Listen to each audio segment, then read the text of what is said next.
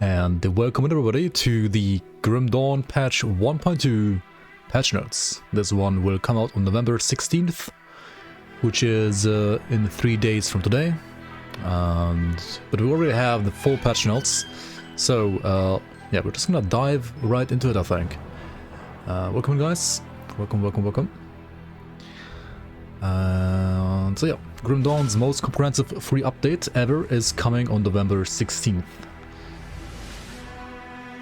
Version 1.2.0.0, and I mean, this is kind of the precursor patch for the expansion that's gonna come like later next year.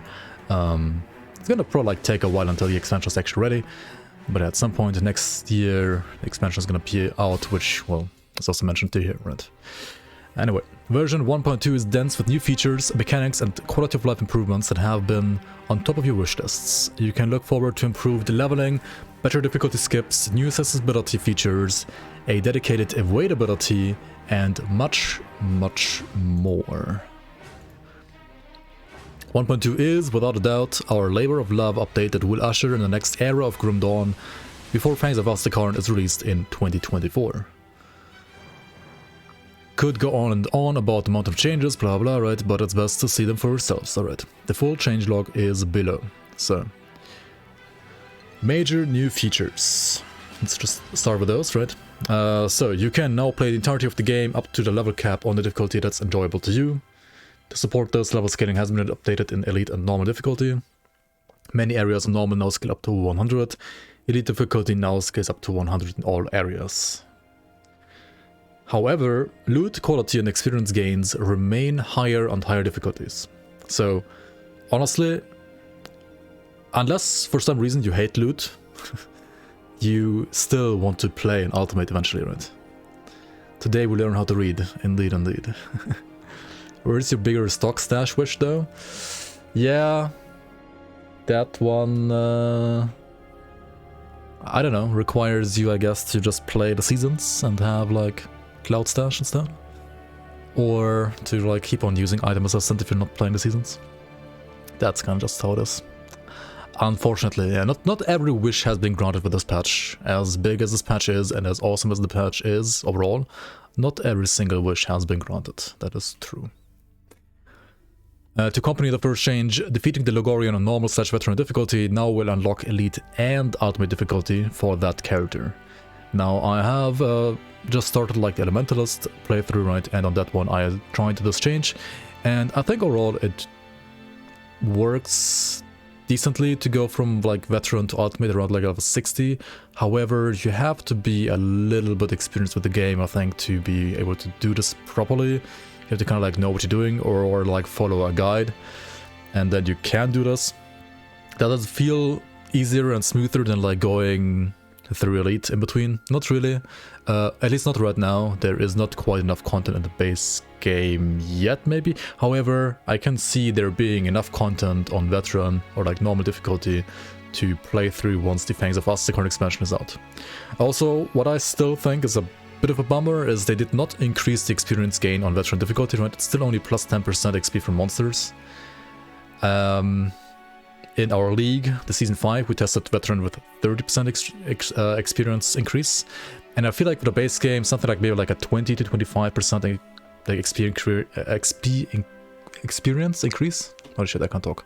Experience increase percentage should work well as well, in my opinion. Keep in mind that this like XP experience increase does only affect monsters and not quests anyway. So 10% really feels a little low, in my opinion at least. So yeah, I don't know. They could like really increase the experience gain on veteran maybe like a little bit. But then again, maybe they don't want to do it yet because they want to like wait for Fangs of Aztekaron to come out first and then like get feedback then, and yeah, I don't know. We'll see. Welcome guys, welcome. You're gonna read War and Peace instead, looks shorter. There's enough content if you go up to SR 50 on normal though. Yeah, that's true. They also didn't condense Shattered Realm like the League did. I don't know, base game Shattered Realm is such a grind. I mean, it's like okay if you do it like only once in your life, I guess. That's like kind of how it's supposed to be designed, I guess. Anyway, like for a league environment, it's like not good. But we've changed that in the leagues anyway, and that's like not part of what we're talking about here really. So I don't know, I guess it's fine. Anyway, also a third thing to like accompany like skipping elite difficulty, right? Is completing a quest that grants a skill attribute point on higher difficulty, like Elite Ultimate, will now also reward you with a skill attribute point from the lower difficulties as well. So for example, if you don't like doing Hidden Path on normal, and if you're like skipping Elite completely anyway, you can like only do Hidden Path on Ultimate, and you're gonna get like all the skill attribute points from normal and Elite as well. So this is, well, a change that was kind of like needed and basically like mandatory, you could say, to even like allow skipping Elite. So this is pretty amazing that they actually like made this work, because as a modder I can say I wasn't able to like do this just like that, so they had to like change some extra code to make this happen, and that's pretty cool. That's pretty nice. All loot tables have been overhauled with 30 to 60% less items dropping. Honestly, Grim Dawn had like too much clutter, right, dropping, and having like less loot overall is actually nice in my opinion. To compensate, loot quality and iron bits drop rates have been significantly increased though, right? So you are not forced to like sell every single green anymore really.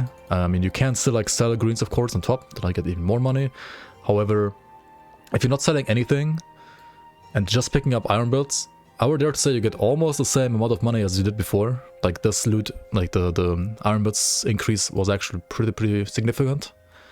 It's pretty nice. And also it is way, I mean the quality has been increased quite a bit, and like I felt that because for example I got like so many more like triple rare or like rare prefix, rare suffix MIs on this patch, like way more I feel like in maybe like 100 or 200 hours on that patch than I got in like 5,000 hours on the patch before. So this is definitely like noticeable, and this is pretty nice. I mean, another change that also like makes loot better is all bosses have 100% chance to drop their non-legendary monster frequents. Or I mean, it's like debatable if it's actually better or not. I feel like for like loot drop balance it might not be necessarily that good, but it's still fun for the players, and obviously like certain monster frequents are really easy to get now. And like this combined with like the rarity of affixes being easier to get, like the rare affixes being easier to get on these, you can get like some pretty sick items in definitely like less time than before now. Yeah. Also there are like visuals, right? For legendary monster frequents, double rares, and double rare monster frequents now.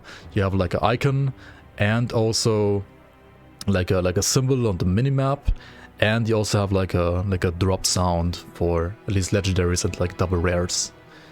Pretty nice, yeah. So this change also like accompanies this stuff up here, I would say. Very nice. A new base evade skill has been added. Bound to spacebar by default, evade interrupts any other action to immediately dash in a desired direction and offers a brief invulnerability window with iframes. So yeah, we basically have Dark Souls style dodge rolls, or like the Diablo 4 like evade thing as well, in Grim Dawn now as well, which is honestly, I think it fits the gameplay better than I initially thought it would, and it's quite fun, very fun, very fun. Pause no default CP, and the party will not okay. Existing players will need to set a keybind to reset their keybinds, blah blah. I mean, I have pause on tabulator, honestly, it's weird this for me. Health and energy potions have been removed from the game. Okay, goodbye potions, right? No more having to like buy potions, or like having to find potions, or having like your inventory cluttered by potions. Instead you have these like base skills. So you have like infinite potions now, they're only like cooldown gated, which honestly is like a more modern approach to RPGs as well. Not every game needs to be like Diablo 2 forever, right? Target buffs are also automatically toggled now. This is insane quality of life in my opinion. And to accompany this, like arcane monsters like don't disable your auras, or like rather don't remove your auras and you have to like retoggle them, but they disable them for 5 seconds. So this and the arcane change together is like massive quality of life in my opinion. It makes the game just more enjoyable overall. You can now disable visuals for toggle the buffs in the game, to improve visual clarity on your character as well. This is pretty nice. Yeah, because honestly, like there can be like so much glow and like so many auras overlapping on your character sometimes. You're glowing like a Christmas tree sometimes in this game, and toggling like this off can be pretty nice. We already talked about this. Monster health bars have been improved. You can now toggle thicker health bars and display percent values for monster health. That is also pretty nice, especially like when you have like a bigger screen, right? Then it's very nice to have this option. Monster health bar can be toggled on to display all debuffs applied to the target monster. This is pretty nice. The one problem that I have is like they only show up when you're like hovering the enemy, and also if you pause the game, you can't hover over them, or like if you hover over them, they don't like tell you what they're doing. Like if you pause the game, you like hover over your own debuffs and buffs, you can see what they do, right? But you can't really do it on the enemy, and it's like this could like still be slightly improved in my opinion, but I mean it's a step in the right direction. This is pretty nice. Yeah, arcane heroes have been overhauled, right? Like toggled buffs are disabled for 5 seconds now and then automatically reapply, instead of you having to like manually reapply them. Overall, I think great change. 5 seconds is currently, I think, rather on the long end of things. Initial playtest had like, I think, 2 seconds or 3 seconds. I felt like it was like a bit too short. I mean, maybe something like 4 seconds would have been like perfect. I don't know, I mean, that's like up for debate. I think 5 seconds is overall fine though. I don't mind 5 seconds, honestly, that much.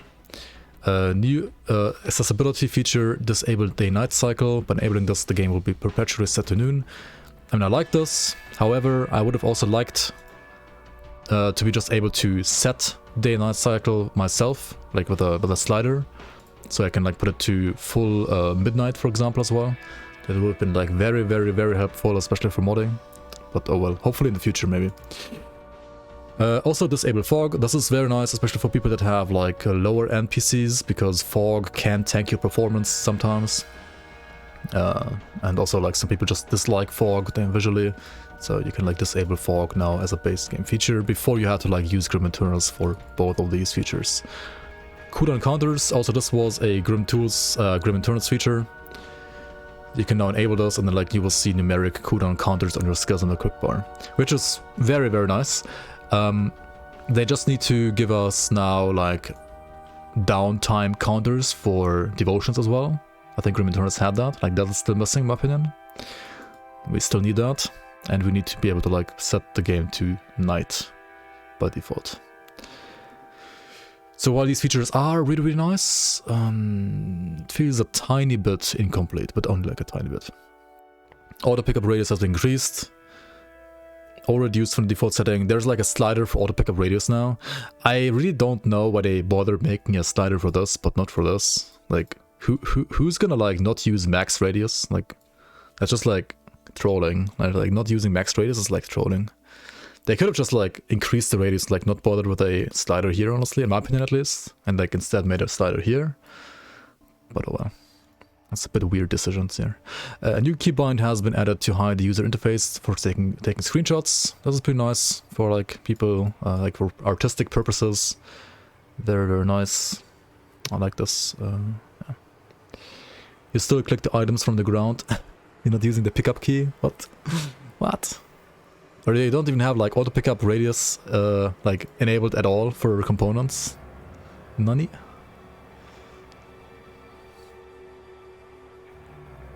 Big nerf to arcanes. You have like 7 toggles in your mage hunter. The toggle hunter. Yeah. We're gonna go through the class balance changes too. Yes. Shadow Realm next. I'm gonna go through everything actually, even every single item probably. The exit portal mechanic has been overhauled for non-boss shards. Each player now receives their own portal at their current location that will take them out of the shard into the next one. This is a huge quality of life, right? In Shadow Realm before, if you like cleared out the map, you had to like go to the one spot where like for each single map there was like one fixed location where the portal would open when you clear out the map. That is no longer the case. Now the portal would always open up in your face once you've cleared the map. And then like instantly go to the next one. Very nice, reduces the like useless running to the portal. Very nice. A new Eternal Waystone has been added to take you up to the shard 90, right? So you have like checkpoint at 80, 85 and 90, and this one now has rewards, right? Before, if you went to 80 and higher and you used the Death Waystone, you would not get any rewards. Now Death Waystone starts at 95, and the Eternal Waystone starts at 80, so you can now get loot from 80 to 81 runs, or 85 to 86 runs, or 90 to 91 runs. I'm pretty sure like 85 to 86 and 90 to 91 is only gonna be interesting for like mostly softcore and like very giga strong builds. 80 to 81 is something I do wanna still test on like my hardcore builds and might be interesting, but everything above that, at least farming, is gonna be probably very inefficient. And obviously like farming above 95 is well, you don't ever play this for farming, you just push it to like show off that your build is strong or something like that, right? Tell me about those ultra strong softcore builds. I mean, the Toxic Elitists are like currently working on a new top 20 list, so maybe there's gonna be something out there soon, we'll see. The shrines in Shadow Realm have been redesigned with powerful new but temporary blessings, all of which boost the maximum movement speed for their duration. These blessings no longer carry any penalties. Shrine offerings have been updated. Yeah, these shrines are like cheap as fuck now. They last for not that long, but all of them give you like maximum movement speed. So, I mean, while they don't do that much, they feel... I feel like the old ones didn't really like feel that great either in a way, so... I think these are arguably better now. I'm not quite sure, to be honest. False Wave Warlord somewhere up there. Depends what content you're doing. I guess like for normal, like for what they have in mind when it comes to like clear speed and so on, I would probably doubt if it's up there actually. I mean, it's a very strong build, but it's probably not going to be like top 20 farmer worthy, I think, but we'll see. Anyway, increased drop chance to shatter souls from champion enemies, so you can clear the maps quicker. Increased monster percent crit damage by 10% with ultimate difficulty. This means basically that like defensive ability is more important than before. Overall, defensive ability was kind of a meme, right, in 1.198, and now with 1.2, defensive ability is getting a indirect buff, because enemies do have more percent crit damage against ultimate, and also I think the minimum chance to hit has been decreased from 60% to 55%. Basically meaning like defensive ability is like a little bit more important than before. Is it like super important now? Probably not. It is definitely more important than in 1.19 though. Panda Burr, welcome, thanks for the prime, welcome to the Bloomers, much appreciated support. Hello, good to have you here. Next one, increased monster health scaling on normal and elite difficulties at chart 60, reduced physical damage in elite and ultimate difficulties at chart 60 plus. So yeah, making like SR harder on normal and elite and making it a bit easier on elite and ultimate in a way. I mean, I'm not sure if these are like that impactful, but sure. Monster percent heal effects are now reduced in the Shadow Realm, so healers are less toxic, I guess. The A Done Deal achievement now requires you to interact with each of the Shadow Realm shrines at least once, rather than having all 5 effects active at the same time. This used to be like arguably the most annoying Steam achievement, right? And now it's easier, basically, or like less annoying. The Bone Bleach special map has been disabled for SR. It may return in the future after some much needed maintenance. Yeah, this one was kind of toxic. Reduce physical damage done by traps. Yeah, these were also like very toxic, to be honest. I mean, SR overall got like a little bit easier. However, you can like push up to 90 with the rewards now, so maybe like the standards would also like be higher now for SR. But overall it's like a little bit easier, I would say. Crucible.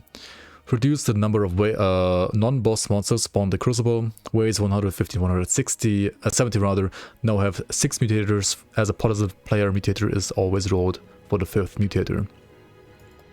So if you have 6, you're gonna have like 4 like mutators for enemies, making them stronger, and 2 for yourself, making yourself stronger. Which I guess is fair. Also, enemies have more crit damage, right? Like making the A bit more important. Reduced heat effects, making heroes less toxic. Reduced tribute penalty for failing the event, making it like, I guess, less punishing. Subscore. Tribute cap has been increased to 150, making it like easier to stack up tributes, I guess. I don't know. This is probably like just like a change. Also like for Fangs of Astakarn when they want to like have up to 200 waves, right, in the Crucible. Spawn areas no longer grant movement speed buff to monsters. Interesting. Nullification has been re-enabled in the Crucible at a reduced duration. So there is Nullify now on the Crucible. There are Arcanes in the Crucible. All the Arcanes have Arcane balls that can nullify you in the Crucible now. However, Locksmere does not. Yeah, still disabled. But all the others are enabled now. But yeah, less duration, so like not 5, probably I guess 2 or 3, I don't know. Monsters now deal less physical damage in the Crucible on Gladiator difficulty.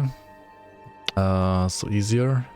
Increased Physrest granted by the Blessing of Ulo to 10%. So easier. Death Chill Beacons now cast Chilling Surge more frequently. I mean, nobody ever used these, so makes sense. Infernal Beacons cast Firestorm more frequently. Yeah, nobody used these either. Cast Sea more frequently. I mean, these two are actually like not too bad. The banners. These are okay. But they're stronger now too. Makes sense. What's the deal with Locksmere? Do people lose characters to Stunlock? I mean, Locksmere used to be like, he arcanes you like instantly, right? Like the Arcanist nullification basically. Which stripped you from all of your like buffs. And then he blade trapped you. And then he just like killed you basically. I mean, nowadays, is he that much of a challenge? Definitely less so than back in the day, but like back in the day he was probably like the one guy that like most people died to. Yeah, he doesn't have a stun, he can only trap you, but trap can be as deadly sometimes.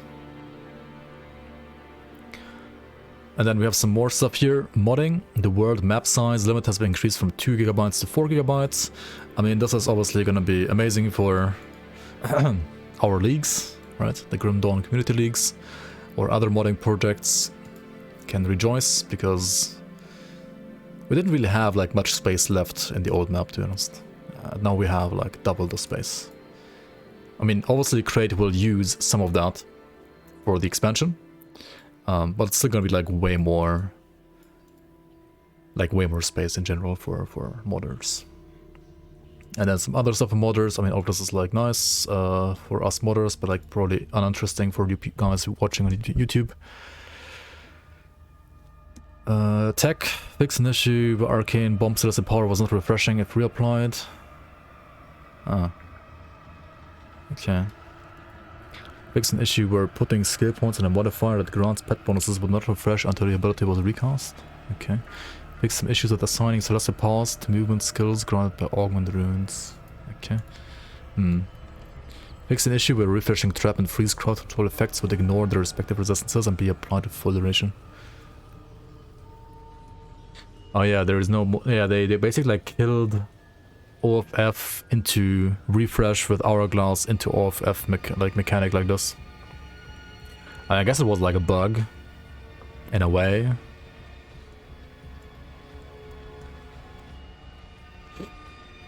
Which made a certain build kind of like viable, and now it's killed. But on the other hand, they like buffed OFF itself when it comes to like freeze resistance reduction. So I guess it's fine. It's like less janky now. But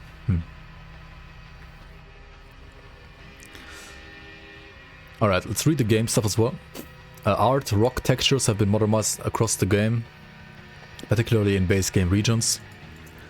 Yeah, I hope they fix like all the visual issues that were like accompanying this change. I hope they have fixed all of them now. I mean, they fixed like most of them, but there were still like 1 or 2 areas left. Anyway, game changes. Difficulties have been rebalanced to account for the ability to play up to 100 in all difficulties.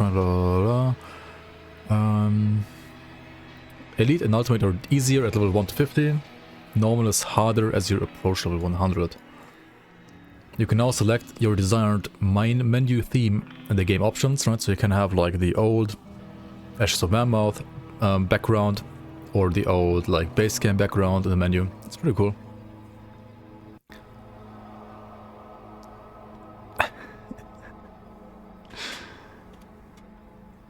Rejoins, thanks Sebastian. NSR get added to the league map, and 4 GB.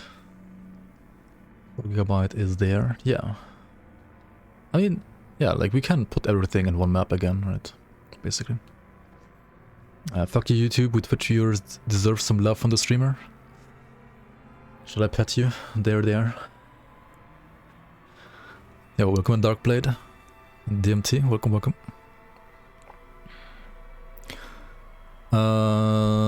Yeah, okay, now the spicy stuff, right? The controversial stuff. A new monster mechanic has been added, Sundered.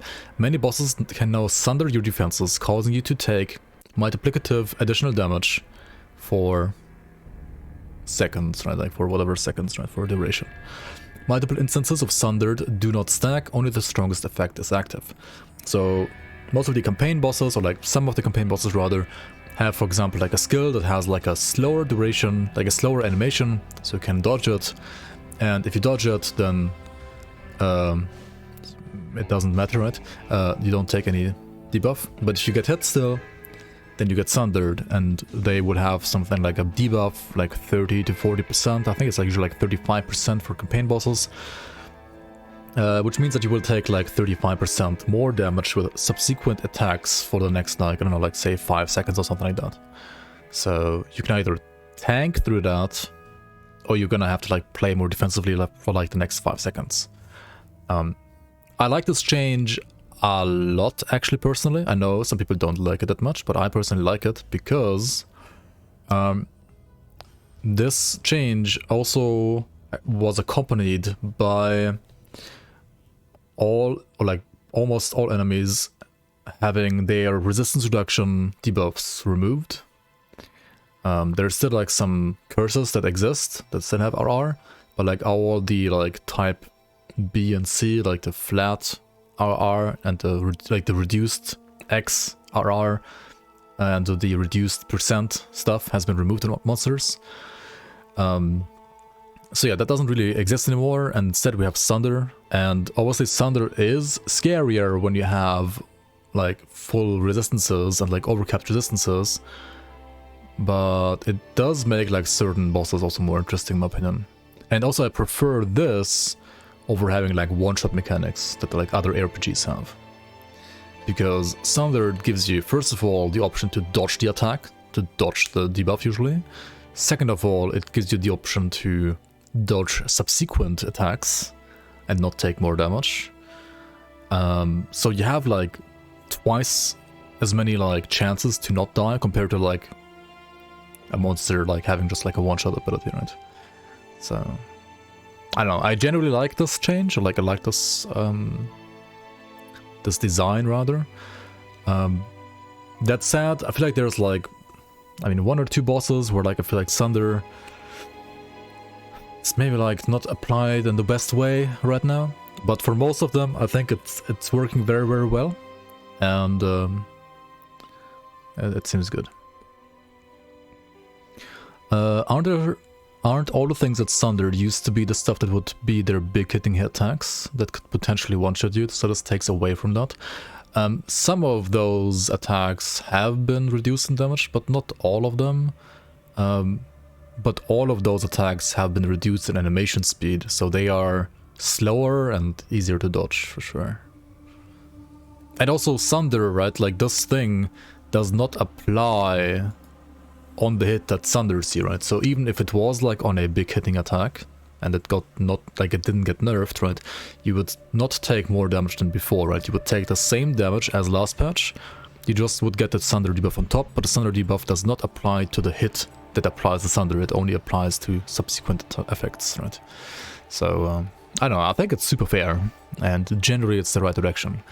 I mean, where Sunder is stronger and a bit more ridiculous is like for Celestial bosses, right? There it's not like 35%, there's like 70% more damage taken and stuff like that. But I mean, those are also like Celestial bosses. and some of them were arguably a bit too easy on the last patch. And you can like, I mean, whether or not they were too easy or not, I mean, that's like up for debate, right? There's like two ends of the spectrum here, kinda. You can either have like Celestial Uber bosses, like in Diablo 4, getting two-shot, like Duriel or like all of those, right? You can either have bosses like that are like kinda jokes, I guess, for most builds once they're like decently geared. Or you can have like the Grim Dawn approach, where like Celestials are kind of always hard, unless you play like the 1 giga build. But like most other like min-max builds will still, at least, like you will still have to like play the game, right? You still have to like know what ability to dodge. You still have to like basically like try to do some mechanics. It's not like full on like lost arc raids, of course, like it's easier than that, but I don't know. I think it's like a very fair middle ground for a game like Grim Dawn overall. I'm not saying like every single standard is perfect, but generally I think it's the right direction, in my opinion, to make the game more interesting.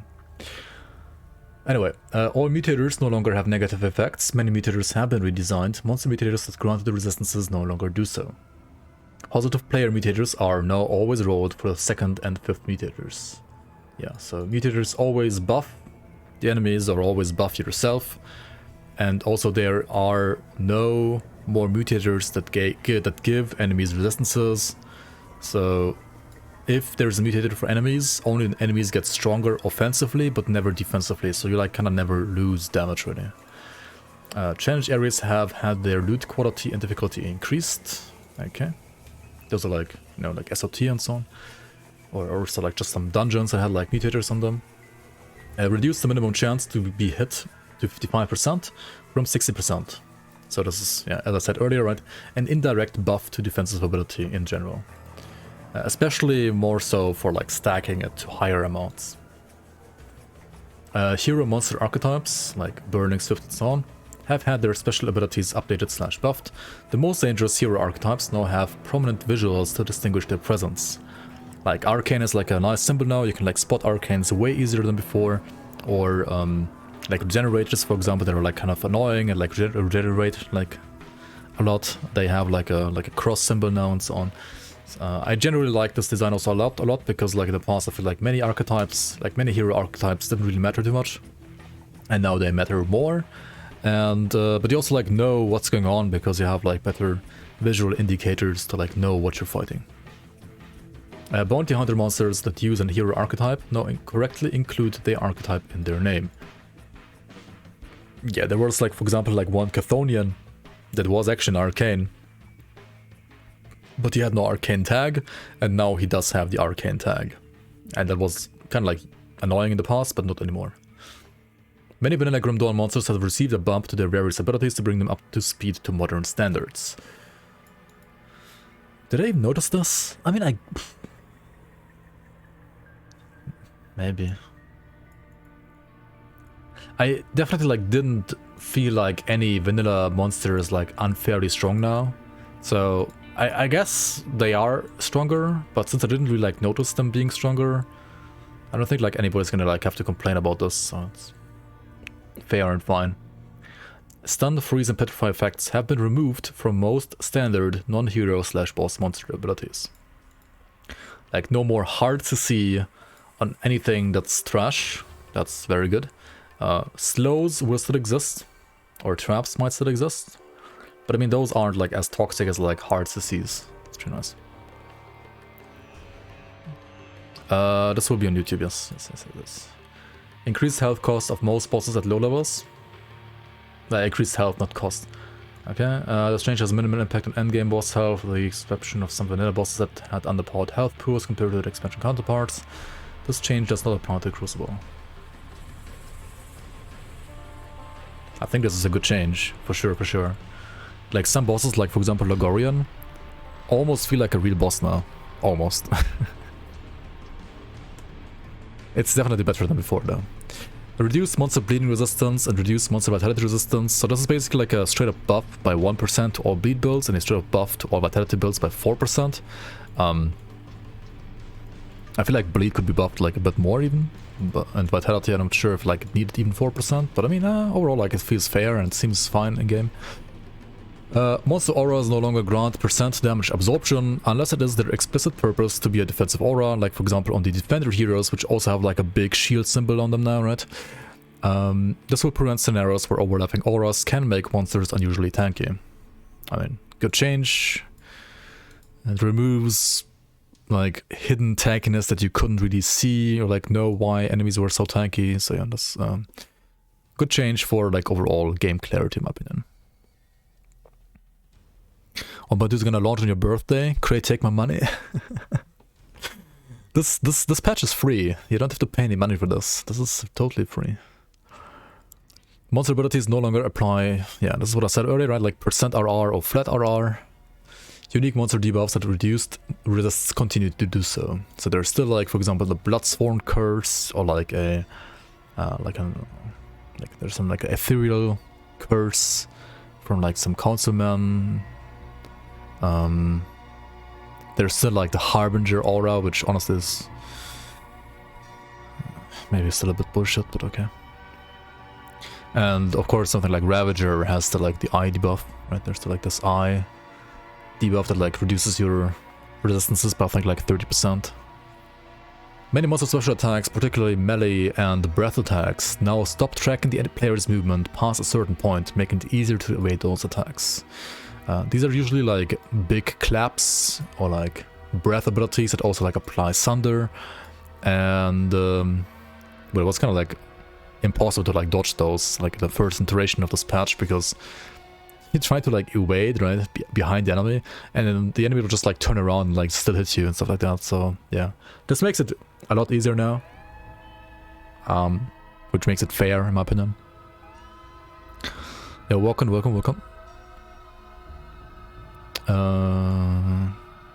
Grimdawn has not only the expansions, right, but also there are some like loyalist packages that you can buy actually if you want to like support the devs more, or you can get like some skins. It's like basically like two MTX packs on Steam. If you like actually want to throw money at them right now, then you can do that. It's another possibility. Good, you're back. Or you can Literally the best GD patch reading stream I have seen yet. Informative, to the point, and relevant W out any rambling like every other stream so far. While English is obviously not your first language, you are far more articulate and coherent than your peers. By a wide margin. Thank you. Or you can just like throw money at the stream instead, right? Thank you so much for the resub, Dusknump. Welcome back to Bloomers. 14 months already. 14 billion months. It's crazy. Thank you, man. Thank you. Thank you for traveling to the Bloomer land, to the holy land of the Bloomers. Okay, where was I? Okay, so these... Just the person I'm looking for. Holy fuck, married with the 5 gifters. Dang. Thank you so much, man. Sebron 66, Sinvark Wretched, Melancholic Mallard, and Nephilia. Welcome into the Bloomers. And thank you so much again for the support, Merit guy. Thank you so much for throwing money at the screen. Much appreciated. Funny that Hans pronounces pont like French. Yeah, he does. Yeah, I don't know why. Maybe it's like some southwestern German accent. Not sure. Okay, many monster special attacks, particularly those that apply Sunder, have had their animation speed reduced. Yeah, that's what I also said earlier, right? Make it more fair. Most of the charge abilities are now slower when charging and have a finite pursue range. This is he's talking about abilities like Blitz here, right? He basically nerfed me, right? He nerfed me in the pit. Because the wrecked by Protoss mob in the pit, right? That charges your face, and that one charges you slower now. I mean, also like all the other chargers also like do this slower. But yeah, he nerfed me. He's bad, man. Increased monster percent leech resistance. This basically like nerfs global, like life leech globally. life leech, or like attack damage compared to health, as it's called in this game, was very dominant throughout, like, and what's Grim Dawn released, like the last 7 years? Throughout the last 7 years, this was pretty dominant, honestly. And this patch in general, like, has buffed regeneration more, so it makes regen, or like even like a mix of regen leech, a lot more viable than before, which overall I think is a very great change. At first I was like, wait, this is fucking OP for regen now, but leech has stood its place, honestly, and leech is still very good in certain situations, and the regen is not quite as OP as I thought it actually is at first. You could argue, like, for example, the giant behemoth devotion maybe like a bit too strong right now, but other than that I think regen is totally fair, and leech is also nerfed to the point where it feels probably fair now. Does this change make Ghoul obsolete? Ghoul is unironically better than before. It's actually better than before, but we'll get to that later.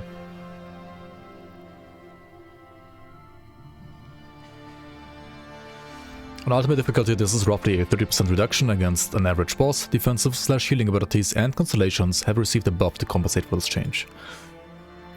So yeah, while you have basically like 30% less effective leech on average now,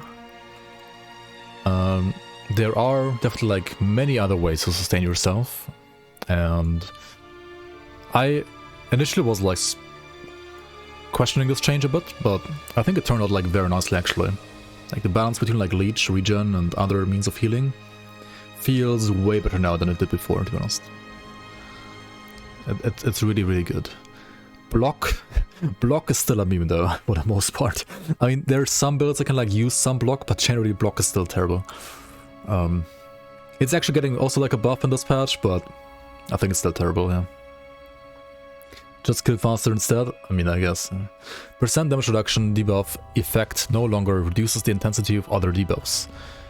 This was so bullshit, right? Like, if an enemy also had percent damage reduction debuff, right, and you were, for example, playing a soldier with Warcry, if you Warcry first, and then he used a debuff on you, then his debuff would be weaker, but if he debuffed you first, and then you Warcry after, then your Warcry would be weaker. So it was really like, just like, whoever, like, used the R first would win, more or less, right? And them removing this interaction is good, right? Like, now percent damage reduction only affects actual damage and no longer like affects debuffs. So this obviously means that this type of like defense has been nerfed, but honestly it was also like arguably the strongest defense in the entire game, honestly. So I'm totally fine with this being nerfed, and also feels less bullshit now, because also like monsters, like enemies that have percent DR won't reduce like your own debuffs either, right? So it feels more fair overall. I would say this is a slight nerf to this like type of debuff, obviously, but it also feels a bit more fair because it also got nerfed on enemies, right? So overall, this is basically a bug fix, actually, I think, more so than anything else. Are they gonna nerf the Dega set? I have no idea. Well, we'll see. Reflected debuff effects like Sunder percent DR are now applied at up to 30%. Oh, reflected. Okay, so if you get reflected and you have a debuff that gets reflected on yourself, you get only max 30% of that effectiveness back, right? That's also fair, I guess. Wendigo-type monsters have had their zoomies reined in and no longer approach you at the speed of sound. Yeah, Wendigos used to be like really fucking fast, now they're slower, and I mean, I guess it's fair, because they want to like make ranged builds feel less like melee builds, I guess. Monster health now scales more appropriate in multiplayer. Mediators that affect monster health are now more clear as to how much percent health they provide. What does more appropriately even mean? More or less? I don't know. I mean, I don't really play multiplayer, to be honest. I would assume it's rather getting harder than easier, because it used to be rather low scaling. Like, it used to be like rather too easy than too hard, I think. We'll see. Remove defense against pets from Celestial bosses. Okay, so that's like another big change, right? Like Celestial... Okay, so pets in this game used to be overstated as fuck. And to compensate them being overstated, Celestial bosses had additional like damage and defense against pets, right? Because otherwise they would just like die in an instant. And now the defense has been removed, and I think like their offensive capabilities against pets also have been reduced a bit. I'm not sure if this is like actually reflected in the patch notes somewhere, but I'm pretty sure like Zantai said that on Discord, that their offensive, like their offense against pets has also been like slightly reduced. And that is because pets have been like generally, I would say, slightly rebalanced to be a bit more like player builds, and I personally think that overall that is a good thing. I know some people are like a bit salty about that, but they'll be fine. Pets are fine on this patch. Pets are not dead. Nobody says pets are dead except for people that have like no idea about like how this game works, to be honest. But I mean, yeah, you'll see yourself when like the patch is out, right? Like how dead pets really are. They are like very strong still. Reading? Imagine reading, yeah. Welcome, Megafer. So instead of reflecting 4,300 IT, I'll second it would be like 3,400.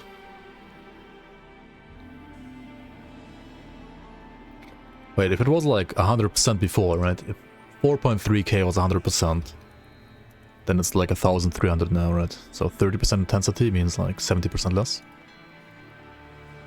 But my pet build is dead. Yeah, smile.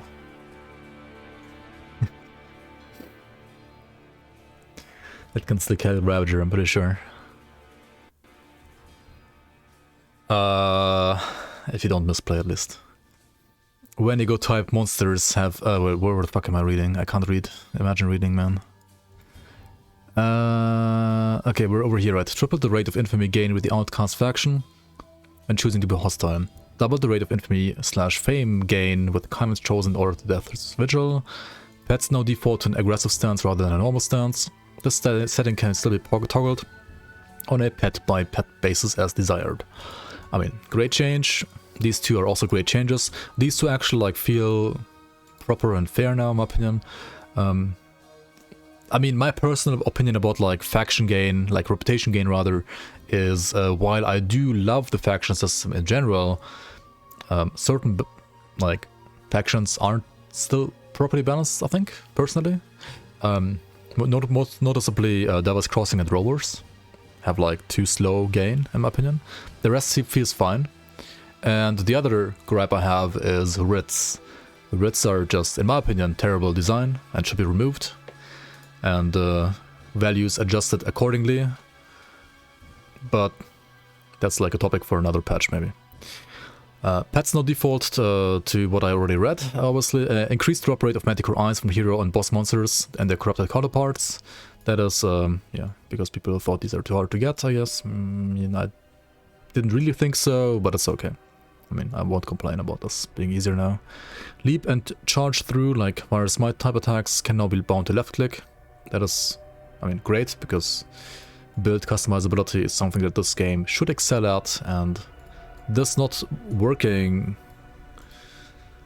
was like a small stain on that, like customizability. Skill tooltips in the skill tree window now display detailed skill point investment info.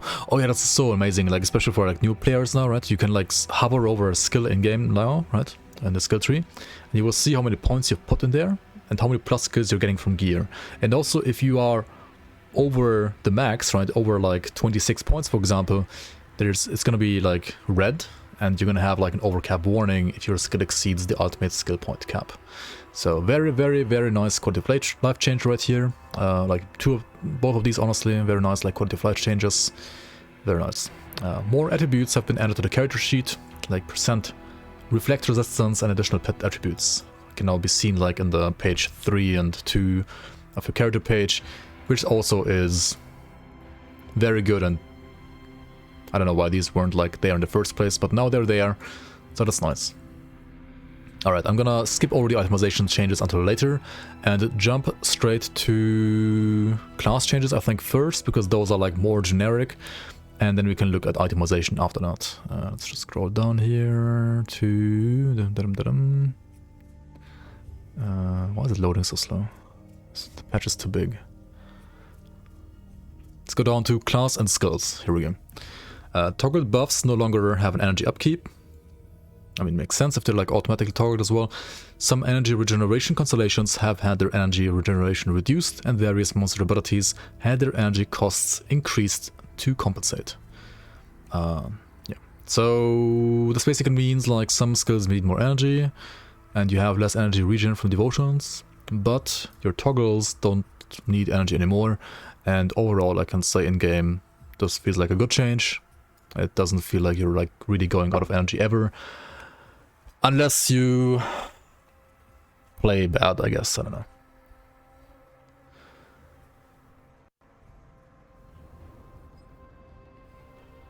In Dota 2, there's a dude who reads patch notes for 10 hours. I'm gonna do the same for Grim Dawn.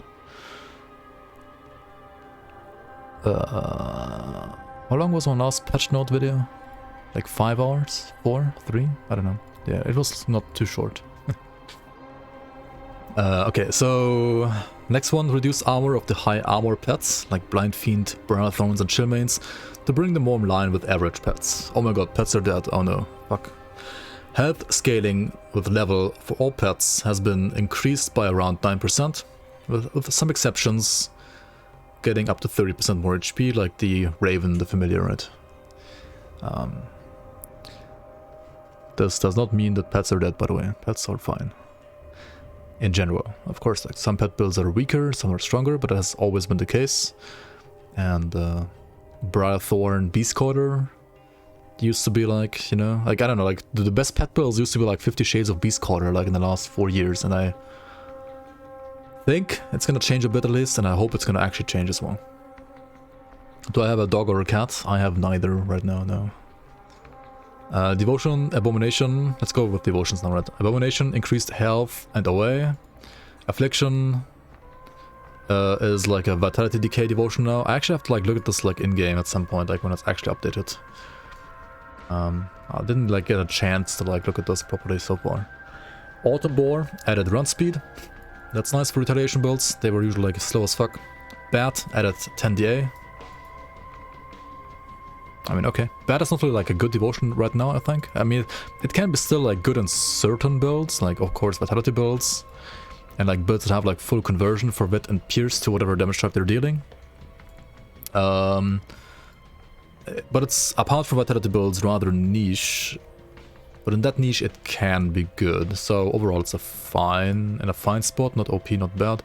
Behemoth is on the other side rather a strong devotion on this patch, for sure. Increased regen to 110%, regen to 8%, added 100 armor for pets, and removed Physiris for pets. Oh my god, pets are dead again, right? Berserker added health regeneration to, well, this thing. So you can get regen here, you can get more regen here. Bismuous Bonds added 10 fizz damage for pets. Get more damage here for pets.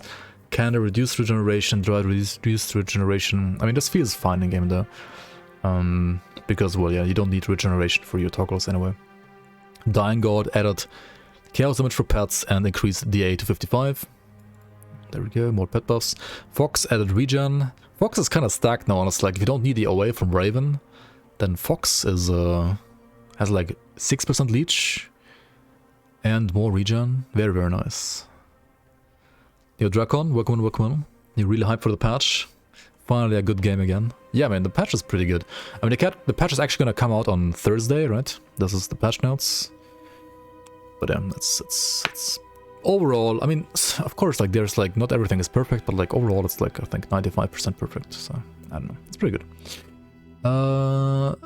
Ghoul increased regen to 16 and percent regeneration to 30. So yeah, Ghoul is also getting a buff with regen. That is one of the reasons why it's actually a bit better than before. Gallows increased percent damage to undead. I personally, at least in hardcore, would still never pick Gallows over, say, Sato's Guide. I think personally, at least for hardcore, Gallows needs more to be a proper option. I know some people like use it for softcore to like get more damage against like undeads for the Crucible and so on, to get like better timings. So I guess it has like its place like in softcore builds. But in hardcore, I would probably like never pick this ever. But I mean, that's fine. Exclamation point patch notes. I can maybe like just put it down here or like make a command for that actually. Don't tell Morn Ghoul is better. Wait, what does he think about Ghoul? I think Ghoul is actually better than last patch. It's actually fine now. Like, it used to be kind of mediocre last patch. But after like playing the patch so much and like, kind of like going full circle with like all the sustain like things, like all the sustain changes, I kind of feel like it's better than before. And I think I want to like use it in more builds than before, maybe even again. Not sure. Satyr is just way better as a tier 1. Yeah, overall it is, for sure.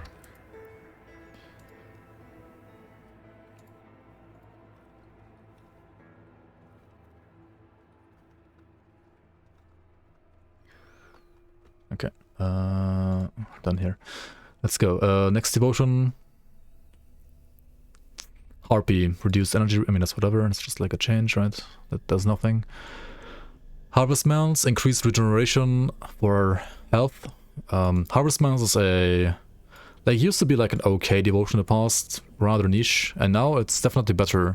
And many builds, especially when you like go for say Turtle anyway, for Tortoise anyway, you can go like Harvestman plus Behemoth and like fit in those two in many builds, and they do work wonders. I feel like it's pretty decent. Huntress added 25 regen, increased bleed damage to 15 and increased healing to 12. This is obviously a buff for bleed builds. Bleed builds were rather, I mean, apart from like 1 or 2 builds, bleed is generally rather underwhelming, so I'll take any bleed buff honestly. Hydra, now this is juicy. Hydra has 2 nodes now that give you 3% maximum run speed each. This means that if you play Hydra, which you can only play if you use a gun, right? If you're using at least 1 gun, you can get to 141% movement speed. And only then. There is no other option in the entire game to get more maximum run speed, except for via Hydra. Which obviously means that every single like pistol build that plays Hydra is now faster, and I think that's totally fair because, first of all, gun builds used to be arguably literally the worst archetype in the entire game. I mean, while it's cool if you have like guns in this game, right? Kekona, blah blah blah. They used to be kind of bad, and this helps. This helps with kiting a lot. However, obviously, you can also use this on builds that are casters, right? You can like equip a caster pistol. Say, for example, like Lujugan builds, right? Don't even have to like invest into like using a pistol because the set already like uses a pistol anyway.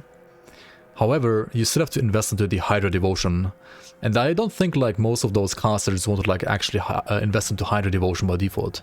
So they have to kind of like go out of their way. They have to like invest into Hydra, which they usually wouldn't, to get us movement speed. So there is a trade-off for those kind of casters, and I think that's probably fine. This change came very late into the playtest though, so we didn't really like have much like time to test this and like how much it can be abused by casters. But we'll see. Obviously it is an amazing change for like all the like normal ranged builds that will always use Hydra anyway already. So overall I think this is a good change, and I applaud Zentai for finally realizing that you need something like this to make kiting pistol builds feel better. This was a change that I was contemplating like last season already as well, that I actually didn't do in the season, but I was like talking about doing this for like the last 2 or 3 years pretty much, like, or like thinking and like talking about like this being like a good thing to do, probably to like help out pistol builds. And yeah, like it's official now, right? We have more max run speed on Hydra. That's pretty nice. Like I thought like 5% is like what you want to put here. You put 6%, I mean that's fine too. It's like 1% more. We'll see. Sounds good. I'm kind of hyped for this. I kind of want to like revisit my Oppressor, for example, that I played like a couple of weeks ago, but I played this before this change. And also the other reason why like this is fair is if you're playing guns, right, you cannot play a Shadow Strike or a Blitz. And Shadow Strike and Blitz gives you like so much mobility around the map already, right? It's kind of crazy. So like gun builds like were kind of like never able to like keep up with those builds, and Hydra how do I say that in English? Compensates. There we go. Compensates a bit now. So yeah, I think it's an amazing change. How would I even do it if there was no 1.2 max speed, like max plus max speed before 1.2? Pretty sure there was. Wait, was there not? Oh, you could only like adjust it globally. Maybe there wasn't. Maybe you're... I don't remember right now. Maybe there was none. Yeah, that's true. But yeah, anyway. This is super nice. Harian, next one. Increased shield block. Okay. I mean, Harian got like buffed, I think, in 1198 already, generally. So like Harian is in a decent place. However, like shield block overall is in a terrible place. And shield block is terrible, so shield block getting buffed is good. There's also max cast and attack speed stats, by the way. There are, yeah. Doesn't like 1 or 2 skills really like take like advantage of that now in the game? I think there was like some temporary buff on something now that actually like gave you max, like more max attack or casting speed. Not quite sure what it was though, but that's pretty nice. Ishtar, the Spring Maiden, added armor for pets, increased fist damage for pets, and the A for pets. Look at this, there's pet buffs, who would have thought? But wait, pets are dead, right? No, they're not. Leviathan increased Physical to 5 and added Vitreous. I mean, yeah, Leviathan needs buffs. It is not the best devotion. Or rather, I mean, the devotion itself is okay, but like going there gives you build so much that like this devotion needs to be cracked to make it worth it. Light of Empyrean increased health and fire damage for pets. Lizard increased regen and regen. Manticore added poison damage for pets. Mantids reduced energy regen. Well, that's like a whatever change, right? Mogdrong the Wolf increased healing to 20% and removed bleed damage for pets. Bleed pets were like one of the most broken pets, so it does make sense. And increased healing also is nice for like normal bleeding builds because they do need like more leech because they have like less flat damage to leech off, so it makes sense. There's also affects healing skills like Bloodrig or like Climatic Burst, right? Which are actually like a prime way of healing for a bleed build if you play like those classes for bleed builds. Night Talon added regen, Retosh the Waywarden added DA and 5% Physiris. All Vitality builds have 5% Physiris more, however that's not quite true because Wendigo has its physical resistance removed. This one had 4, this one has 5 now, so like +1 for all Vitality builds. And also potentially +5 actually for Aether builds that want to play Retosh. Like for example the Oppressor that I played a couple of weeks ago, right? That's pretty nice. Raven increased regen, reduced regen rather, of course, for energy, and increased lightning damage for pets to 9. So yeah, more pet buffs, who would have thought. Scales of Okama reduced energy regen, increased health regen though, and DA. Okay. Scarab increased shield block, because yeah, shield block's bad. Increased block chance on Shield Maiden. Pretty nice change. Is this enough? Maybe, maybe not, I don't know. Seven for Tosh, added fizz damage and Aether damage for pets. Tree of Life increased regen and more regen. Unknown Soldier added 30% disrupt resistance and increased health. Okay. And then Wire increased shield block, Fizz Rest to 5, Aether Rest to 15, and Chaos Rest to 15, and more physical damage. And then reduced % bleed rest to 15 and removed pierce rest. Both of which were easy to cap on builds going for Wire anyway. And these were, like, these are kind of premium stats, most of them actually, so this is pretty nice. Wire got a huge buff overall. Leviathan is pretty good now. I mean, Leviathan like feels good on builds that like can afford going for Leviathan. I don't think like that many more builds go for Leviathan though. It's more like the builds that wanted to go for Leviathan, like naturally, are getting better. Right, like the other builds are still gonna like play Ultos or gonna play like Ugol and so on, but yeah. for the builds that actually want to play Leviathan, it's a good change. And I mean, that's probably all it has to do, right? Because you don't want to like have every cold build like go for Leviathan all of a sudden, right? That would be, well, that would be like an indicator that it's too OP and like needs to be nerfed again. Yeah, like for example, Cold Reaper can make good use of Leviathan. If you're playing Morganath set though, then Ultos is also not too bad actually. But yeah, Leviathan should be also good for that now. Yeah, because you have like defensive, like damage reduction already in Necromancer tree anyway, so it makes sense. When you go increased health and more DA, like 40 DA instead of physical resistance. This is overall a combined with all the other Vitality Devotion changes, a buff for Vitality and a nerf for like non-Vitality builds that are like trying to go like 3 or 4 points when you go in the past. But that's probably fine. It's deserved. It was like a bit overstated before, and now it's getting slightly nerfed, and now it's fair, I think. Wolverine, added health and run speed. This is also nice for, you know, retaliation builds, or even like some non-retail builds, maybe even now. I mean, Wolverine was like a terrible devotion in the past, honestly. So, I mean, even with this, it's probably like still not a good devotion. But if you for some reason want to or have to play this, it feels a bit less bad now, so that's fine. Arcane Barrier, this is the Crab devotion, right? This has higher absorption scaling now with rank. So Crab buff, Business Command buff for the pet, right? Cleansing Waters, increased radius, Ulo buff. This is the Ulo devotion, like cleanse, like nullify. Druid's Blessing, increased healing with rank. Druid buff. Fetid Pool, replace poison damage with Vit Decay damage on increased values. So Fetid Pool like deals flat vitality now and vitality decay on the pools. Which is good because it was kind of easy to actually to convert, or like easier to convert vitality to acid if you want to use this for an acid build. But it's a lot harder to like convert acid to vitality if you were to play this on a vitality build. So, I mean, I'll have to check out the changes for this in-game at some point for Affliction to like properly like gauge this devotion, but overall it's a good change, I think, like in the right direction at least. This used to be also like a terrible devotion apart from like acid retaliation.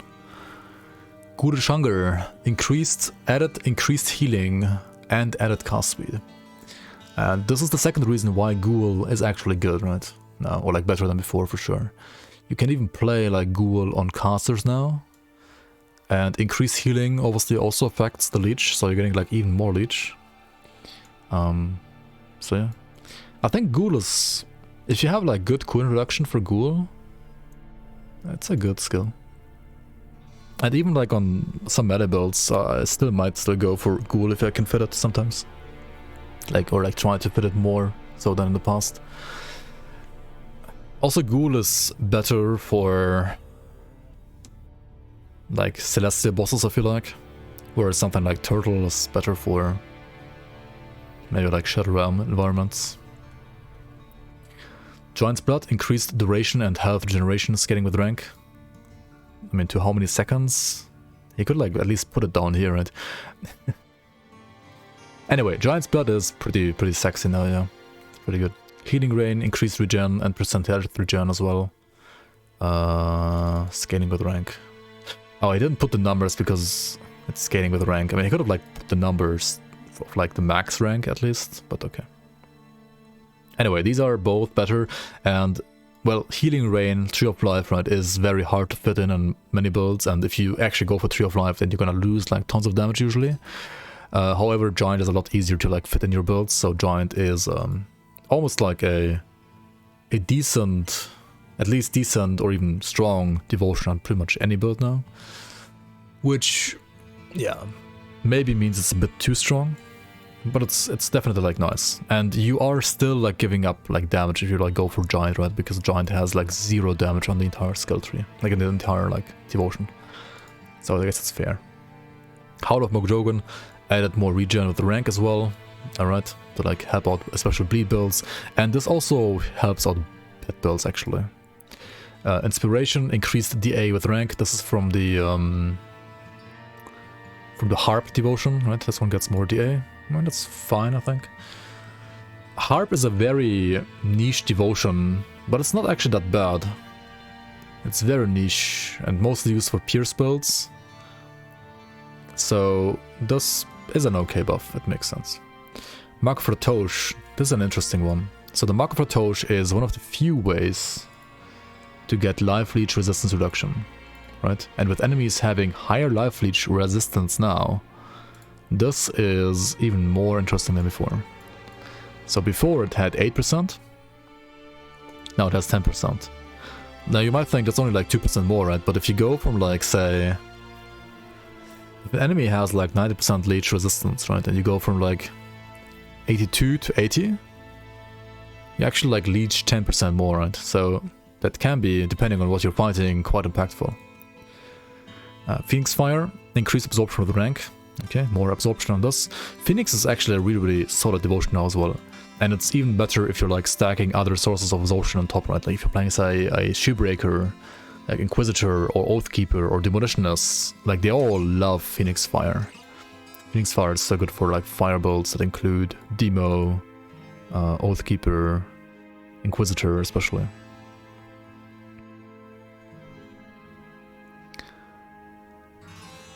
Ghoul can be good with leech modifiers to a certain skill without percent weapon damage even, yeah.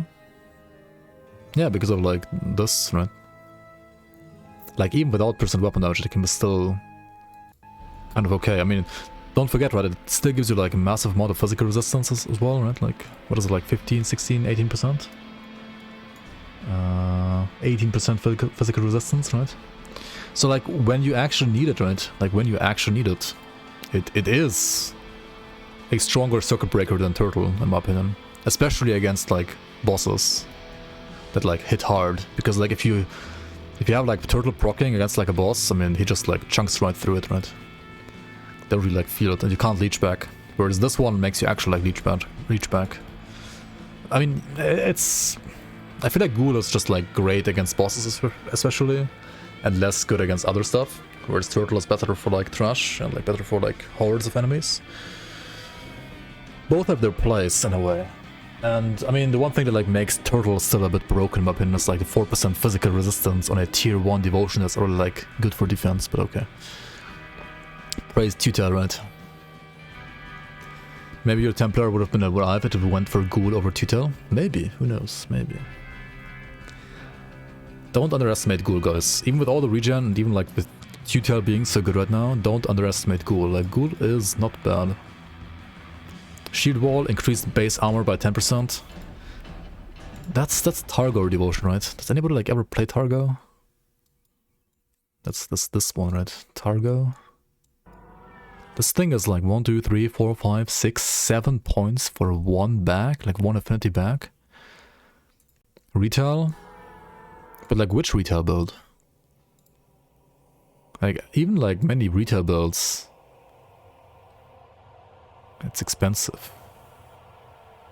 Any retail build? I'm not quite sure about that, to be honest.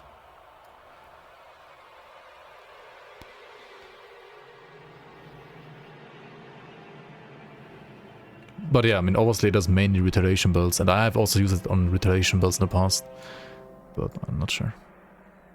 I think some damage types also skip it, but I mean, whatever. I haven't played enough retaliation recently to be honest to like be able to properly judge that change or like judge the devotion in general. I always felt like, I mean, it's niche, it's very niche, and if it has a place, I guess it's fine. I guess it's like similar to Affliction in a way, just very niche. Ulzat's Decree has more armor with rank. I mean, this is so good for like any physical or pierce build already. Like the Ulzat devotion is insane. And you get even more armor now. Wayward Soul, the Chariot, also gives you more armor now. I mean, Chariot is also rather... I think it's less niche, because it is usable on pretty much any build. But it's always like a bit expensive, and you only like play it if you like don't want to play something else. It's never like an S tier priority, right? But it's something that you like want to fit in if you can, and if you can, then it's fine. But it's never like the best. So overall, I mean, this devotion is fine. Wayward Soul and like Chariot. That's a fine devotion. All right, moving on to the first class here, the Soldier class. Blade Arc removed chance of knockdown. After 5 years of me saying this should be removed, it's finally removed. Nice. But increase the ragdoll potential because ragdolling is the best. And Clean Sweep has the knockdown now back. So the cooldown Blade Arc still knocks down, the spam Blade Arc does not. That is literally the change that we did in the league as well, right? The last league did exactly this change as well. And here it is, right? Here it is. All your homies play ragdoll builds. Nice. 1.2 overall looks harder or easier. Some buffs are quite nice. I think the main campaign is arguably easier, except for some bosses. Endgame bosses, like Celestials, are harder. And stuff like Crucible. I mean, Crucible got arguably harder because there's Arcane in Crucible now.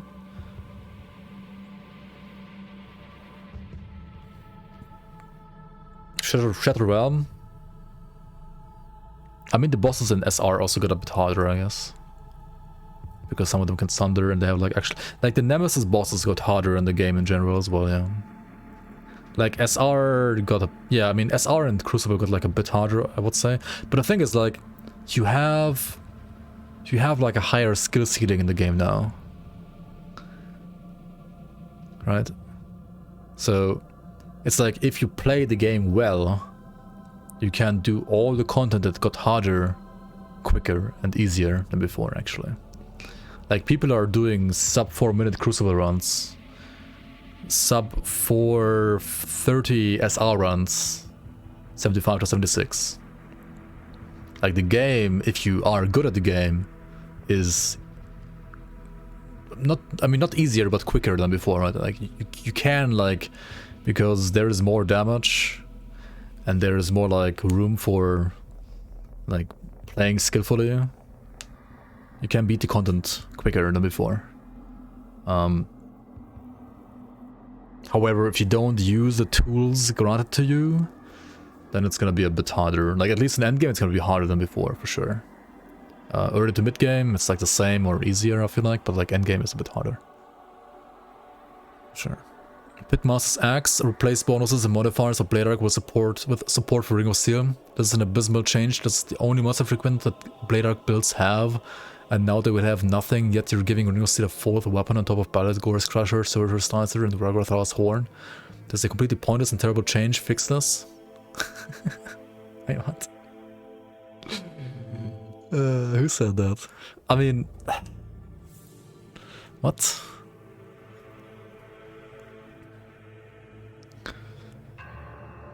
I mean, they could have just, like, left the modifiers for Blade Arc on top, to be honest. I don't... But yeah. Next skill, Cadence. Increase animation speed for two-handed melee by 20%. This doesn't mean, like, 20% more damage, because it only affects the actual cadence hit, right? The third hit has 20% quicker animation speed, and only for two-handers, right? Two-hander melee. I mean, overall, this is obviously a DPS increase. Not by 20% though, maybe like 5%, something like that. Deadly Momentum has higher duration now, so all these like buff skills from Cadence, from Lethal Assault, like from Amarasa's Blade Burst, or from like Bone Harvest, the Soul Harvest, they all have like a longer duration now, meaning it's less tedious to like keep them up, and that's a good change in my opinion. Fighting Spirit actually, well, is it nerfed or just changed? Has less cooldown but less duration.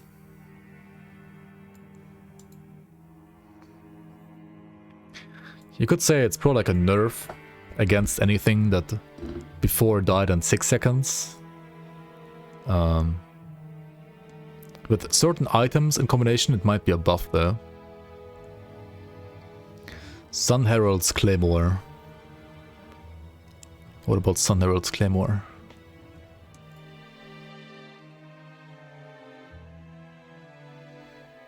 Force Wave, increased physical damage scaling with rank. Rending Force, increased physical damage scaling with rank. But I think like some Force Wave weapons, or like rather, especially the Force Wave Cleaver, has been nerfed slightly to like compensate. Performance advantage, increased weapon damage by 15%. Better weapon pool, skill is better now. Minior's Bulwark, more regen. Minior's Will, increased heal and regen scaling with rank, but only the scaling. So like if you like put more points here now, you can get like some kind of like giga heal. I mean, Soldier needs more buffs, I guess. I don't fucking know. Overguard, increased shield block. That's fine though. And increased regen. And increased energy cost though. That's fair.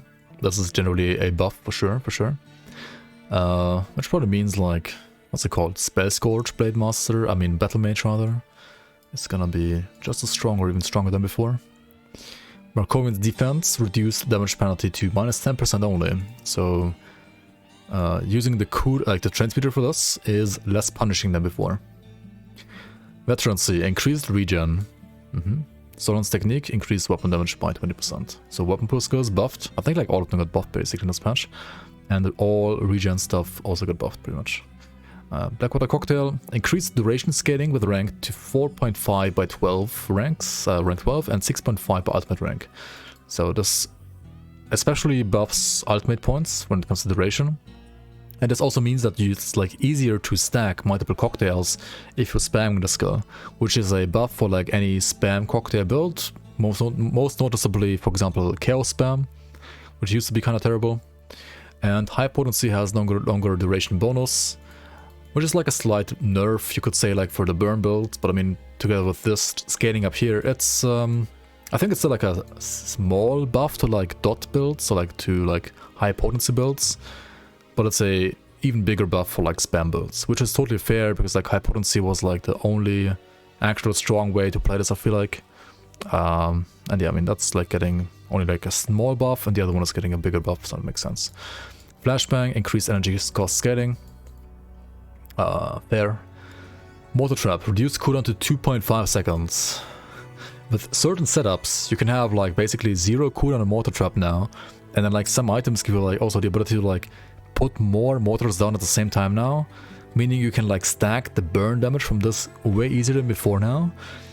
Mortar Trap is a pretty good skill on this patch, I'll just say that. Pretty good skill. Temper, increased DA. Makes sense. Vindictive Flame, increased health generation. Very nice, very nice. Yep. Okay, Occultist, Blood of Dreeg. Reduced cooldown to 12 seconds, increased duration to 60 seconds, increased energy cost and health regeneration scaling with rank. Increased percent health, heal scaling at ultimate ranks. Heal at scaling, increased percent. What? Percent heal scaling. This adds too much, right? I mean, yeah, whatever. Blood of Dreeg, yeah, the Blood of Dreeg. Blood of Dreeg, yeah, got buffed. Like all the non-leech healing ways in this game. Anyway, this is really good now as well. Focus Gaze, increased physical damage reduction duration to 6 seconds, also pretty nice. These two are also big pet buffs, by the way, big pet buffs. Possession, increased percent absorption scaling with rank to 18% by rank 12, by 25% by max ultimate rank. Occultist being a bit tank here is not too bad. It was a kind of a squish class, apart from like the physical resistance that you can get to like pretty ridiculous numbers. Summon Familiar, increased pet attack damage for the Familiar basic attack to 12%. Honestly, the Raven, I mean, early game was good, but then it kind of like fell off a cliff and was kind of bad later on. So the Raven is getting like a big buff here. Big buff, right? Also the Vent Flash is finally like maybe useful now. This used to be a non-skill, like completely useless skill basically. Lightning Strike, increased AoE, increased damage, blah blah. So yeah, buffs for pets. Many buffs for pets here. Another buff for pets here, right? Increased damage on Hellhound, Amber Claw, more damage. Like, Occultist pets are getting big buffs here. So yeah. Pets are dead, by the way. Nightblade, ABB, increased animation speed by 20% and significantly increased cold damage scaling with rank, particularly at ultimate ranks. This is a huge buff for like anything like ABB related. Any like ABB spam builds, for example, or like builds that just like in general have like 26 points here. Even if they don't spam this is like a lot more damage now. Pretty nice.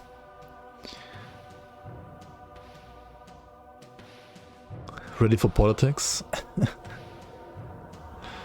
Using a D2 soundtrack for Grim Dawn. Gotta rope in all the boomers, right? Gotta haul in all the boomers. Yeah, ABB feels a lot stronger now. Like for example, Venom Blade, right? Venom Blade builds have been buffed a lot by this as well. It's not even like a spam ABB build, but it feels way stronger, yeah. Caught you. Lethal Assault, increased duration to 8 seconds. Even if you don't wanna play this for damage, you now have to reapply this, like re-press this button less. If you just wanna like press this for Lethal Assault buff, you're playing like a fast attacking dual wield buff, for example, you only have to like reapply this like every 8 seconds instead of like every 5 or 3, whatever it was before. So yeah, this is a very nice, very nice quality of life change, and also DPS increase for like any dual wield attacker that didn't use ABB as its main ability. Yeah, it's so nice. It is very nice. I love this change in the Reaper that I played earlier this patch. I like this playtest rather. Very nice change. I love it. AQC, increased weapon damage by 10%. Sure. I mean, this thing hits 3 times, so it's like rather 30% more, but yeah. Bagel Shears, increased animation speed by 18%. Basically like 18% more damage, you could say, in a way. Not really, but just quicker. And increased base weapon damage by 15%. Also good. I mean, yeah, all weapon pool skills are getting buffed. Maybe finally they're all worth taking now. Seems good. Blade Trap, reduced trap resistance reduction. Scaling with rank up to 35%, minus by rank 12 and minus 45% by max ultimate rank. This means that even without items, just by putting more points into the Blade Trap, you are going to be able to like trap enemies for longer, and also you're going to be able to like trap more enemies than before, which is a good change. Execution, increased base weapon damage by 30%, just like in line with all the other like weapon pool skill changes. Also Wearing Death by 15% down here. Dramatic Burst, increased duration to 60 seconds, so just like ABB, or like rather Blood of Dreig, 60 seconds, right? So you feel less forced to reapply this for the buffs. You can rather just wait until you actually need to press it for healing. Actually like big buff in a way when it comes to sustain. Increased energy costs, I mean whatever. It like has a longer duration, so you need to like press this less often, so it's kind of like a... Well, you like only need to invest more energy if you need more healing, right? Otherwise you don't. It's like kind of like back to unnerved execution.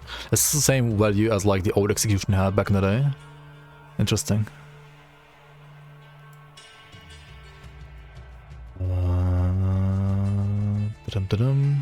Also this has more percent heal and more generation, yeah.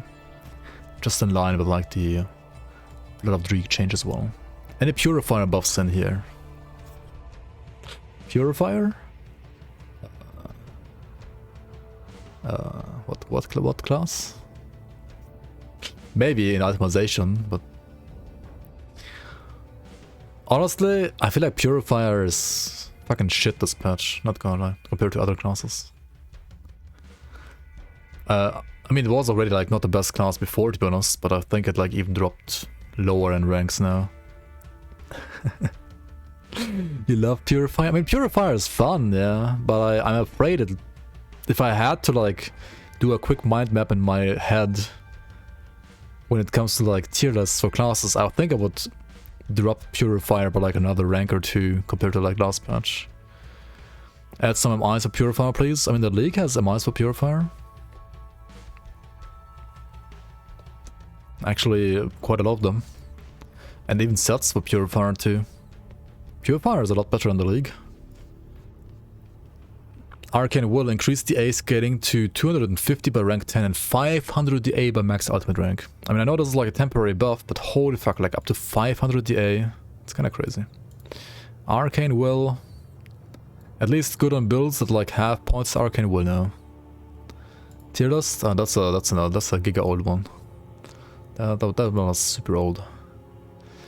Mirror of Erioctes. Increased energy cost scaling with rank. I mean, I feel like they could nerf it more, like we did in the league, but okay. Oh well. Notification, reduced cooldown scaling with rank. Yeah, so this is, at least they also like nerfed the cooldown on this. You need to like actually put more points here now to get like a decent cooldown.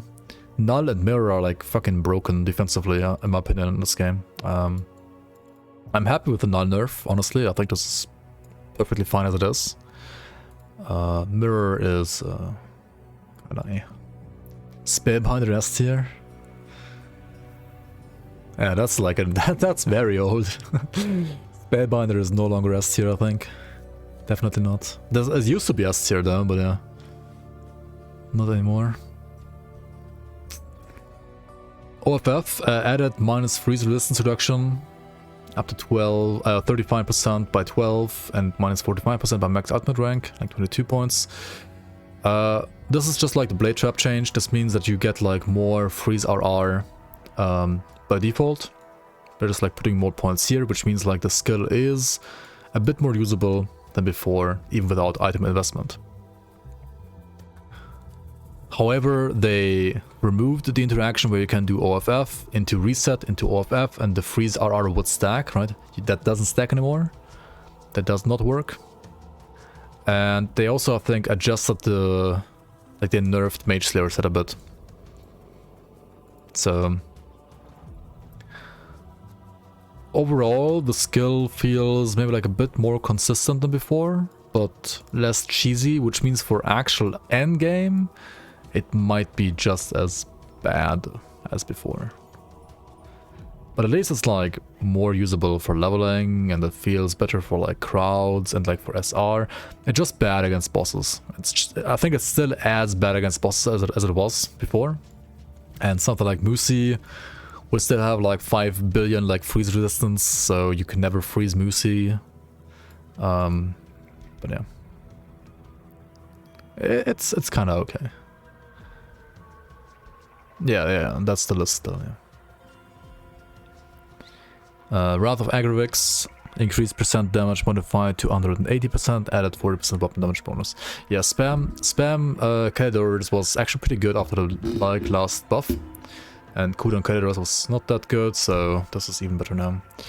This also means that like certain dot builds are even better. That already were kind of good actually. That's funny. Anyway, Shaman. Conjure Primal Spirit. All attacks now corrected deal base physical damage instead of pierce. Increase percent attack, pet attack damage on Primal Spirit's special attacks, which now scale with rank. Okay, so Primal Spirit, which was honestly last patch terrible, is now a good pet. Basically, that's what this means. This is like a good pet, like a usable pet now, and last patches was terrible, right? Just trash. So it went from trash to great. Or like good at least, I don't know how good it really is, but it's like a lot better than before. Fairy Hunger, increased base weapon damage to 20%, just another like weapon pool skill buff, makes sense. Bogjogen's Pact, increased regen scaling with rank, just like all the other regen scaling buffs, right? Heart of the Wild, same thing here, right? Like more percent regen, and then fixed the... This thing was bugged for 7 years. This thing was bugged for 7 years, by the way. And they finally fixed it. So like now, bleeding and poison duration reduction actually works. It actually reduces the duration of those dots. Because in the past, it like... Okay, so like what it did in the past, right? Like if you had other bleeding and poison duration reduction from either items or devotions, then this would increase the effect of that. But if you had no bleeding and poison duration reduction from gear or anything else before, then this would do literally nothing. Right, because it was a multiplier and now it's actually doing something on its own already. Better late than never, yeah, for sure. Better late than never. So yeah, they basically like bug fixed this like after 7 years. Also, it's kind of funny, like, I mean, nobody noticed, I think, or like nobody even like bothered testing this because this is like such a, I mean, who cares, right? Like, I mean, it's not like that important of a stat anyway, so like nobody like ever like properly like bothered testing it. But it's still kind of funny that like the developers themselves like never noticed this with being bugged. But okay, I mean, many things in many games are, I think, bugged without being noticed ever, and this was like one of those things, I guess. Anyway, Promise Strike, increased percent weapon damage scaling with rank to 315 and 395. This is a buff by how much percentage? So plus 15 for rank 16 and plus 35 for max ultimate rank. That is quite a buff. I'm not sure if Promise Strike needed this much of a buff. Like a bit is maybe okay, but like this is quite a lot actually. And Promise Strike was not a bad skill. Promise Strike was like a bit of a bad skill, you could say, like with Leech. I think that's why like people wanted this to be higher. Mostly, but it's also like obviously also, like increases the damage. I mean, it is what it is. Promise Strike is a good skill. Was a good skill, even better now. It's, I guess it's fair. Summon Briarthorn. Also, honestly, like for actual end game, it wasn't like an S tier skill anyway, so I guess it's fine, right? Like it used to be S tier for leveling and maybe like A or B tier for end game. Actually more like maybe B or, yeah, I don't know, a B or A. And now it's like high A maybe. Not even sure if this is still S tier. Obviously this makes it even stronger for leveling. It's like S++ for leveling now. Overall, I guess it's fine, like a fair change. Summon Briarthorn. Reduced the base physical resistance by 4%. Increased percent pet attack damage and area of effect of the Briarthorn's baseline slash attack, which now scales with rank. Okay, so actually more damage on Briarthorn, but a bit less physicalness, which is fair. This guy was giga tanky, right? Absolutely giga tank, this guy. Ground Slam, increased damage. Dude, like even Briarthorn got buffed. Like who's saying like pets are getting nerfed? What the fuck? Storm Surge added radius. This is a Promise Strike node, right? Why is this not like where Promise Strike is? Storm Surge is this one over here, right? This one has more area to Promise Strike now, which is pretty nice. Yeah, basically like more AoE. I really like while leveling as well. Makes it, as I said, like an S++ skill for leveling. But I mean, I guess that's fine. Upheaval, as it being another weapon pool skill, also has like, you know, more weapon damage. Makes sense. Just in line with all the other changes. Renegade Totem, increased the base percent heal to 3% and increased damage and energy cost scaling with rank.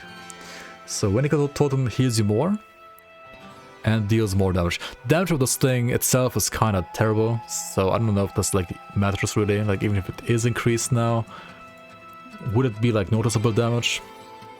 Maybe if you play like some setup with like Dark One and like dual bone scythes where you can get like 4 of them, I think, then maybe. But otherwise, you will probably not notice this change at all. You will, however, notice the healing, not only for yourself but also for pets, right? Like this also is a pet buff, a pet sustain buff. Blood Pact, increased vitality damage scaling with rank. A buff for builds using flat vitality damage, so like weapon damage based vitality builds. And I think that's fair, those weren't like the best builds, definitely not, so makes sense. If you don't do sub 1 minute color, the build is trash. Fucking ridiculous standard still.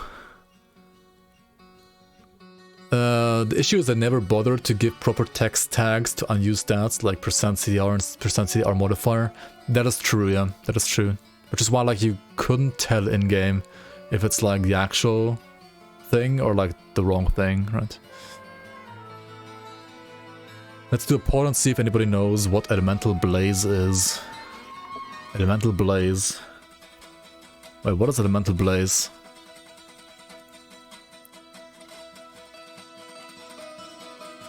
Oh, that's a stat, right? That's like Elemental Dot. That's actually elemental dot, right? Is it not?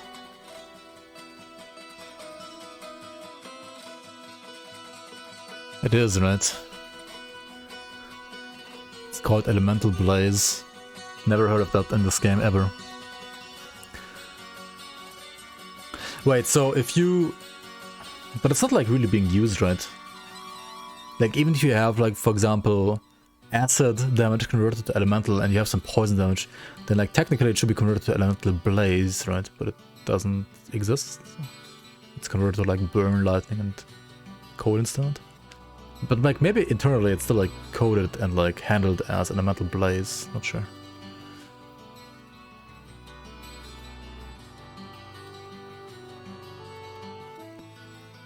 Yeah, Moira's Blade, yeah. Like in-game it gets like split up, right? Anyway,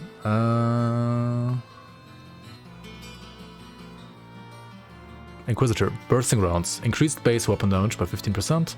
This is a 1 projectile attack, so it's only 15%. Ching rounds, increased base weapon damage by 5%. This can be... I think it's double when you dual wielding, it's triple when you do two-handed. Inquisitor Seal, increased energy cost scaling with rank. Sure. Null Field, redesigned to support two-handed weapon playstyles. I wish you would just like write what it actually does. If I remember correctly, it reduces the cooldown and the energy cost if you're using a two-hander. Right? So like if you have a two-hander, you have less cooldown on this, so you can like put down seals more often, and they cost less energy. Which can be, I mean, better than before, I think. More usable than before, at least. Unless you wanted to, like, stack projectile dodge for some reason. The Stormbox of Elgoloth. Increased duration to 8 seconds from... Oh, come on, Sentai. Why are you writing patch notes like this? So, it should say, like, increased duration from 6 seconds to 8 seconds, right? Increased duration from 6 to 8. 5? Where are you guys saying 5? It says 6 in Grand Rules.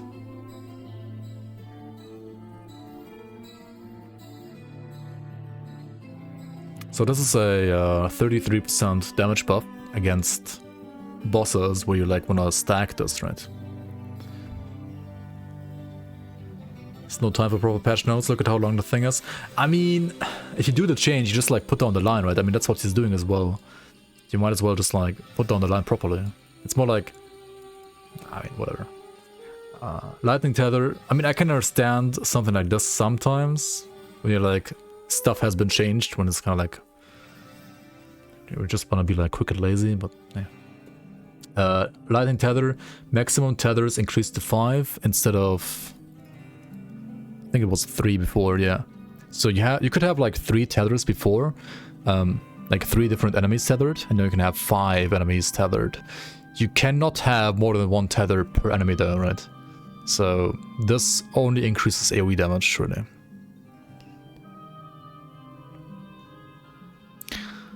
Which really most of the time is only good for like a group of elites, probably. That's cool, but like it has very limited use, I would say. It's only good when you like do a totem, there's like 6 elites spawning. You can like tether 5 of them.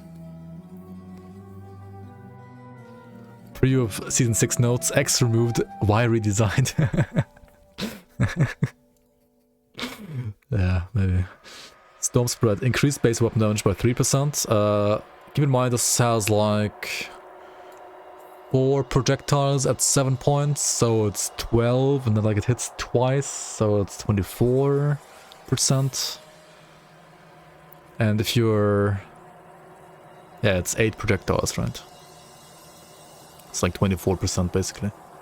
And increased the cute damage as well. Very cute, very cute. Word of Renewal, increased duration to 60 seconds. This is in line with like Blood of Drieg and Pneumatic Burst, of course. This one has no regen though, so there's no regen to be increased.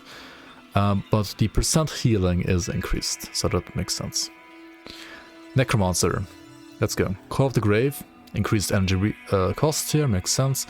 Drain Essence. Drain Essence is getting a buff, since we all cried about the Drain Essence being bad, and like Drain Essence also being like buffed in the league. And even with the buffs in the league, it wasn't like the best skill ever, so we convinced Sentai to actually buff Drain Essence, which makes sense. So what do we have here? Reduced energy cost scaling with rank, and increased damage scaling with rank. So it has more base damage, and costs us energy cost. So finally, the Drain Essence might actually deal more damage to the enemy than to your energy bar, right? So it is actually usable now. Attack damage compared to health now scales with 10% with rank to 10% by rank 16 and 15% by max ultimate rank. I think this one might be actually slightly nerfed to compensate for like the damage and so on. But like if you deal more damage, right? If you deal more damage, then actually no, this is a buff. Okay, so before it always was 10% flat at all levels, and now it scales to 10% gradually, which means it's like weaker at lower levels below 16. At 16 it's the same leech as before, but because you're dealing more damage you're gonna heal more, and at 26 instead of 10% you have 15%. So endgame, if you're using this for endgame, you are gonna get like a lot more leech than before actually, which obviously will be reduced by 30% because enemies have around like 30% more life leech resistance. Or like they have more life leech resistance, which like results in you leeching around like 30% less. Which means this 15% is in reality, compared to like old patch, something more like fuck, times 0, yeah, good job me. 15 divided by 1.3, right? So it's more like 11.5% leech.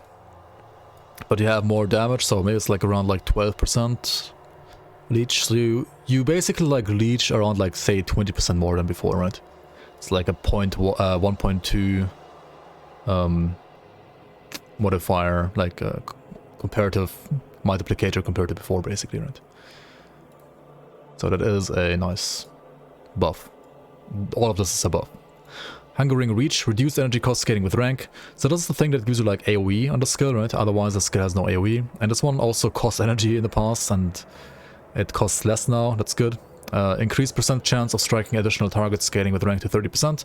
Chance of 4 targets to rank 12. Chance of 7 targets by max ultimate rank. So before it was, let me see real quick, it was 4 targets, 20% at 12 points. So that's 10% higher chance now. And it used to be 35% chance and 6 targets at max. So this is plus 1 target and plus 5% chance at ultimate rank. So that is also a buff, obviously. And also the radius, like in which the tethers are gonna like basically seek enemies, is also getting increased.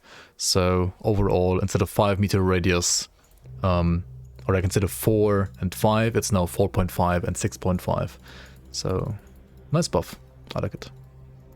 But I mean, Drain Essence also needed that, in my opinion. So this is a very justified buff. Decomposition, the third skill on the line, increased energy cost and vitality damage scaling with rank. So the energy that was reduced in the first and the second node, which is always like more important for leveling, for early game leveling, has been added to decomposition. But I think overall, it is, if I looked at the numbers in game, it is still a overall energy cost nerf, like a slight, like a reduction. So like you need less energy to cast Drain Essence in general, if you maxed out all skills, right, than before, slightly less at least. But there is like more energy cost in decomp now and less in the first 2 skills, which makes sense for like a gradual leveling, like in case you want to actually like level with a skill, right? But also more damage here, right? So you're getting like more bang for the buck, you could say, right? Like more damage back for the investment of energy, and also increased the OA reduction to 160 and 280. Which is basically like effective defensive ability that you're gaining here, right? So before it was 135, that's upped by 25 to 160, and you had 235 at max rank, which is up to 280, so plus 45 there. So basically if you're playing a Drain Essence build, you have like 45 more DA if you max this out, right? Basically. To compensate like all the damage buffs, Grave Chill has been reduced to 15%. It used to be 25%. Grave Chill, this makes sense because I also argued that like he should actually reduce the damage for this, like off this, and instead like just buff the base skill, right? Because this is literally like only 1 point for like 25% TDM, and there's no downside on 1198. There used to be like downsides on older patches, but they removed those downsides, and now it had like no downsides and just had like 25% TDM. So like while leveling, right, like no matter what damage type you played, right, early game, like damage types don't matter too much. So like no matter what damage type you played, you always had to pick this, right? Because if you didn't pick this, you just were trolling, right, basically. And you could argue that's like maybe still the case for like early levels, but at least it's not like quite as big of a gap. And for endgame, the items and so on have been adjusted, so like Code, Drain Essence, and endgame is actually, even with this nerf here, slightly stronger than before, and Vitality and Aether, Drain Essence have been buffed by quite a lot. So something like Ouroboros set for Aether might be finally viable now. I think Murgos like played it a bit, and he said it is definitely a lot better than before. Is it like a top 20 build? Probably not, but it's definitely like a lot better than before, and it's definitely viable now. Decay. This is a Ravenous Earth skill, right? This is the second skill in Ravenous Earth. This one has +1 duration now, and +1 duration in Decay means that I mean the skill overall like just deals more damage if you just like use the skill itself like without items. However, many duration modifiers on items have been nerfed by basically around like 1%, like 1 second as well.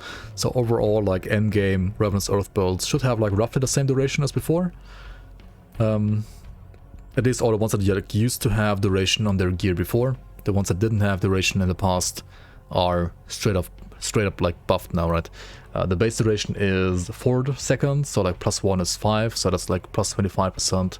This is basically like 25% more damage against like single target bosses that like don't die in 4 seconds. Top 20 matches. Yeah, you guys are cooking. You guys are cooking. Mark of Torment, increased energy cost scaling with rank. Duration and cooldown are now fixed at 5 and 16 seconds. So Mark of Torment is actually getting nerfed this patch, and honestly I don't really know why, but... Okay, you could like argue 6 points were like too effective in the past, and I kind of agree with that, right? Like 6 points used to give you like what, 46% absorption for 4.6 seconds, right? Like 6 points were very efficient before, arguably too efficient. And now you get what? 35% at 10 points instead of 50. It's like minus 15% absorption. With the same duration, and you only get like 4 seconds less cooldown. I mean, like you have it up more often, but 15% absorption nerf is quite a bit, right?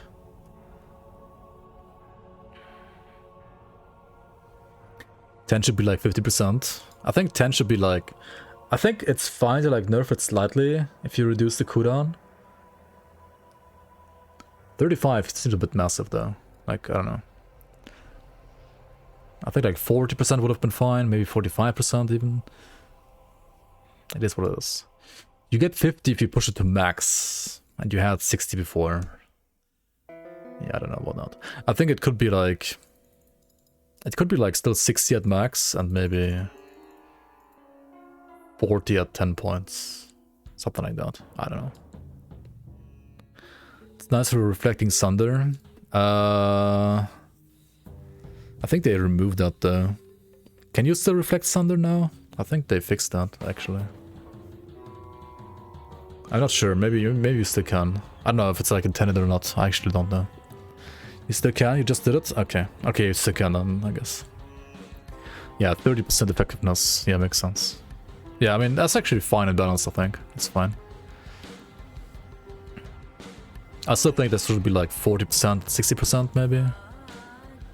40 and 60. Because, yeah, I mean, as you said, like, there's basically like no reason to like push this to max. Which means that like pushing to max should be like more impactful maybe, so that you have like some incentive at least to push to max, even though it might not be that impactful. Or like I mean it should be more impactful. It should have like more, like it should like generate more incentive by being more impactful, because it's so hard to like push it to max, and you usually don't want to do that because you want to like put the points elsewhere for damage, right? And you have to like basically lose damage to put the points there. So, but yeah, Master of Death, this is the pet exclusive. So in the league, right, we also removed the conversion for pets for this, because I mean it makes sense, right? It was like too restrictive, and we added, I think in the league we added leech to pets, which might have been like too strong or not. I don't know if like even people tested that at all. Anyway, Crate did the same change. They also removed the conversion here, so I applaud them for either looking up changes from the league, I mean they probably didn't, or by like coming to the same conclusion as we did in the league. They added Chaos Rest for pets, which is something. That's fine. It's at least something, right? Like Master of Death needs something to like compete with the likes of Briarthorn's Aura, Oakskin, and Aspect of the Guardian from like Occultist and Shaman, right? Like Occultist and Shaman has like, they have like resistances for free for pets left, right, and top and center. That's why like, you know, Conjurer pet build, especially Beast Caller, was like so dominant like the last 4 years. And Necromancer pets were kind of like whack, so this needs more of a buff than other pet builds, like Conjurer pets. Also increased the percent all damage for pets to 85% by rank 12 and 125% by max ultimate rank. I still think it has the bonus acid and wit damage on top. Probably. Doesn't say that got removed. So it's like on 12 points it's 85% all damage and like 60 for the others on top. And here it's instead of 60 it's 125%. So that's quite a big damage buff actually. And the conversion is gone. So you can use it on any pet build now. And you also get away, you get Wit Rest and you get Chaos Rest now. So, I mean, TLDR, right, Master of Death, big buff and more usable on more different like builds. If you're playing a Vitality build, the conversion has been moved to items, so you can still play Vitality pets. No fear. Right, don't be afraid if you're like playing Vitality pets. You're probably gonna see conversion, like Vitality conversion on gear that you were already using if you're playing Vitality pets anyway, so it's fine. Necrotic Edge, Weapon Pool Skull gets more damage, in line with all the other changes. Same for Reaping Strike. Soul Harvest, just like Lethal Assault, has duration of 8 seconds now. Very, very nice. Quality of life change basically for especially builds that don't want to like spam Bone Harvest, but like only want to use this for a buff. Very nice. Raise Skeletons. Skeleton mages are getting even stronger, which, I mean, they were like already like the strongest pet in the skeletons. I would have like kind of wished for them to like maybe buff the other skeletons a bit more, but okay. Increase the leash range to match other pets. This change alone is huge in my opinion, and it makes like playing skeletons feel a lot better, and makes like especially playing builds that use skeletons alongside other pets much more consistent. So like your skeletons would like attack enemies at the same time, or like together with like Briarthorns and so on, like not like randomly like walk back to you as they did in the past. Yeah, like the Soul Harvest plus Lethal Assault change together feels really fucking good on like Code Reaper. For sure. Feels very good. I mean, Code Reaper dual wield is still like kind of squishy, of course, but it just feels way better, and that is really good. And damage is ridiculous on that class, so like it's okay to be a bit squish. Reap Spirit added Vitality damage, like flat damage, right? That's the skill itself, right? Like the skill itself has like Vitality damage. It is not the pet. Reap Spirit is a 2-part skill. It has a kind of like a nuke, like a point and click nuke, which deals 8 damage and 50k damage. And now I guess also Vitality damage on top, right? This is added to the nuke, to the player scaled part of the skill. And then it summons the Wraiths, which are pet scaled pets. And they also have their pet attack damage increased. And also like they increase with rank now. That's nice. You got Skeletons, Blind Fiend, and Reap Spirit. Looking forward to play the update and see how it feels. Nice. Serenity is kind of a must. Yeah. I mean, for leveling and like early endgame, you just play Death Chill, right? But I guess for endgame safety, Serenity is the best. And if I check my Reaper, I think I actually play Serenity on the Reaper as well. like the Reaper that also like killed the new Ravager actually. Ravager of Mines even as well. I mean, of course there's some kiting with Ravager of Mines and it's gonna like take a while, but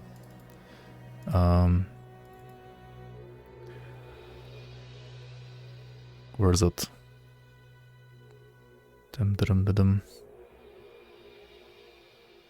Ravager of Mines is a fucking monster of a skill check there. Yeah. I mean, this is Soul Rend. Dual wield is arguably higher damage, to be honest. Soul Rend is like not enough damage if you're like playing. I mean, Soul Rend kind of like wants to max out this, but I didn't have points anymore because I like was rather going for Shadow Strike. But if you're like playing like dual wield Markadar or like dual wield Spectral Axis, I guess like those should be higher DPS at least, like higher single target consistent DPS. But this one is also playing Serenity, and like I mean, still was able to like kill Ravager of Mines. Markadar and Chill Strife. Markadar and Chill Strife over double Markadar? Interesting. I mean, I guess you only need one Markadar to like convert the stuff. And Chill Strife is still like more RR, and like you can get like higher percent damage on Chill Strifes, right? I can see it, I can see it. Anyway, where am I at? Summon Blight Fiend, there we go. Increased percent pet attack damage and area of effect on the Blight Fiend's baseline, but barf attack? Oh yeah, he barfs indeed. Which now scales with rank. Okay, makes sense. Rotting Fumes, increased radius scaling with rank to 4.5 and 5.5 by max ultimate rank. This is like a... What is this even doing? I feel like I've never ever like played this skill. This potato.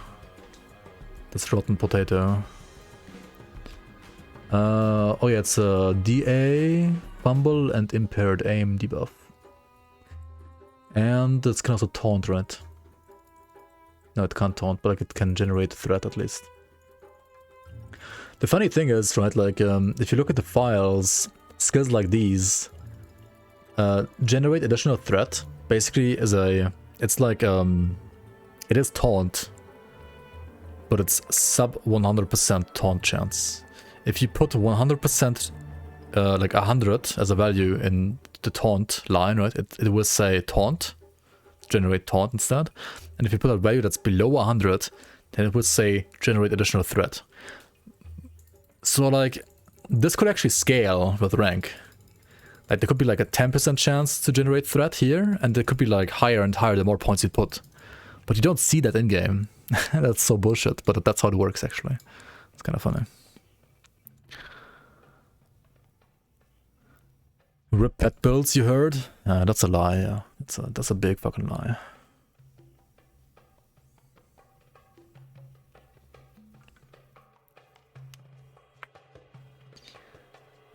Blight Burst. Oh, that's the burst, right? Gets more damage. I mean, yeah. This potato thing is kind of whack. Last pet, so needs a buff. Makes sense. And the last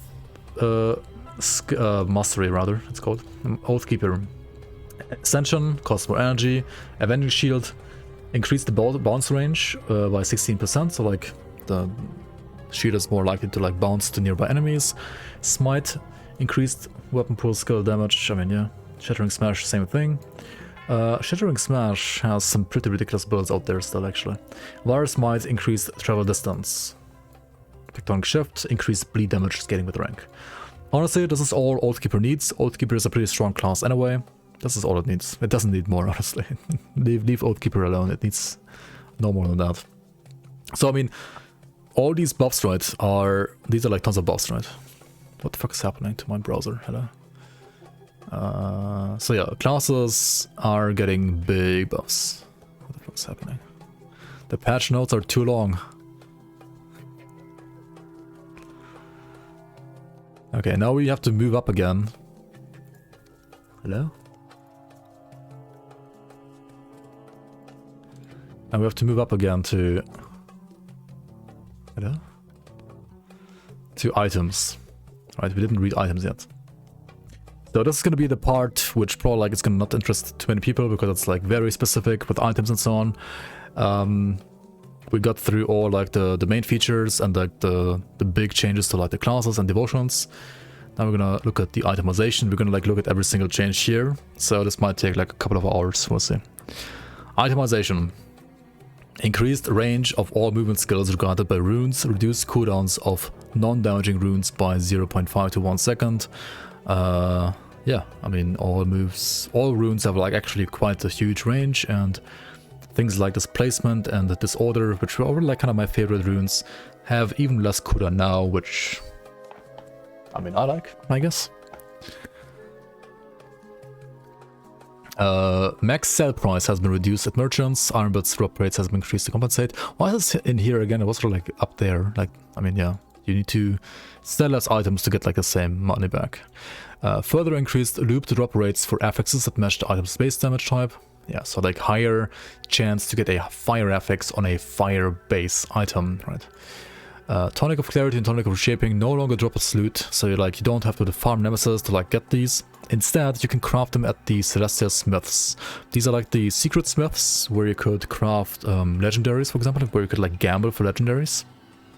Like there's one in Forgotten Gods, there's one in Tyrant's Hold, I think, and there's one in Sea Cap District and like a tomb.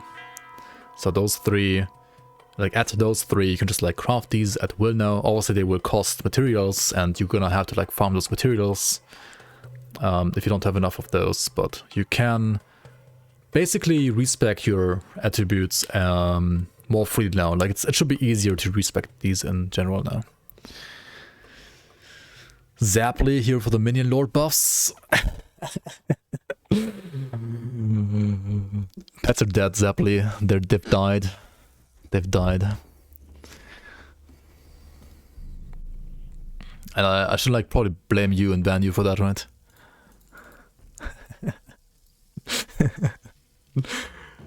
No, pets are fine. Pets are getting actually buffed, especially damage-wise.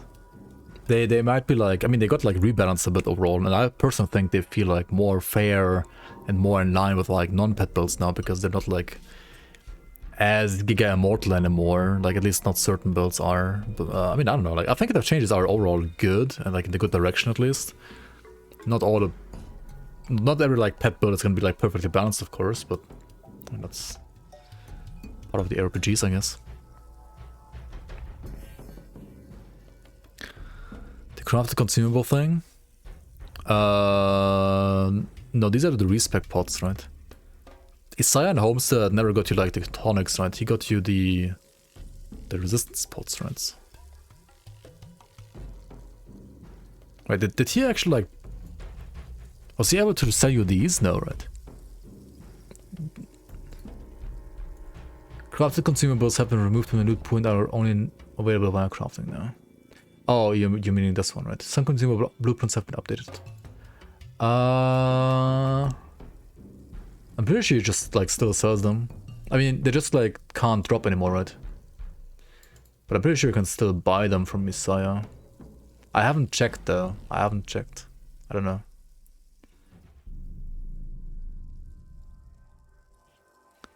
Xanta either paid products off, or a lot of the opinions on pet builds have been made by people who don't play pet builds. Most of the opinions are by people that have played the pets in the playtest that I interacted with, and also myself, who has also, well, not played endgame pet builds, but the leveling pet build. All rare mastery and mastery combination prefixes have been redesigned with fixes. With fixed skill bonuses rather than winning the skill bonus lottery. Oh yeah. So like if you had... This is a controversial change, obviously. Like you can't get certain plus skills anymore on FXs. But it does reduce the overall like lottery and cluttery. Like if you want to get a certain one that you can still get, then it's going to be easier to get that one. Like way easier. Maya. I mean, Maya is also overreacting all the time.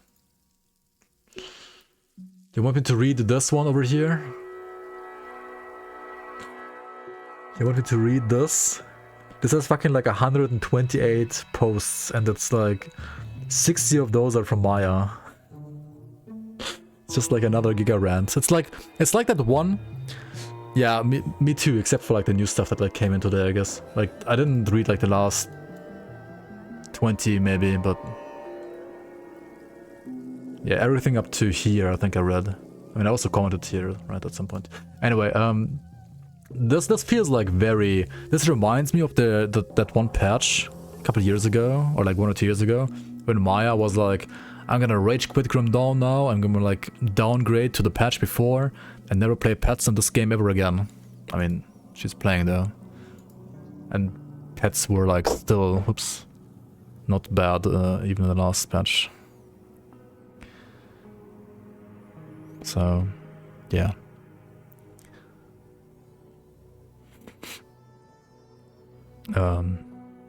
It just reminds me of that like other patch that happened at some point.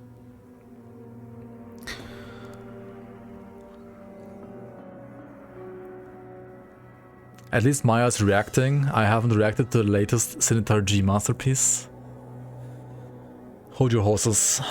Okay, magic mastery yeah, okay, like this is just like all the mastery stuff has been like either all the plus skills have either been removed and they roll like percent away, DA or spirit, or they have like fixed skill bonuses now, which is a obviously controversial change. It like reduces RNG, but it also like makes certain builds unable to get like certain plus bonuses now, which one could argue actually reduces overall like build creativity a bit. I mean, I'm just gonna say that we might introduce new ways to get those old affixes again, in the leagues at least. So you might get your build creativity back if you're playing the league/seasons in the future. But yeah. Resistant magic prefixes that offered like 2 of the 3 elemental resistances, like fire plus cold and so on, have been removed from the loot pool at level 70+, increasing the chance of rolling percent elemental res to compensate. Okay. So yeah, like percent resistance that got you like fire or cold got removed, and the same with Impervious, right? Impervious could get like Pierce and Fire, Pierce and Cold, Pierce and Lightning, and Pierce and Poison. Now it always rolls Pierce and Poison, and this is a great combination actually. This is a pretty strong prefix, like a very good like magic prefix. And this would always get Pierce and Poison now instead of like other crap. 8 Aether Shards for a Potion of Clarity and 1 Ethereal Mutagen for a Potion of Reshaping, yes. It's, I think, reasonably cheap. It's not too expensive, to be honest. Season 6 is next week, right? Probably at the start of next year, like probably in January. Maybe at the end of this year still, we'll see.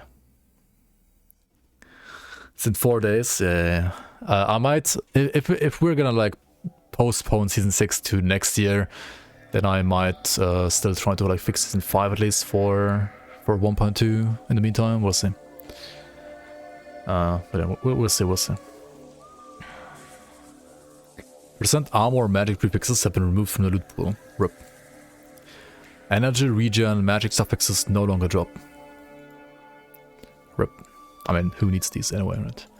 Of Mending still drops though, so like you can still get like Hugo's Ring of Mending, that's pretty nice.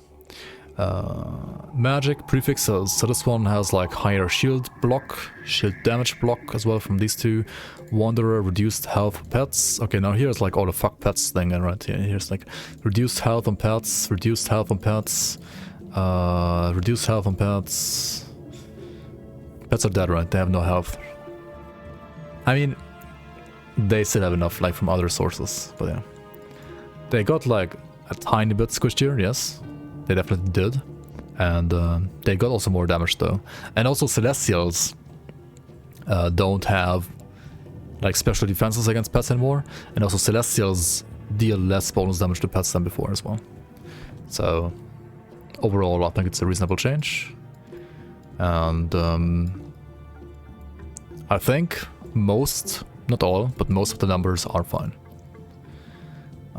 Also some rare prefixes have like more Chaos Dress, more Bleed Dress, more Spirit, more health, more spirits, more poison duration, more frostborn duration, more spirit, more duration, more regen, more regen, more regen, more regen, more health, more wit decay.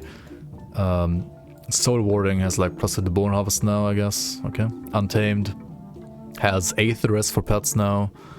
I mean, yeah, reduced health, but like the only thing that I got like nerfed about pets is like percent health, pretty much. And some pets have their like base percent health increased instead though. And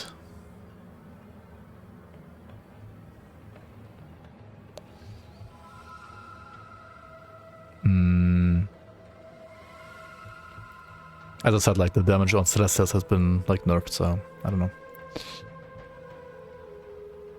Yeah, Alex, welcome on a Playground Dawn again for like after 4 years for searching for build videos and such, and you have kindled that spark to get you interested again in Grim Dawn. Glad you like the videos, man, and thanks for being here. Hope you're gonna have fun with this patch. This patch is gonna come out, like there's gonna be a big patch, right, in 3 days. Right, so you might as well just like wait 3 more days for the big patch and then start fresh. I should ban you for that, Grimace Yawn. Holy fuck.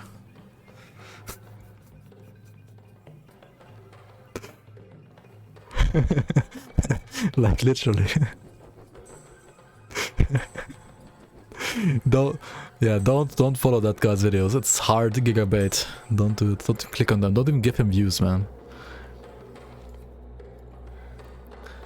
That would be hit to the death found, maybe. Yeah. Do it. Alright, you have accepted your punishment.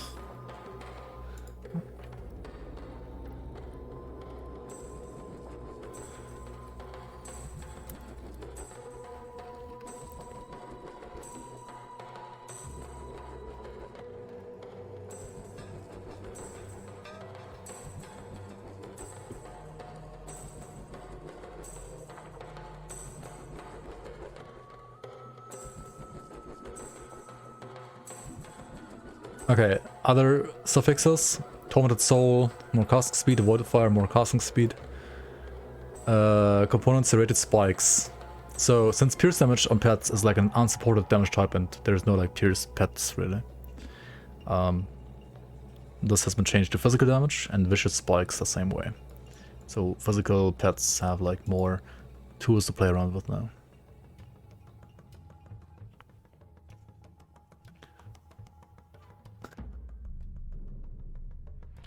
Faction equipment. Fixed an issue where level 84 faction gear was cheaper than intended. And who cares? 8 health command replaced percent stun rest with 8% increased healing. Wait, this is actually interesting. Hold, I didn't even realize this until now. If you're playing a leech build, this might be like actually really interesting. Right, because like increased healing increases your leech as well. Ah, interesting. Blood Border removed increased cooldown modifier for Virus Smite, increased bleed damage for Storm Spread. What? Why? Why removing this even? Is this like an OP build or something?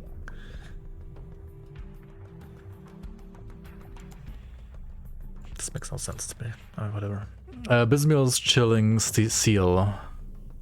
Reduced health for pets. Increased skill bonuses here. Oh, that's also like a big theme of this patch is like many items have gotten like skill bonuses increased from +2 to +3. So generally you have like way more skill points from gear now than before. It's a buff.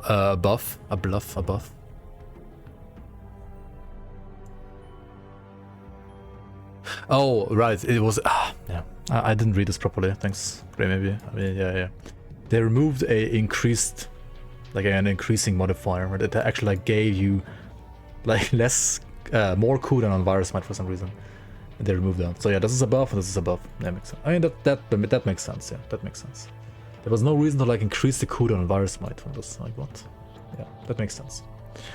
I read it the wrong way for some reason. Thanks. Bismuth's Mindweaver. Increased bonus to summon familiar and summon Hellhound to +3/+3.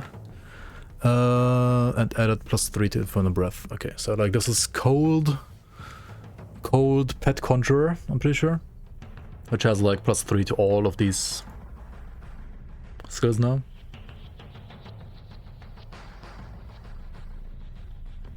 Atef's command is a bleeding augment. Oh, it is. Right. Hmm.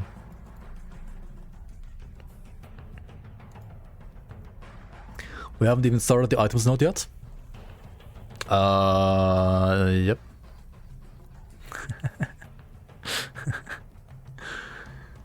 I mean, we're starting it now. I mean, the items is the last thing to do though. Oh wait, this is relics, not even items, actual items.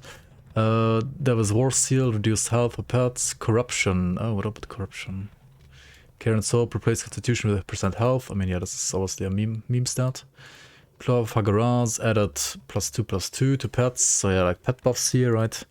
Removed meme stat, added health buff, corruption.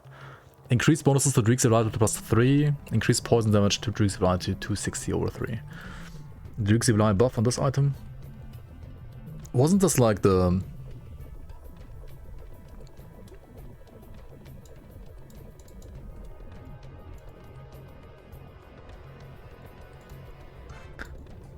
like the weird like physical item?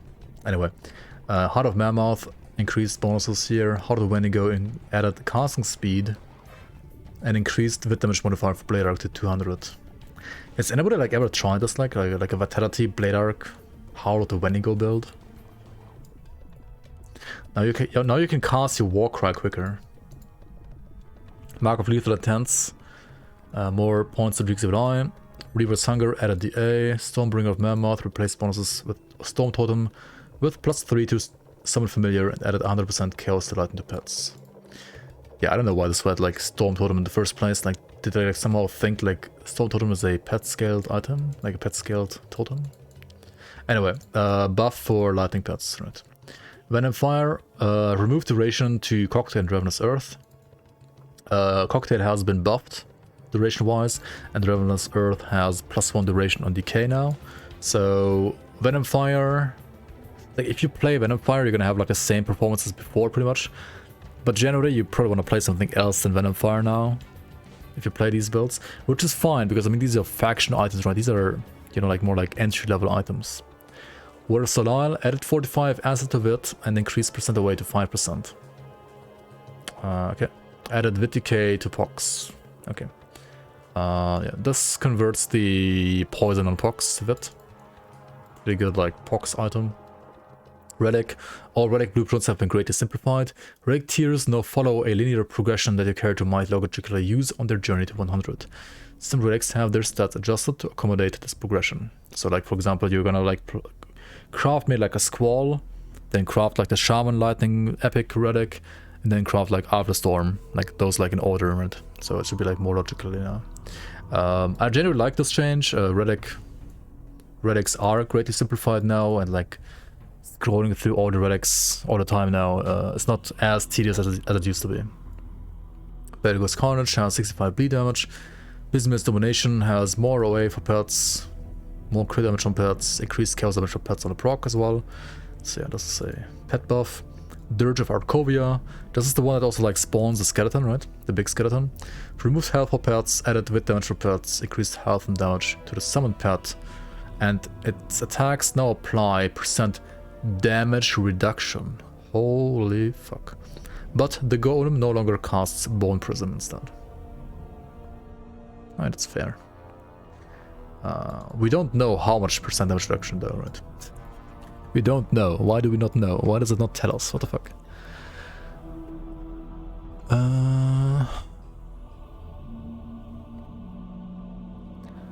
I can imagine how good it is. Vitality Blade Arc? Yeah. Not very good.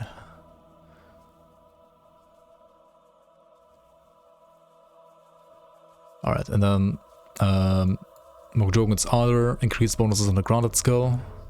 Hysteria, increased health of the summoned pet. This is like the crab, right? Crab buff? Wait, what does Mokjogun's Ardor even do?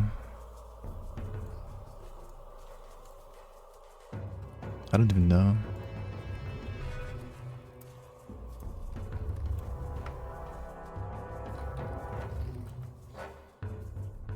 Mongrog's Ardor used to be like meta in AOM for like +1 all skills. I remember that. Or like meta for some builds at least. But the granted skill. Okay, the granted skill gives yourself more total speed. And it gives your pets also health and total speed and armor. And this is better now. We have no idea what the values are though, because the patch notes don't say so. Unfortunately, but it's better. Okay, Savage. Increased damage and area of effect of the summoned pet. This is like a lightning dog, I think. Terror added +1 to occultist skills and updated crafting bonuses. Terror.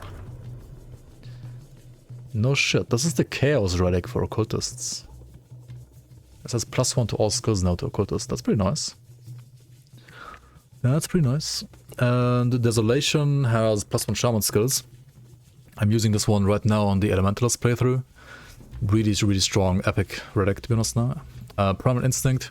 Reduce the max summon. Yeah, this one is getting nerfed, but reduce the max summon to 4 and reduce health and damage of the summoned pets. Swarmlings now deal 50% pet attack damage down to 100, down from 100% with their basic attacks.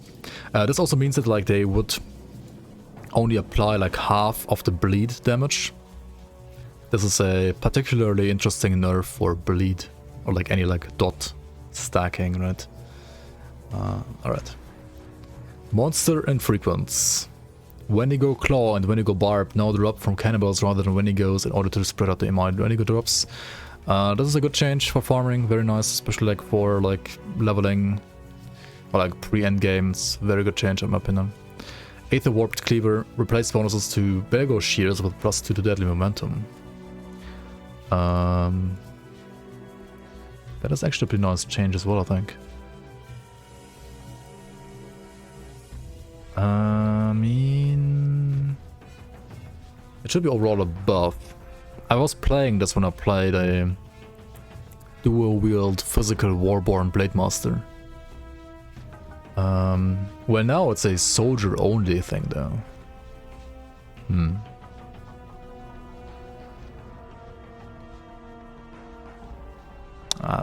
Kind of became more boring, to be honest, the item. But oh well. Kind of became more boring. I mean, it's better like for Blade Masters, I think, still. Like, even for Blade Master, like +2 to DM is better than like +3 to Belgo Shears, probably. But it's a way bigger buff for like any non-Blade Master, and I don't know. Was there like a nerf to comparatively, like was there a reason to like comparatively nerf physical Blade Masters? I don't think so.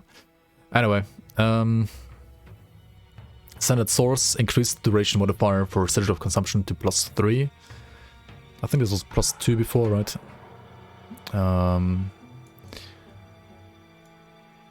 The duration on the shield got nerfed though, from like +6 to +2 only, so like overall Sigil has... Sigil actually... I don't know like why Zenta didn't like nerf the base duration at least by like 1 second or something like that. Or like at least like maybe... Instead of buffing the base duration, you could have like increased the base damage of Sigil by like... I don't know, 5% or 10% maybe. To make up for the duration nerf, but okay. Yeah, this used to be +2 seconds on this, so like it's +1 here, and you lose 4 seconds on the shield, so it's like overall -3 seconds. Oh well. Bargo's Core, replace % CDR with DA and increase skill bonuses to +3. Is that the pet one? Bargo's Core.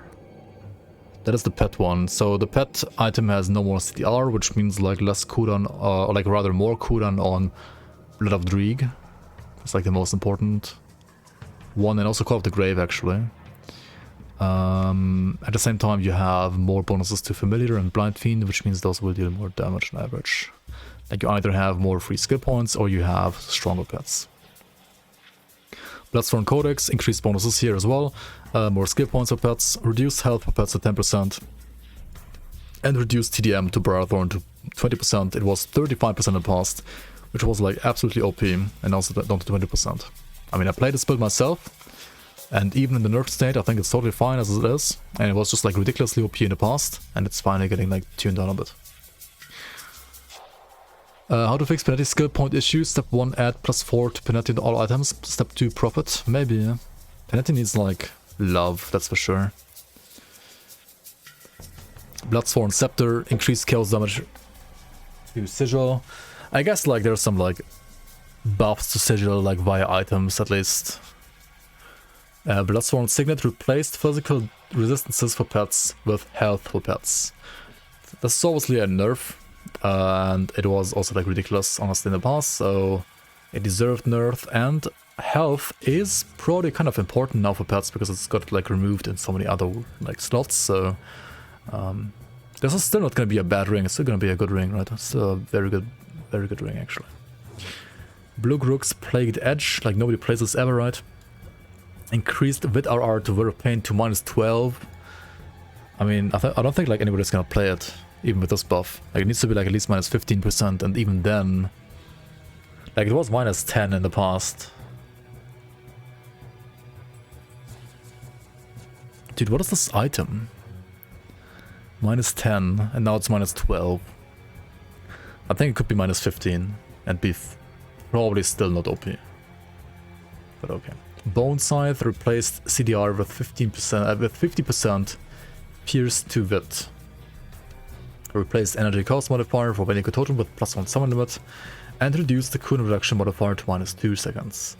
Increased cooldown reduction modifier for Bone Harvest to -1.5, updated pierce conversion to physical conversion, and added 20% minus TDM and -20% energy cost modifier for Bone Harvest. So this item right here has been basically redesigned to, if you dual wield this, you can spam Bone Harvest. Or if you use this... Wait, no, they nerfed the other interaction, right? The other interaction doesn't work anymore. Because they moved the CDR, I think, from Death Guard Helmet to like to the full set, right? Yeah. So spam Bone Harvest only if you dual wield these now. I mean, that's a fun build though, kind of fun build. Also, if you dual wield these, you also play, you also get double Venico Totems. So you can play like, for example, full Dark one, you get +1. You can play 2 of these, you get 4 totems, and you can spam Bone Harvest, which is, well, kind of fun. How good it actually is, I don't know. It was OP during playtest at some point, or like very strong during playtest at least. And it got nerfed a bit more, so now it might be like balanced, but still fun and strong. Bone Slicer replaced crit damage with a 4% CDR and increased bonuses to Judgment and Blood Pact to +3. Increased bleed damage to Totem. Okay. Bone Slicer, what is this? Oh, that's that one. That's so fucking useless, isn't it? It's such a bad item. Holy fuck. I mean, CDR is a good stat though. It's a good stat. I don't know. Like a... I think it's still a terrible item. Bound Wraith. This is for pets. More pet skills. Skill points. Bismuth Sacked Legguards reduce Physrus for pets to 3%. That is a pet nerf. I think it was like 4 or 5 before. Chosen Mask. Increased cute damage for box to 220. That is obviously a box buff. Box is getting buffed like left and right, honestly, in this patch. From 4 to 3. Okay, well that's like only a very tiny nerf then. Chosen Visage. Increased crit damage for Flame Touch 12%. And increased fire damage modifier for Hellhound to 70. This is fire pets basically for the most part, this item. And it's getting actually like really nice buffs on this patch. Like Fire Pyromancer, Fire Pet Pyromancer could be actually a decent build. Compelled Wraith, increased percent Wit RR to 7 souls to -10. Increased fire damage modifier for Cocktail to 20 and Wit damage to 40. So yeah, like flat damage buff for Cocktail and higher RR on Siphon Souls for Vitality, which I think was like -7 or 8 before. Yeah, it was minus 20 fire and minus 8 wit, and now it's minus 20 fire and minus 10 wit. That's fair. I mean, if this item has like minus 20 fire, like why the fuck does this item over here not have at least like minus 15 yet? Like this should be like minus 15, please. Anyway. Crimson's Vile Scepter, increased bonuses to Crucible I to +3. Cool. Enslave the Wraith, increased lightning damage for Stonebox to 100. Cool. Flash Warped Archive, reduced physical rest for pets to minus to 4% from probably 5. That's the Hellhound one, right? And added 8% Physrest to Hellhound though, like just the Hellhound has more Physrest, and the thing itself had... Oh no, it had 8% for all pets in the past, so that could reduce by 4%. So if you're playing this item, then your Hellhound is gonna have a total of 4 more.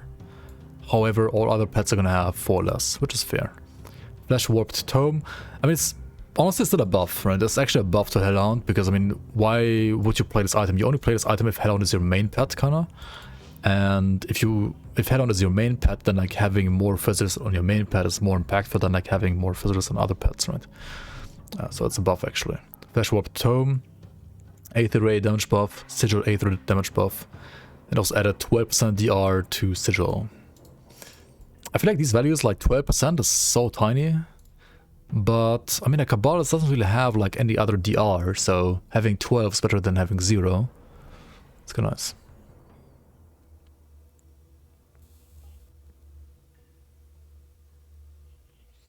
Briarthorn can still have like 80% Physrest. Yeah. Definitely. Like, Briarthorn is still strong. Very strong. Gargoyle's Visage added 15% leech to Feral Hunger. Gaze of Angoliax added wit damage to Devastation. More wit damage to Devastation. Makes sense in my opinion. These are not good, like, not like S tier builds or skills, so it's fine. Grobestone Effigy. Increased bonuses to Panetti and Proliferation to +3. This item is so fucking garbage. This makes it obviously better. Is it good enough? I don't know. Toxic Effigy. This is for Crucible I. Buff, especially while leveling. Later on, you might still use this actually still. Maybe not. Granded Plus Tail. Increased bonuses to Fighting Spirit to +3. Added 30 wit damage modifier for Fighting Spirit. Oh, that's the Vitality Tail.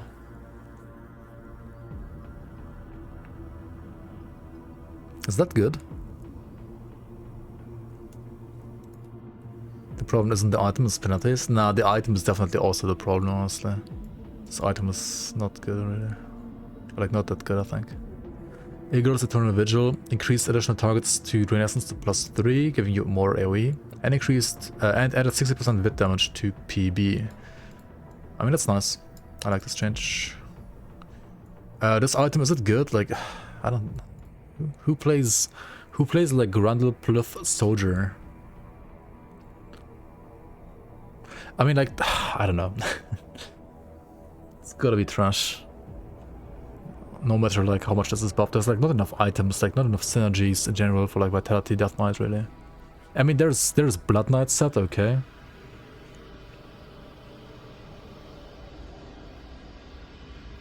I don't know. Korvak's Burning Blade added 100% wit to fire for pets. Full conversion to pets here, and increased to +3 the bonuses. Yeah, fire pets seem pretty juicy on paper. Blood Knight Bone Harvest spam. I mean, you play Ritualist though, right? Don't you? Why would you play Death Knight for that? I mean, I guess you can like play around like the Counter-Strike too, but eh.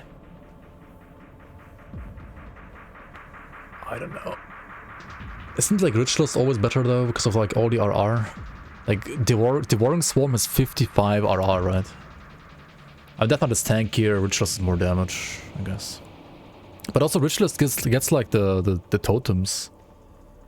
And you get like more totems if you're playing dual wield scythes.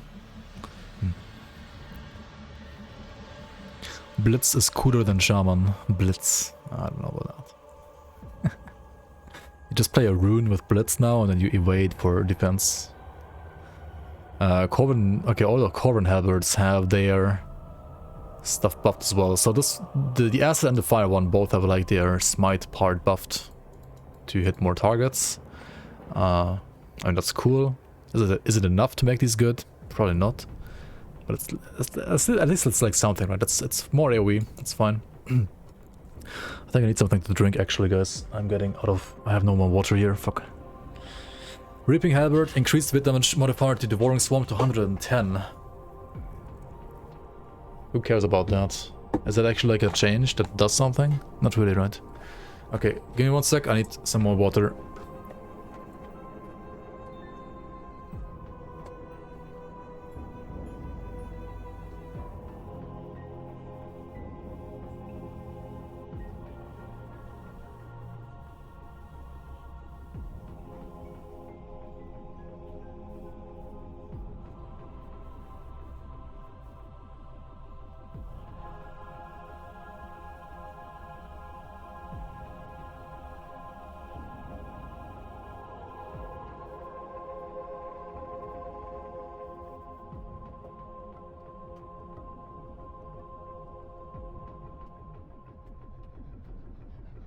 Alright.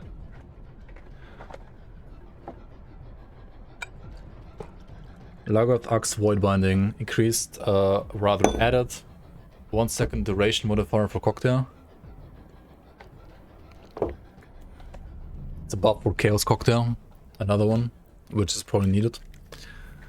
Leaf Mane Horn, increased bonuses to Bloodburst. That's Vitality, Crucible, I think. Leaf Mane Trophy, replaced health with percent vitality damage, increased Wit damage modifier for Drain Essence. Okay, another like Wit Drain Essence buff. Makedar's Dreadblade reduced cold damage to Necrotic Edge to 110 and added +2 targets modifier for it instead. So we have like more AoE here, but like a bit less single target. But I mean, you have more percent weapon damage on all weapon pull skills anyway in this patch. And this item also like supports execution. So, like for single target damage, you're not gonna have any problems, I think. Nightblade's Eye, Navadea's Eye rather, increased damage and range expertise and replaced flat Wit damage modifier on Spectral Binding with 50 DA. This medal used to be like ridiculously OP, honestly, for like vitality damage builds, like for flat Wit damage builds at least. It's getting like reeled in a little bit, and that's probably fine. Night Herald added 6% Fizzus modifier for Star Pact. This is a cold Drain Essence item, I think. Would you play cold Drain Essence Spellbinder with 0 cold RR?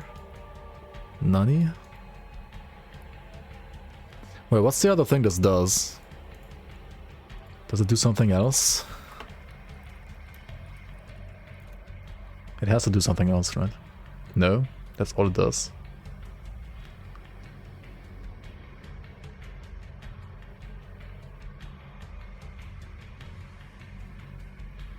Oh, you would play it for Cold Ravenous Earth?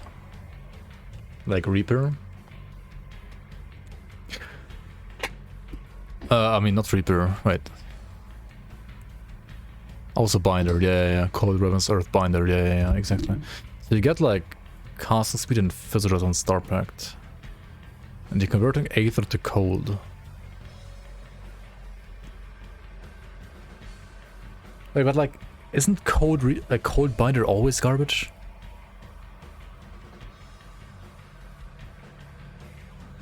Unless you have like an item that gives you like a shit ton of resistance reduction. You have RR on Ill Omen at least. Yeah.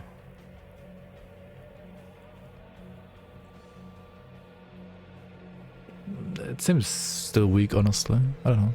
Isn't like Reaper just better for that build, and like in every single way? I mean, Binder might be tankier. Reaper is definitely more damage, right? Reaper has to be like way more damage. No way. Yeah, the War Cleaver nerf, right? Reduced weapon damage modifier for Force Wave down to 40%. I mean, the base skill got buffed though, and yeah. That's a fair change, I think. This is like really, really fucking strong. Binder actually solid for fat foul eruptions.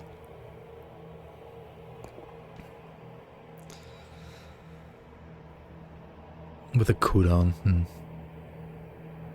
It's interesting. I mean, I can see it in Crucible. If you say like a foul eruption build, I mean that's just like a Crucible build. But everything else, I don't know. Your 24-second crate kill. NSR. I mean, but like, how do you even kill Musi with like no RR except for like the Morgoth set RR? Like it's an elemental damage type, right? Like, does it have it? Like, don't like elemental need a lot of RR? Okay, I guess Code at least has like the ring as well that gives you like RR, right? You play like one Ravenous Earth ring, the Green Living ring, and you play like one Eternal Haunt ring, of course, right? But still, yeah. I guess it's okay.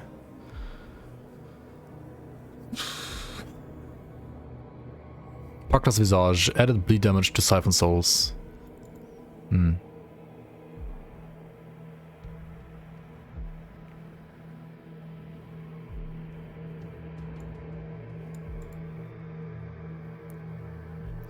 I don't know. I mean, this was like an absolute meme item in the past, and this alone is probably not good enough. Master's Axe. Where's the Pitmaster Axe spam again? I mean, honestly, they could have like left this as well, right? I could have just left this as it is. Passing Shard, added percent fatality damage, increased percent crit damage modifier for AAR to 20%. Wait, Passing Shard for Vit AAR? That's a little weird, but okay. Like for, is it for Clairvoyant? I guess it's because of Clairvoyant. Being like Aether with hybrid. Master spam. Coolest Reaper is still Morgoth, Kodari. Yeah, it's kind of funny. Recommended Witchblade starter for 1.2 hardcore. Force Wave. Physical Force Wave. Photo.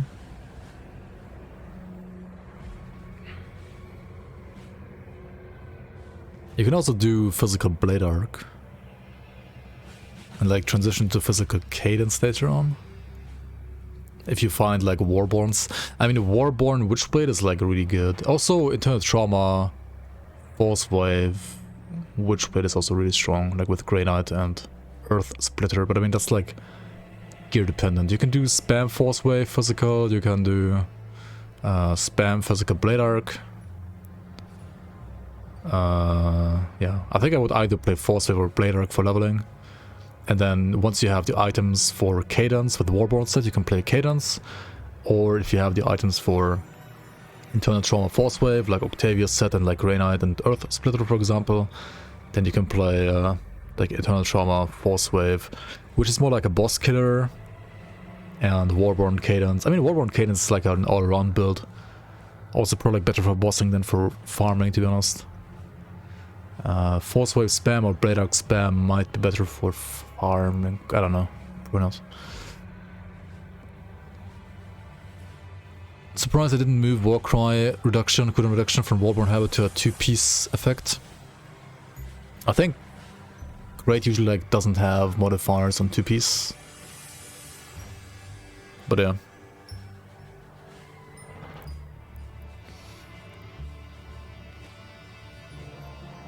Pure Squirrel's Tail, added modifiers to execution. What are these in-game? Why don't you tell us, Sentai? What are these in-game? Okay, you guys know maybe. Ragnar does more, added 0.5 cooldown reduction to Sigil of Consumption. It's the Chaos 200. Minus 0.5. Wait, is that enough?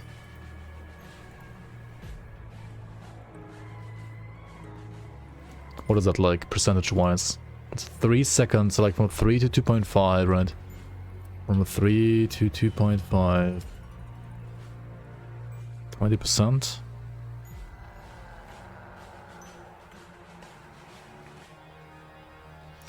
Opinion on a fire dual-wheel saboteur build around Vilgazor's heart. So it's pretty medium at best, but you need a reality check. Honestly, I think fire sabo can be decent. Like it can be actually not too bad. Like for leveling, what you're saying is probably good enough already. For endgame, you probably need Ember's calling set though to make like fire saboteur like actually good.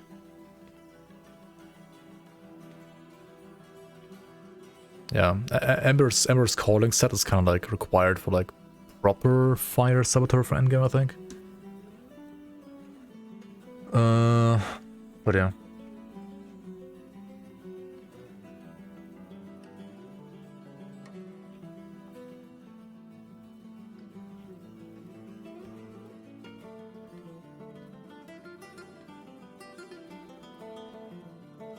Like next in Ortus, Vilgazor's heart, Ember's calling set.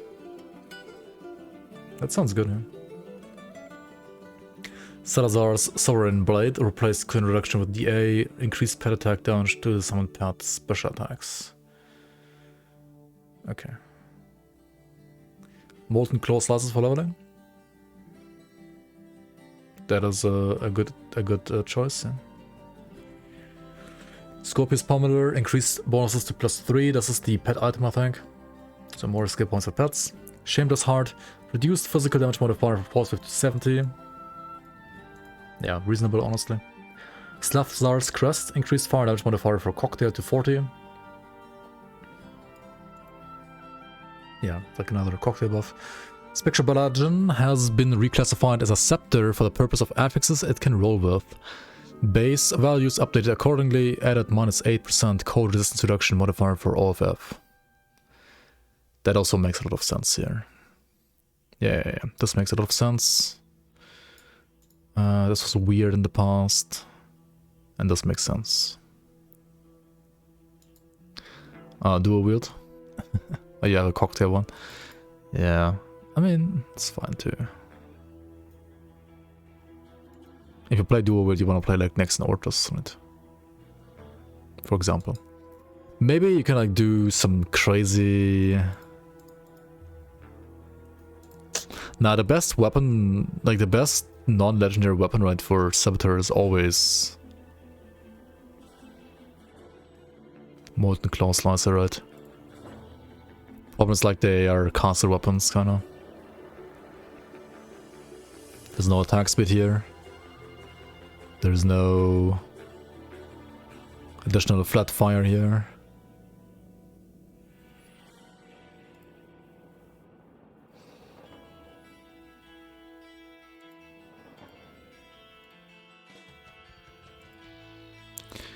What about flame strifes? Do they have anything for Sabo? Did anybody like test Ignafire on this patch, by the way? Oh, it's also cocktail. Never mind.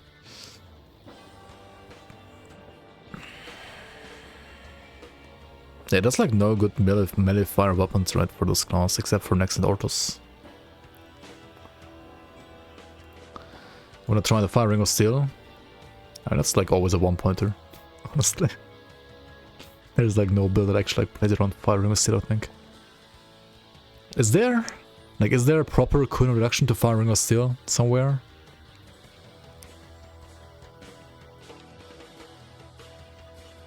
Yeah, Channeler, like, yeah, this patch is bad for Channelers also.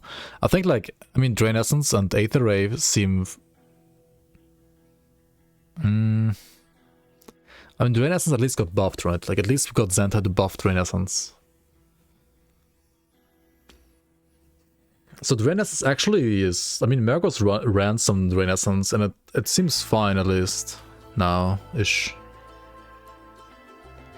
AR, like, just needs more damage, I think, like, back. Drain Drain Essence at least has like range, right? It has like huge range, and like with if you play like Displacement with Aether Ray, right? You should have like really good like range to like kite around with Aether Ray. It's not gonna be good for like timers though, unless like the damage, like the skill itself gets more damage. But I think like the patch is... I mean, the weight is not good for Aether Ray, but the cooldown reduction and the range on the movement skills is really good for Aether Ray actually. That's like really good actually. On Drain Essence, it's more about the weight, because Drain Essence has like no range, right? And Ignapar also has no range. But for Aether Ray, I mean, ideally, like in my head at least, you play it around like the cooldown from the... like the buffed cooldown for the movement runes to like have like a high range. But yeah.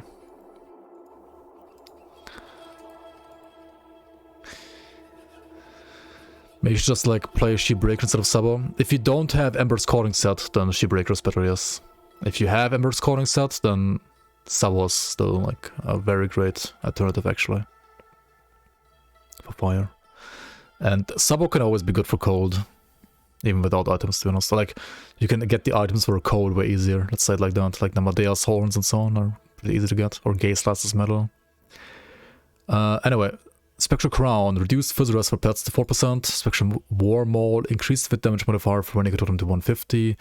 And increased Wit RR to Siphon Souls to -15. I think those are good changes. Because I personally thought like this item was pretty trash. Apparently it's not as trash as I thought it was, but... I think it's still fine with the buff here, right? This is still fine. Aether Tome from Turnox added Aether damage to Devastation. Devastation is... apart from maybe like Diviner set, it's not like in the best spot, is it? Yeah, code is way easier to gear generally. And if you wanna like play... but if you wanna play Fire Ring of Steel, I mean it looks cool. Not gonna lie, it looks cool. But yeah, I don't know what to say. I don't feel like Ring of Steel is like really a skill you can like play around properly. Unless you play Bleed or you play Korba. Otherwise it's just like garbage. It's always a one-pointer. The scaling is off on the skill as well. Like there are some skills that got like changed like scaling wise in this patch. That feel better now with scaling, but Ring of Steel, right? Like it starts at I think 110 and gets like 10 per point, which is kind of okay until 16 points, but then it's only 6 per point, and like if you have 260 already and you get like another 6 on top, it's like what the fuck? It's so bad. Like I think the scaling is at least on the... it might be fine until 16 points, but I think like after 16 points the scaling is just terrible. It's so bad. And only stuff like Korba set can make it actually good. This part here, like this has proper scaling I think, and like it actually deals damage for bleed. If you play a bleed build, this is actually really good. And of course like the farmer debuff is very nice too, but like the base skill, I don't know, it's so bad. It's literally always a one-pointer, I think, like literally always.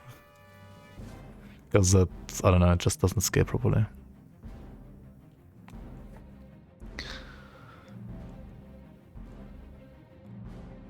Yeah, exactly. 2 Reaver's Claws and Grasp of Unchained Might, maybe? I mean, but then you're like playing... the thing is like, okay, like Reaver's Claw do what? We're like sidetracking hard here, but... Reaver, yeah. We're getting insanely sidetracked. Right, this, right? This. And then this. And then Ring of Steel. This.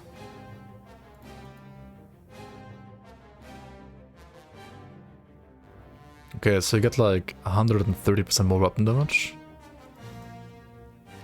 Okay, but that doesn't change anything, right? Because it doesn't change, like it doesn't make the scaling better, right? Like, putting points here is still bad.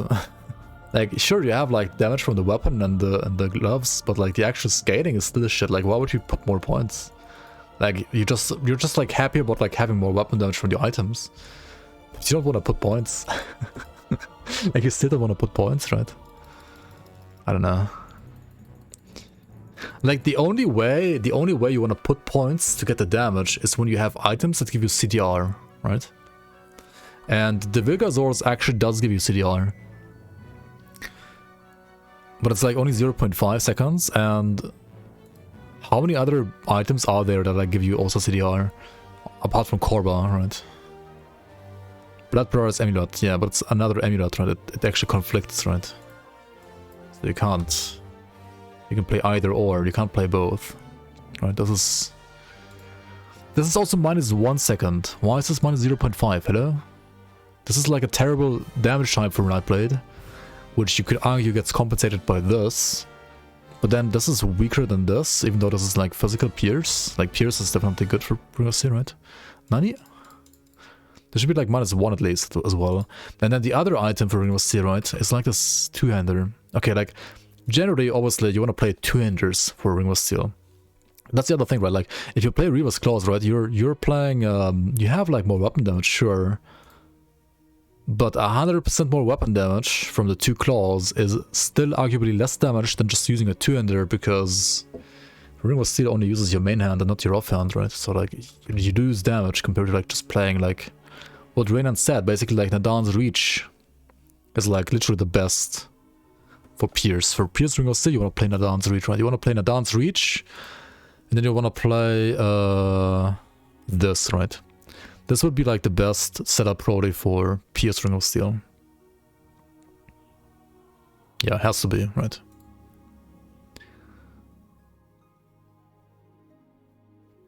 And of course there's like Korba as well, right? There's Korba version. And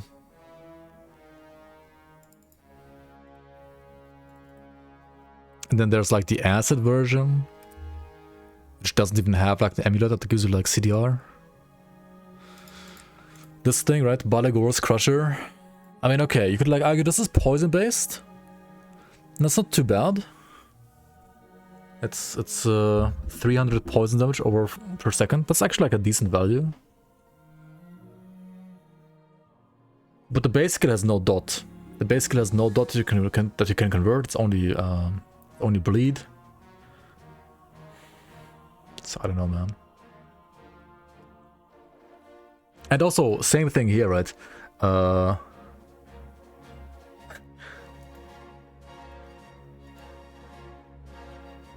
Okay, it converts Pierce to Acid, right? It converts Pierce to Acid. But the scaling is again shit, so why would you put more points, right? You could like put more points to have like higher weapon damage, to like apply more poison damage, right? Via weapon damage. But this is 320 or 350. But if you play Shadow Strike, you have more. So, poison application. Honestly, it's not like much more though.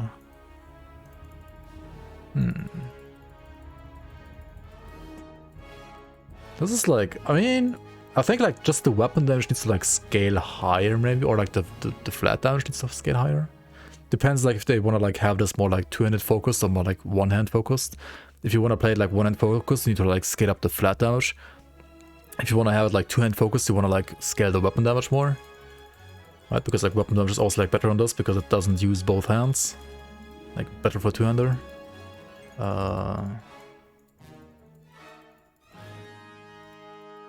Shadow Strike, you also get like a mod of, yeah, you get like here actual poison damage and crit damage. And crit damage is huge for dots. I mean, you also get crit damage here though.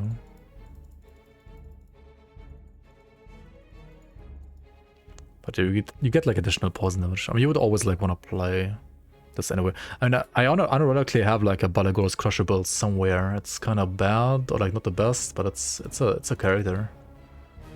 Ah, there it is. Kind of old by this point, but yeah.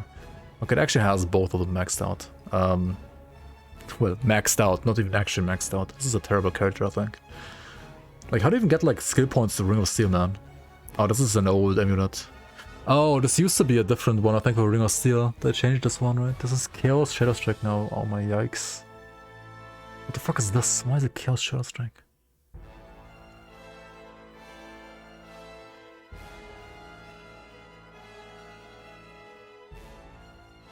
I don't know. I mean, I can't like really judge Ring of Steel on the basis of this build. This is like so outdated. Kinda hard to judge. Anyway, let's just move on with the patch notes. That's why we're here, right?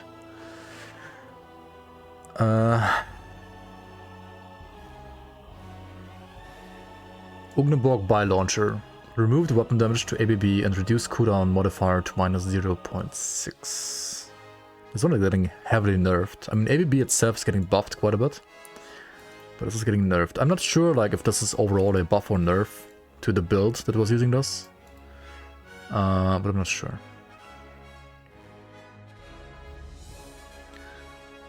Played a Baligor's Witch Hunter actually recently, but the lack of single target damage made you scrap the build. Sage. Overall nerf on this? Unlucky. What was the weapon damage to ABB on this before? Bile Launcher.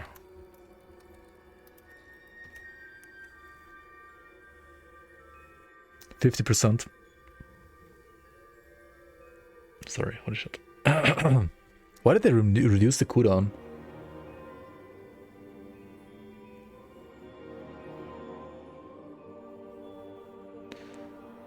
Bile Launcher has the same problem, single target damage is kinda ass.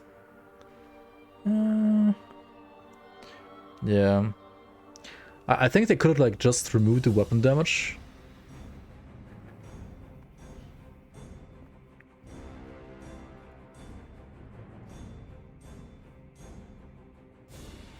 Because like the skill is getting like more damage, right?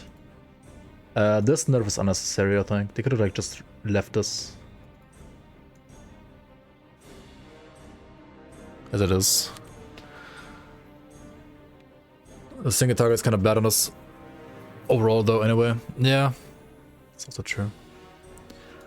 Like nerfing this to accompany the ABB buff is fine. This is unnecessary, but okay. Flame Strive has chaos damage now. You can play this with Infernal Knight and Lagoth Axe Blood Binding and like some offhand, I don't remember which one. I think Blood Orb actually, Blood Orb of Cathorn. And that's like your chaos spam cocktail build basically. For Pyromancer for example, right? Ugnenborg Howler, increased hit damage to Siphon Souls.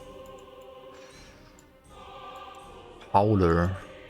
Who? Do you ever... Oh, that's actually not a bad item. Because of the 12 RR to Devouring Swarm, right? Actually a good item for Ritualists, right? Yeah, actually a good item. The Siphon Souls part being like the weakest link on the item. That's getting buffed. I mean, makes sense, I guess. Sure. I don't know why Devouring Swarm needs another 12% with RR though, when it already has 55% in the first place, but okay. What? What? They could have like nerfed that part maybe even, I don't know. Stone Strive, added +1 summon burst modifier for Stone Totem. That's pretty nice, right? You can like put another totem down at the same time, right? You put 2 instead of 1. Very nice, like quality of life buff. And also, not only quality of life, but also just like generally like your damage needs to ramp, otherwise ramps quicker now, right? It ramps quicker and you can stack dots better. So not only does it ramp your damage quicker now, up, it also increases your overall like DPS against single target because you stack more dots against single target. Sting increased Q damage to box. Vampiric Bone Wall reduced duration to +2. This was +6 before, so this is an insane nerf. When I played my starter Conjurer Vitality Caster, it's still fine, but you definitely have like less sigils and +2 hurts a lot, man. Like, oh well.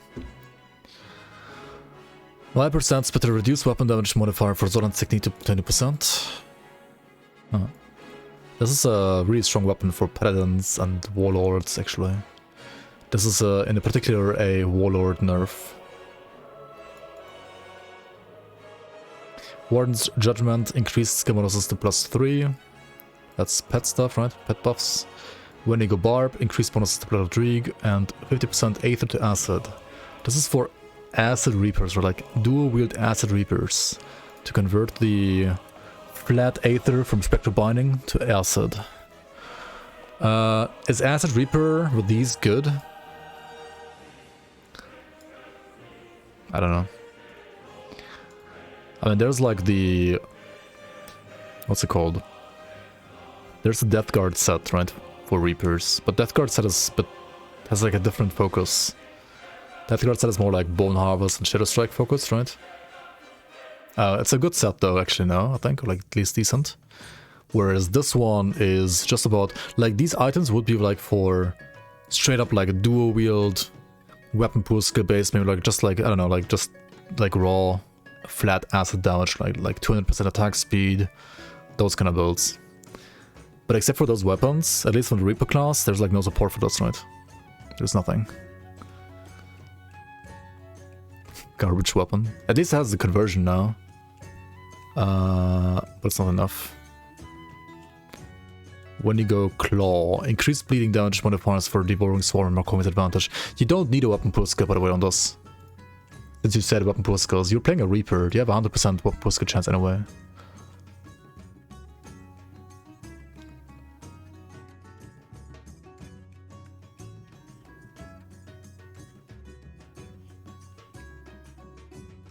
I mean, it has skill modifiers though, right? Wendigo.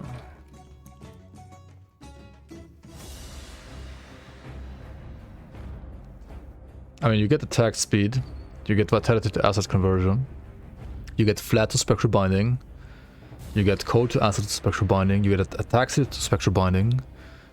So that you convert all the flat from Soul Harvest fully. Almost, it's like 90% wit to acid and 100% cold to acid. And if you have like one single other wit to acid piece, you have 100% wit to acid, 100% cold to acid. Globally, which means Lethal Assault and Soul Harvest both fully converted. And also Spectral Binding, 80 damage fully converted. Like the flat damage should be nuts. Like completely nuts, right?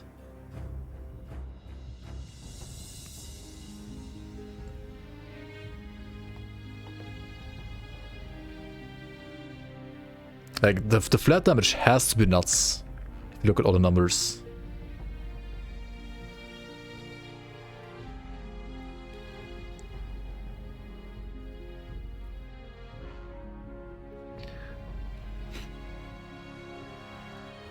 Yeah, I don't know why.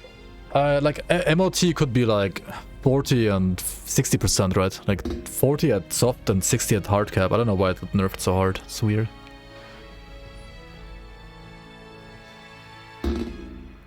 Yeah, it should be, playstyle wise, it should be like the same thing as Cold Dual Wield Reaper, right? Like Market Archers or something like that. But like Cold has better itemization, right? Like apart from the weapons. It's like, this space, I mean, yeah.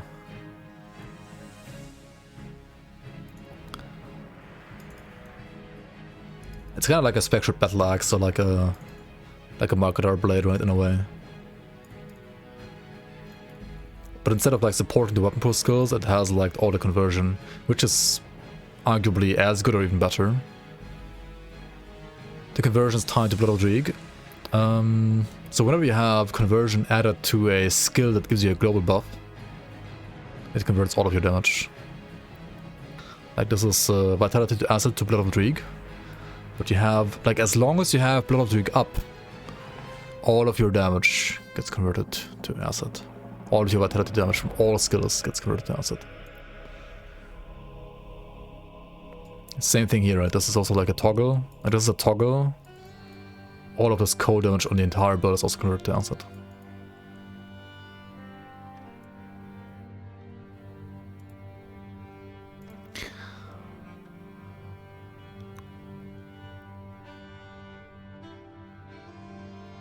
Yeah. I mean, there is Death Guard set for these items, right? And the Death Guard is actually like a good set now. It used to be like absolute dogshit meme, and then it's like, then it was like, okay. And now it's like an actual good set, I think. But ideally, right, you want rather something like Venom Blade, like something like more flat damage focused if you like play 2 of these. But then again, as you said, you could just like only play 1 of them and then play Death Guard set, and you have like, I mean, Death Guard set has like, takes care of all the other like Vit to asset conversion, right? Wait, but Death Guard also has like code to asset already, right?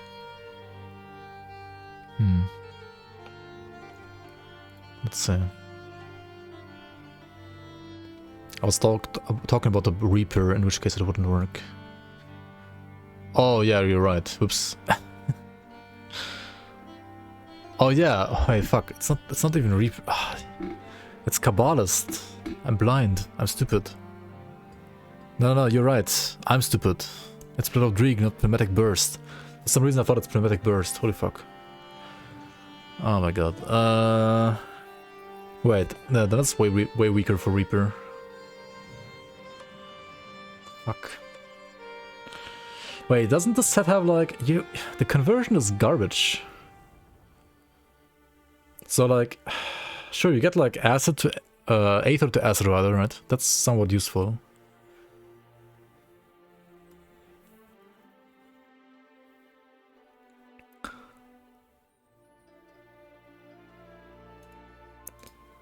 Holy fuck, what is this weapon damage? What the hell? That's pretty good.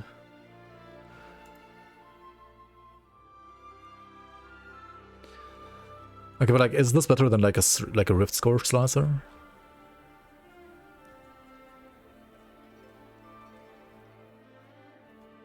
Or what about Pusquills now?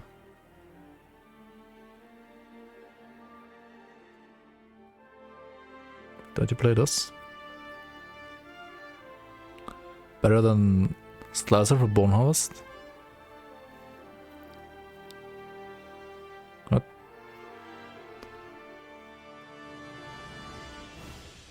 Oh.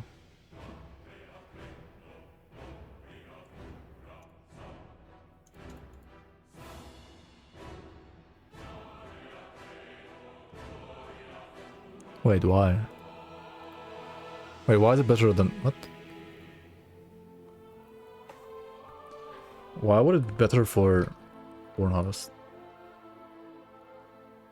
Because of the flat to structure binding? I mean...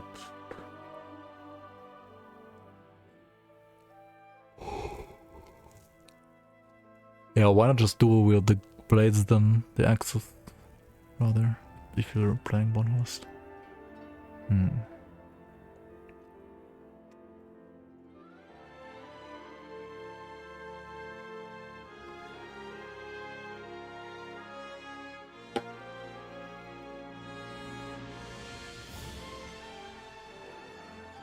I mean, the Wendigo Barb is... it's not garbage, like... you can obviously playable like this. Like, it's not like garbage, it's not bad. But I feel like it's always better than the alternatives. I mean, worse than the alternatives. Daggers are kinda ass. Nah, you get like insane acid damage, don't you? Look at this, you get like way more % damage. Like, if you have the same affixes, this is like way more damage. % damage at least. I don't know. I'm pretty sure Rift Scourge is probably better with the same affixes here as well.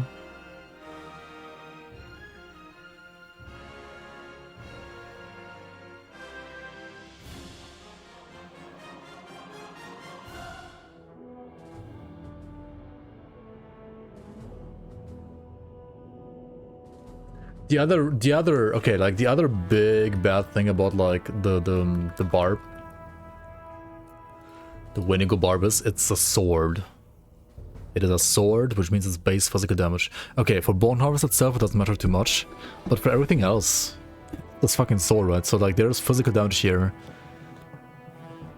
that you would need to convert to acid in the first place, right? And you do that with like obviously double vitriolic gallstones, and then also like affix on the item itself, right? The problem is like you're playing Death Guard Blade, which has no fist acid.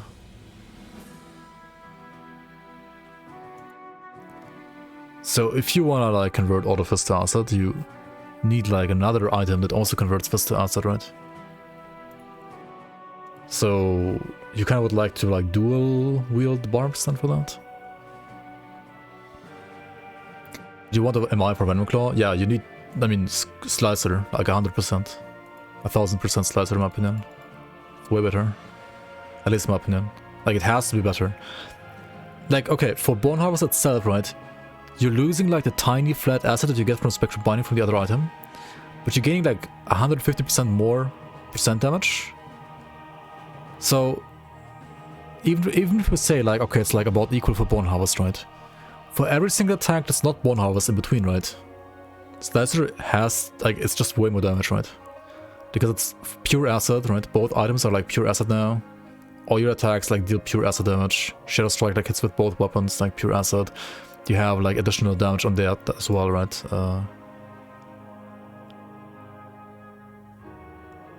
Like I'm pretty sure this is still like about the same damage for Bone Harvest because it has percent damage to compensate for the loss of flat. Like this has to be better, like 100%, I'm pretty sure. Like the only way you like play barbs is you play dual barbs Kabbalist, right? That's what this item is made for, kinda.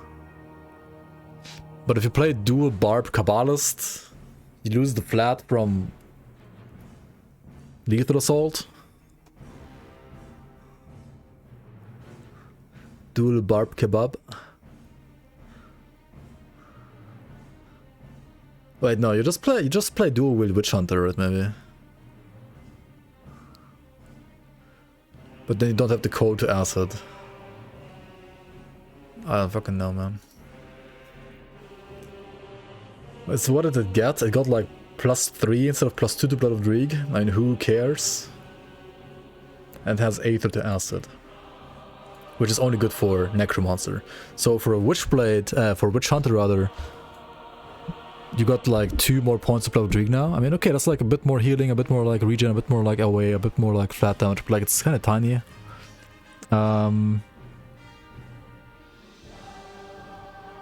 And then you need the conversion changes for Spectral Binding, and you can get quite a decent amount of like flat damage there, but then you're playing either Kabbalist or Necro, right? I don't know if there was like other support for dual wield acid Kabbalist, then I mean I could see it, but there's like literally nothing else, right? It's like I don't know, like this item is like waiting for the next expansion to like bring some more items for like acid dual wield Kabbalist, and then maybe it's gonna be item like fine actually. I mean there's like a belt for dual wield, right? You can just play this, right? Which has +1 to Oathkeeper and not to Kabbalist, but okay. Like this allows you to dual wield, right? You can then be a Kabbalist and do Kabbalist things, and then you have no weapon pool skills, right? You have Necrotic Edge, Reaping Strike, and this class has no weapon pool skills. And then it would be good, for example, if these weapons actually had a weapon pool skill. Like Rudnick's guns also have weapon pool skills, right? Like items could have weapon pool skills. And then it could be good, maybe.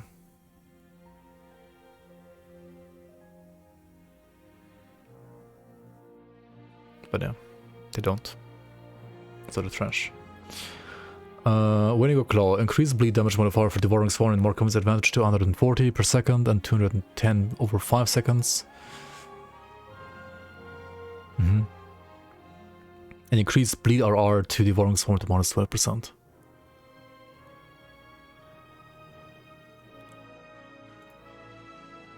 When you go Claw, that's the bleed version.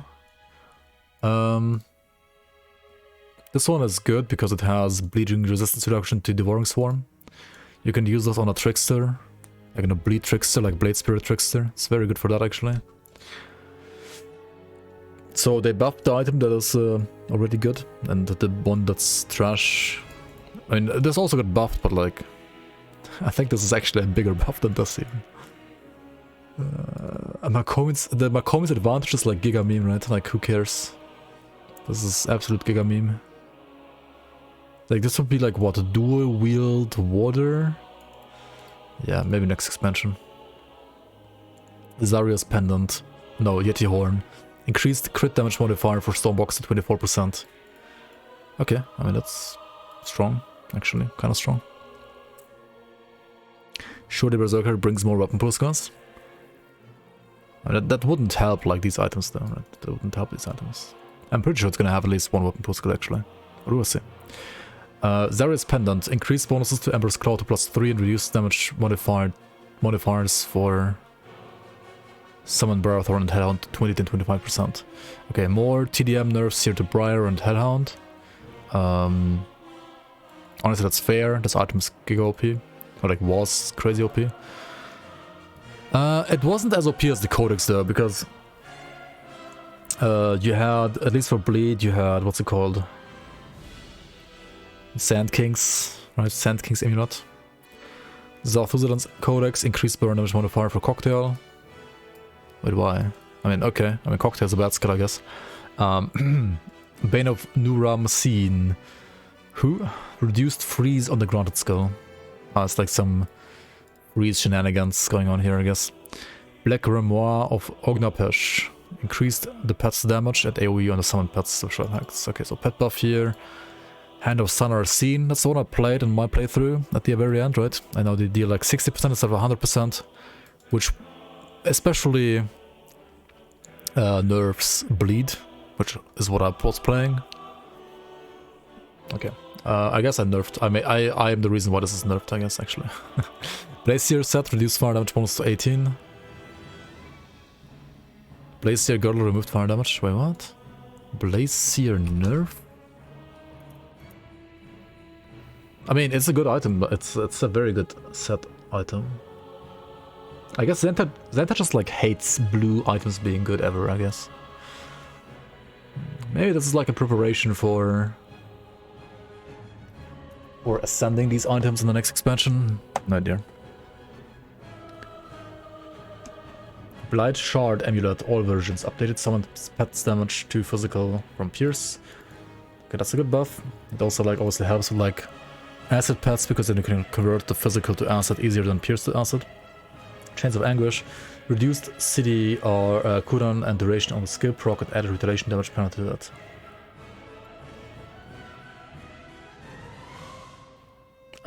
Okay. Wait, Chains of Anguish is getting nerfed for retail?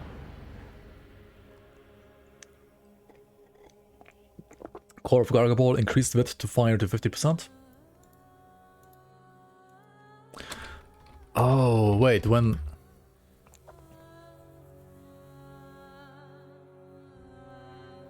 Neri on Discord said Gargaball pistol starter build, did he mean the blue pistols actually? Because these are unironically kind of good for a purifier. These are like unironically decent pistols for purifier. Requires level 72 though. Yikes.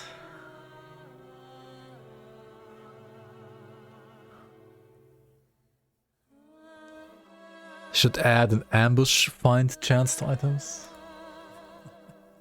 Magic find basically. Yikes, please no. Dagger's Oath reduced acid retail on the skill proc. Oh, Dagger's nerfed. And there we go. The Dagger's getting nerfed. Reduced acid retail on all of the pieces. Rip Daggers back to blue set status, aka meme status, I guess. He's not nerfing. Sorry, he's not nerfing Perdition though, right? There's no Perdition nerf here, is there? It's funny. Dagger nerfed, but not Perdition. Desecrated Covenant set. It removed attack speed bonus for pests, reduced damage for pets on the granted skill. Blue set pet nerf. Covenant increased the skill bonuses though. Skill bonuses. Reduced attack speed for pets. Mogdogan's Peace. Wait, is that the one complete utter meme set? Yeah, this one is giga trash, right? I mean, for pets it maybe is okay, actually. I don't know, I've never played it. Two-handed pet build. Login. 8% away for the player. Oh my fucking god, why?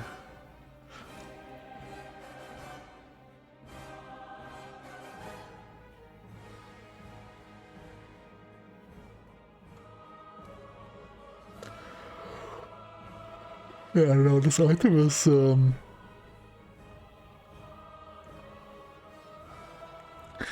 this gives you Aetherus, yeah. You know what else gives you Aetherus? Oak Skin. It's a shaman skill. This should give you like Chaos Rust maybe, not Aetherus.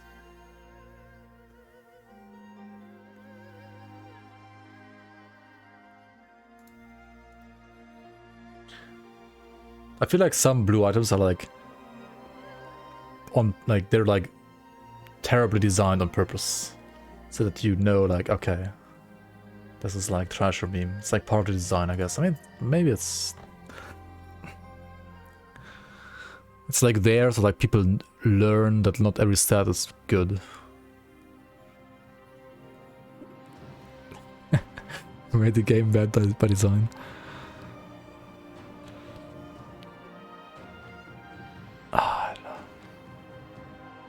Anyway, the set is actually getting buffs. It's getting increased health and physical damage to pets on a granted skill. Added % physical damage to pets on a granted skill as well. Increase the A on the Emerald. Wait, oh, that's there's a set amulet for this. Interesting. Cleaver, increased physical to 12%, increased health for pets to 22%. Okay, and where's the line that like says removed OA and like added DA instead? Added +3 to Ground Slam. Added 4% Physrus and increased bonus to +3. I mean, these are like actual buffs. That's fine and surprising, just like the OA is still there, right? Also the low-level version is still as terrible, I guess. Bane of Nuram Seen, reduced freeze and the granted skill, that's the same, right? Oh, what's this one up there?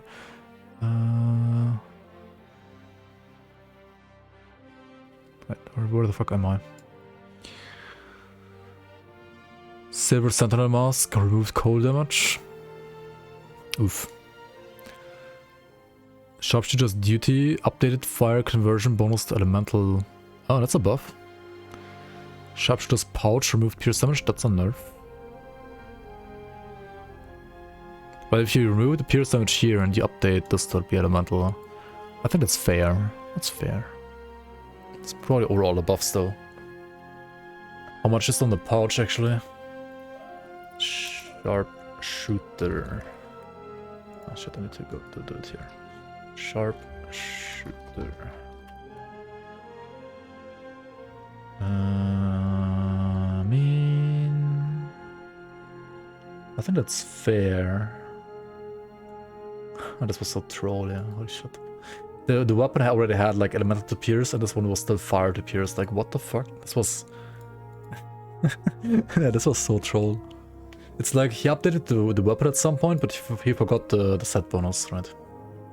He just forgot the set bonus. Anyway, I mean, that's a buff. Actually, like a small buff. Stonefather armor. Replaced physical damage with internal trauma damage. Replaced phys with internal trauma. Okay, Stonefather is becoming an internal trauma set instead of physical.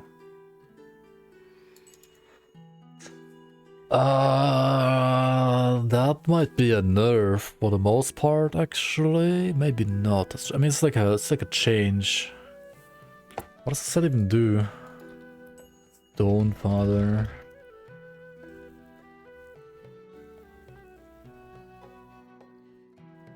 That might be a buff, actually. If you put it right.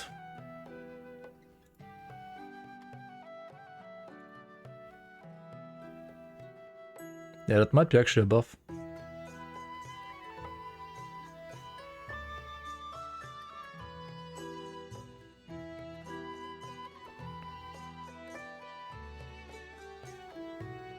And it depends how you build it though. You have to build it like a bit differently maybe now.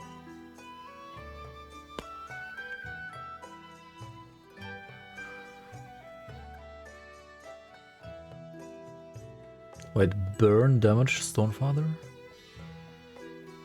Is that gonna be a thing? Burn damage Stonefather?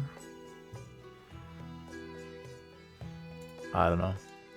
Mage Lord set, reduced 80 damage bonus to 16. Oof.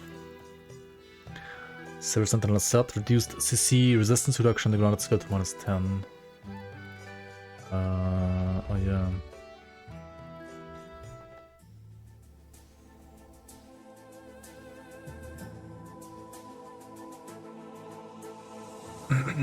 sorry.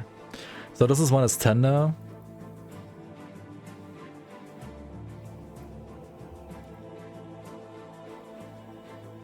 Oh well, unlucky. Unlucky nerfs, blue items are supposed to be bad, I guess. And Rust and Crusher removed percent TDM to ABB.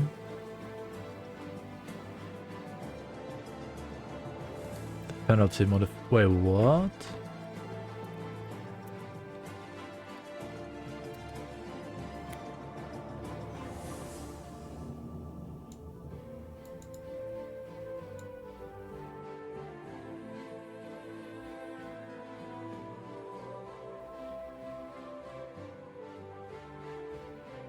That is a ton more down for spam, yeah.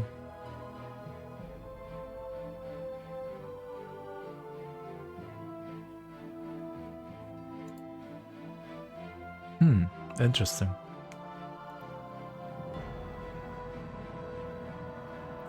Interesting. Bacon of Winter's Whale. Scepter now. So it's pure cold dodge. Escape rock now has 100% chance to slow. Okay. And that seems like a buff. This is non-mythical though, right? There's like a mythical somewhere as well. Bone Scavenger's Death Grips. This is where the conversion is now, right? No? Wait, don't these have like physical to vitality conversion for pets now? Or is it just the mythical one? I don't know.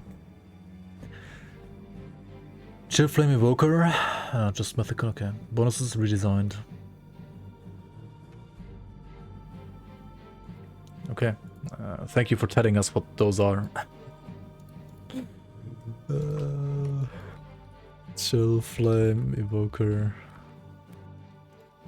Okay, let's start up the game then, I guess. And I need to switch accounts. Like switch save folder to the main.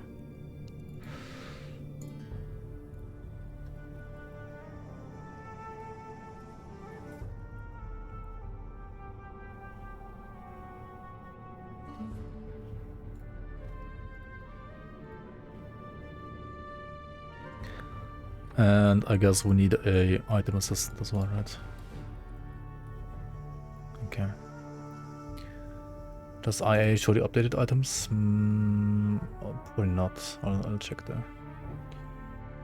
Why is my Grim Dawn sorting my other monitor? Oh, fuck. I'm getting trolled by my PC. Did what?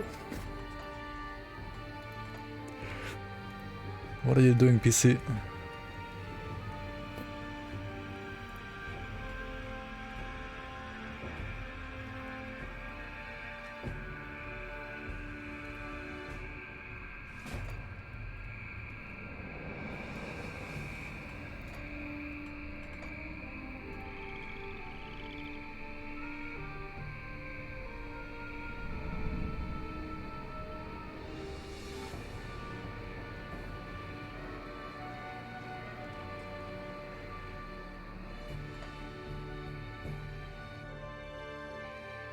Hello? For real? Holy fuck.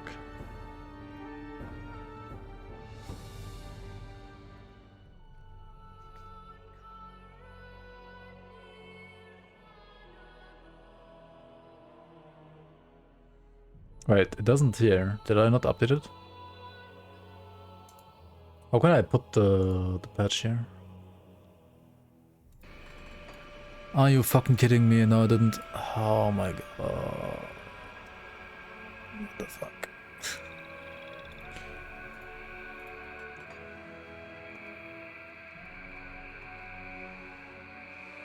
Hello?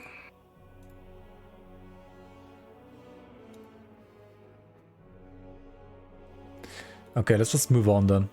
We're having some technical difficulties here, I'm sorry.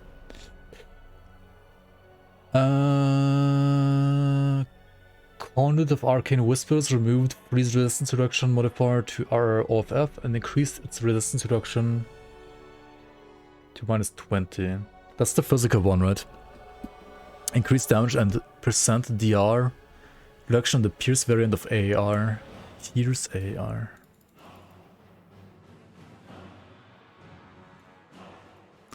I think Item Assistant is making it crash. I cannot close Item Assistant first then. Yeah. What's this shit still up here? Okay.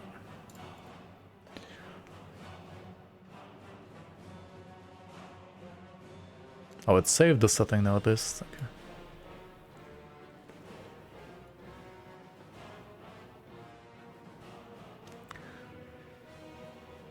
Quantity of Destructive Whispers added 100% Pierce to acid canister bomb. And increased poison damage to 600 over 5, okay.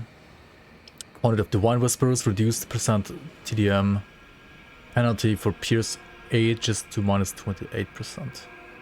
I'm kind of curious like why even like buffed that in the first place, but okay.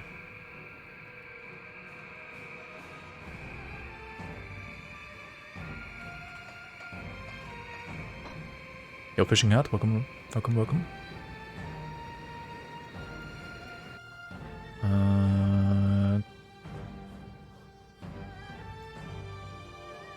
Eldritch Whispers, Occultist. Increased Chaos Jigsaw damage to 20%. Okay. You play that with like Ember's Calling, I think, as well. Increased Aether damage modifier for Sigil of Consumption to 220 and the CDM to 20%. So Aether, Sigil, Kabbalah's might be actually legit now. And added 3-second duration. So this thing gets duration, but the other stuff doesn't. Really. Discord pick? Oh, thanks. That makes it quicker, I guess. So it's Cold Thermite Mine.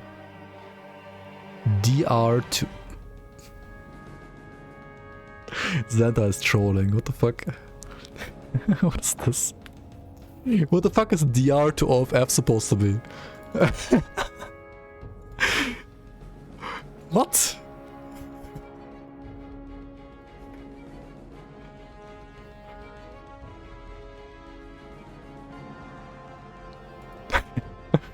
Okay, to be fair, it's for 3 seconds, so like when it's unfrozen it will like still be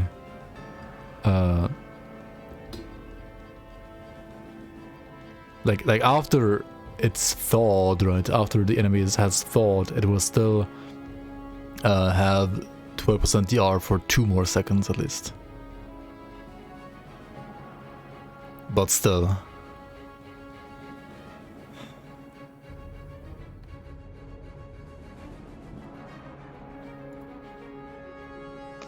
It's so troll.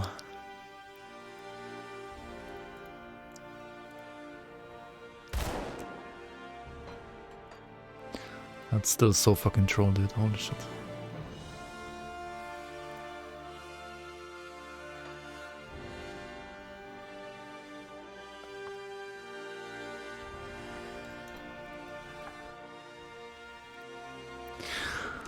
That's such a troll item. Alright, Night's Whispers removed trap RR from the blade trap thing. Okay. Corruption of Gargaball reduced vitality damage to 14. Increased cooldown on a skill to 0.5. Yeah, it's like Gargaball nerf, right? Increased with damage modifier on flame touched and thermite mines to 32/120. Removes percent crit damage modifier for Harbinger's Souls.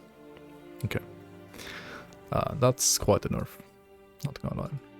Anyway, Crypt Stalker added 24 Aether damage and 100% Fist to Aether to pets and increased DA to 40. And bonus to Rip Spirit to +3, increased radius on the grounded skill to 8. So what does the item have, like, bonuses to Vitality then? If it's like only Aether now?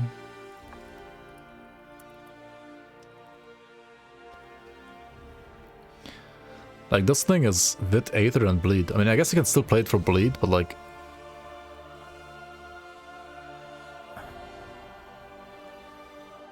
Okay, the radius increase from 5 to 8 meters is good, though.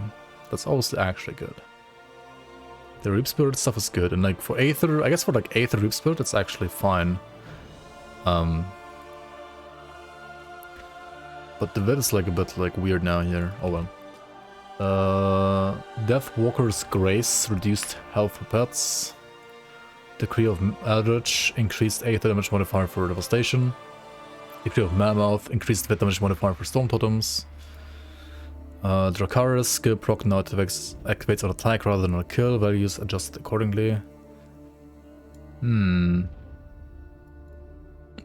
nerf? Question mark. Eye of Dominion, granted skill now applies Confuse instead of Convert.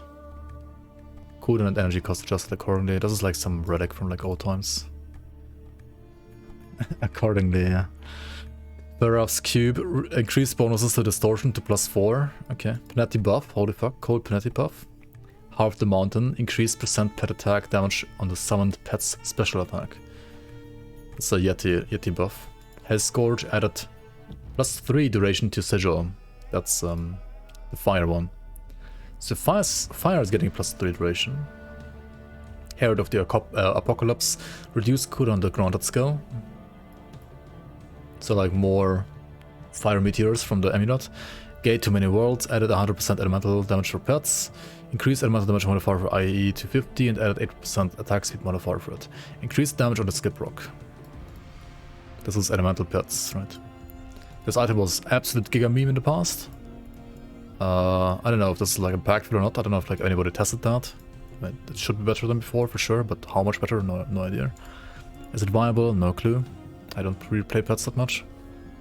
Mantle of Mogdogan, increased lightning damage for pets and increased lightning damage for pets as well. So this is very nice for lightning pets, obviously, right? Like a good item for lightning pets. Mark of Bloody Ends, reduced health for pets. Mogdogan's Nightbringer, increased Wit damage modifier to wind level to 120. It's still trash, right? So this got doubled, right? From 60 to 120. But I'm pretty sure adding damage to wind level means it's not getting added to Maelstrom, right?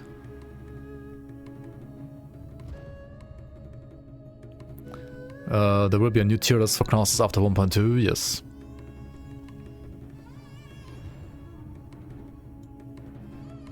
The thing with normal Wind Devils is like Wind Devils are an aura, right? And I mean, you have 3 Wind Devils, but if an aura from the same pet is like being applied, it doesn't stack, right? So it's like you have 3 Wind Devils, but it's really only 1 for the flat damage here and also the decay damage, right? So it's still bad, right? It's like it's still just bad, I think. Pretty sure.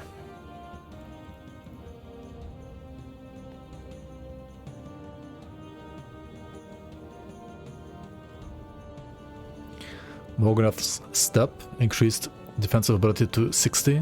Those are the boots, right? I mean, yeah, makes sense. Like a slight buff here, it's not too bad. Abyssal Mask, increased DA to 66 and increased Wit damage modifier for Renaissance to 100. This is Vitality Renaissance buff mostly, and also like, yeah, just with Renaissance buff. Aether Reach, increased Aether damage for pets and bonus Reap Spirit +3. This is mostly Aether Reap Spirit buff. And the Ross's Amplifier, increased fire damage modifier to Mortar Trap to 100. And the Ross's Amplifier with Hydra, maybe? Question mark. play mortar traps and kite around. I mean, you don't really want to like kite around with mortar traps though, right? So yeah. Bane of the Eternal Haunt. Increase bonus to penalty to +3.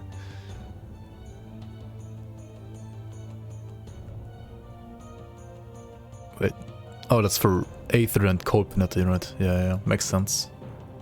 Beacon of Winter's Veil has been reclassified as a Scepter. Base value is updated accordingly. Increased damage on the skill proc and now has a 100% chance to slow. Removed bonuses to Hagarad and RF though. Removed cold damage modifiers for IEE. And Widow Shadow. Wait, it just removed everything? Added? Okay. Added 60% cold damage modifier for IEE. And cooldown to OFF. Okay. Removed everything, added crying.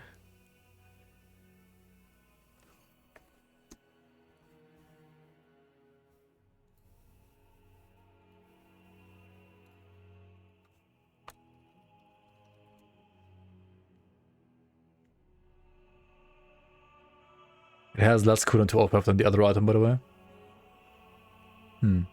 The green one, right?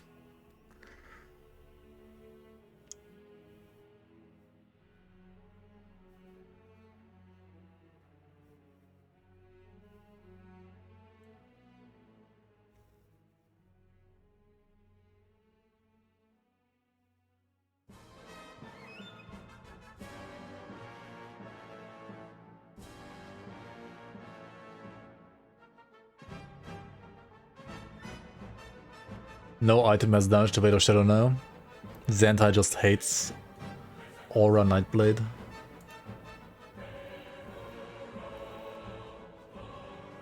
Elena still has it though, right? Yeah. Huh?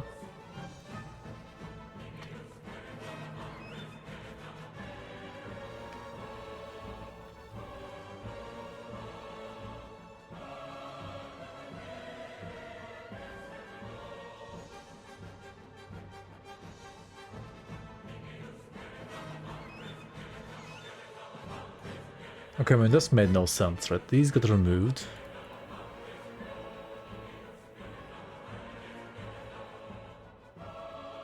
Wait, is there anything added for skill bonus points wise? Nothing? Huh? Just nothing?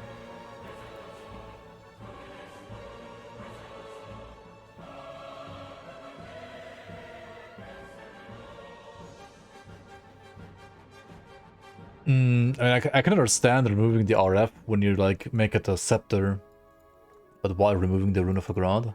I mean, okay, like you don't play for Rune of Agrad either. You play like the Spectral Longswords.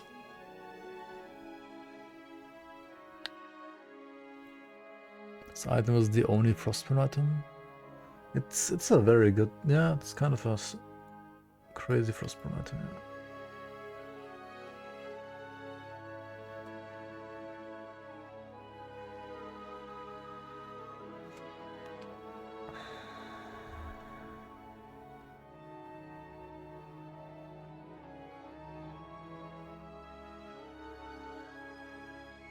Okay, I mean the percent core damage makes the proc stronger and like makes all the casts stronger, obviously.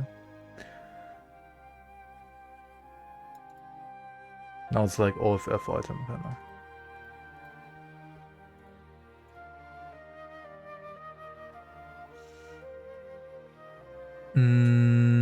I mean, Good, you're back. thanks for the Prime, Delmandi. Welcome. Hello. It's not really good for OFF either, though.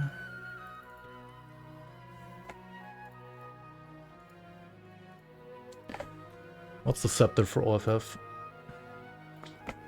There's like a green scepter for OFF, right?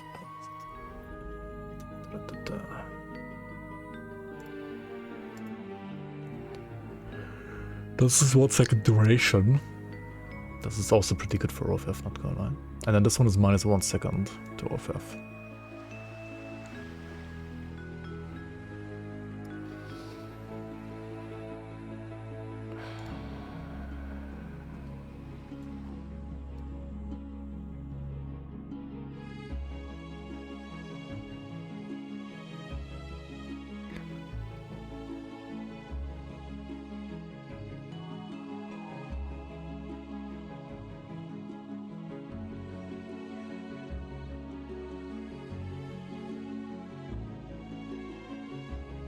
Wait, this one already existed. This was already a scepter. This is the same item.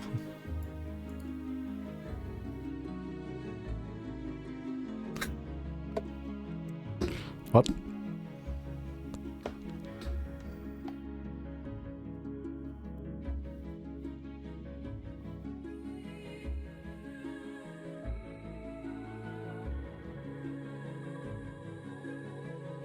This is the same item but better. Except for the proc. What? This is the scepter and this is the hammer. It's not better though.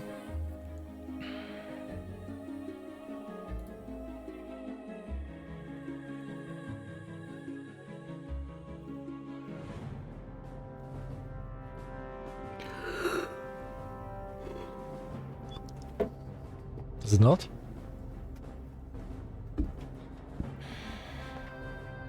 I don't know the new values of the new item in game, but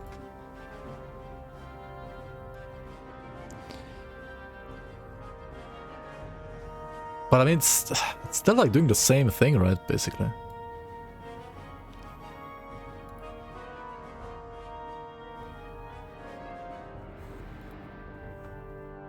The ABB Scepter has no attack speed.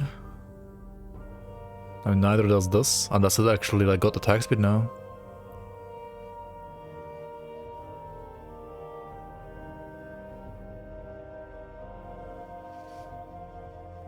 Winter's Weight as a console weapon list. I mean, so is this?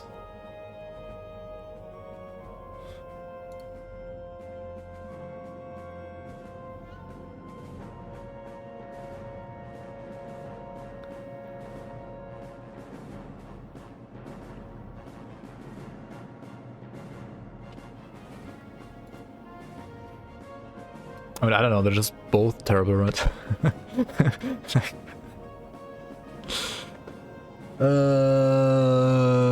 This has like a way at least.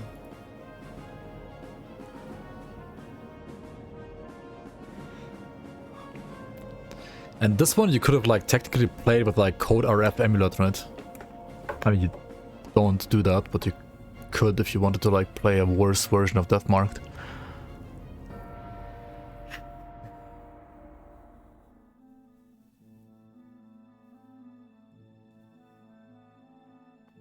They share the same niche.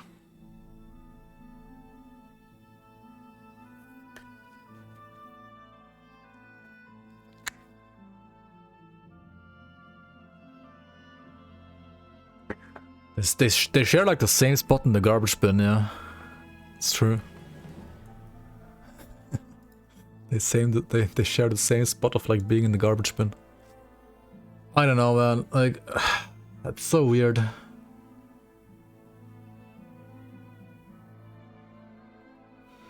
Like, this one has like no increased duration, but it has like flat frostburn here. This one has increased duration. And it has flat frostburn here, but then it has like flat, I mean, okay, percent code here. Fizz RR here. Fizz RR here is like the same value even. The same code RR in both, right? Literally the same. This one has damage to OFF, this one has CDR. CDR is obviously better than damage. And then this one has like ABB stuff on top. Which, to be honest, like this could be like an ABB item, right? Maybe. This could be like a Shadow Strike ABB OFF item. Something like that, right?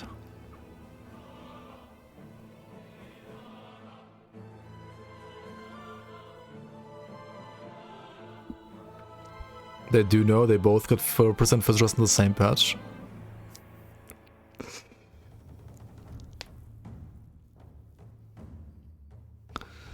No taxi also just makes it kind of terrible.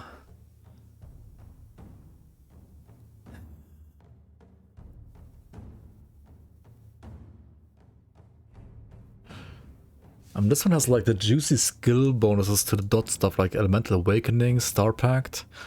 But then it also has like ABB, which is like not dot focused at all. Like, what is this supposed to be, man? It's like the Arcana side is like dot and OFF, and the other thing is ABB. Like, I mean, there is a niche, there is a need rather for a code ABB weapon, right? Like Venom has, like Acid has like tons of like, you know, items for ABB, but code ABB, right? Code ABB needs an identity, and this item could be the identity for like code ABB, right? For like dual wield code ABB, right?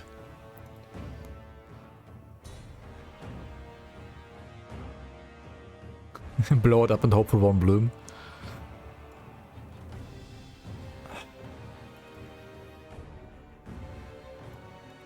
This is like an... This item looks to me like a code ABB infiltrator weapon. Like you just ignore everything that's like about Arcanist here. It's just all garbage. It's all utter garbage. You play infiltrator and like you play code ABB, right? But even then, like, there's no attack speed, there's no CDR. There's 0.2 seconds recharge here, that's all you get.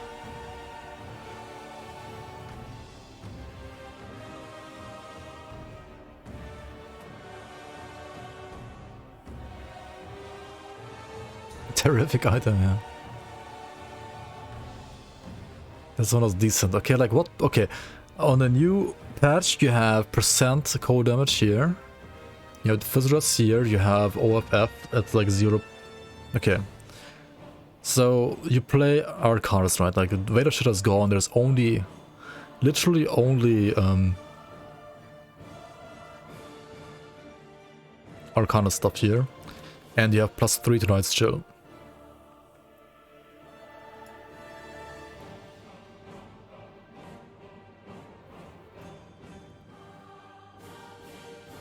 You have 180% more damage. What? It's 60, right? What do you mean 180% more?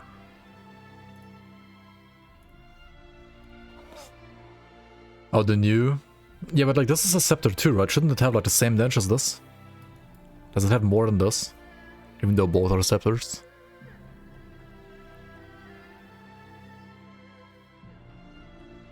Like it's the same value as this, right? And then like 60% more from like IE. Should be the same, right? So you have 60% IE here.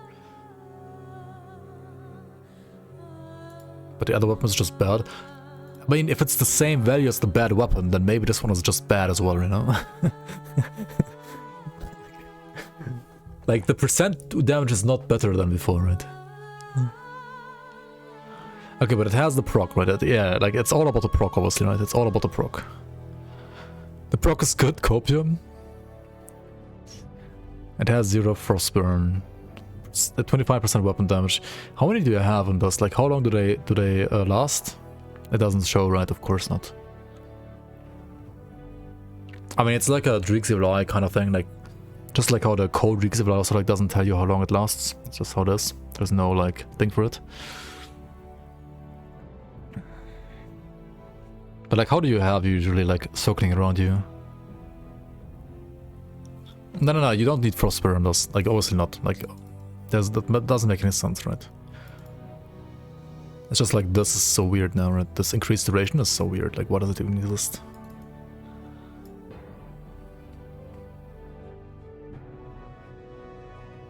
Like, Winter's Veil is basically the same thing as Cold Drixivlai from the League, right? That's basically what it is, just like worse, obviously. Because it's like a skill proc and not like a full mastery skill. But I mean, that's fine.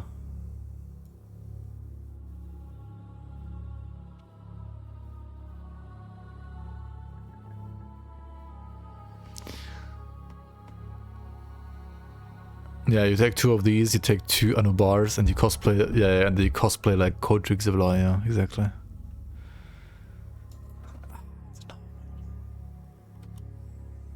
Anubar.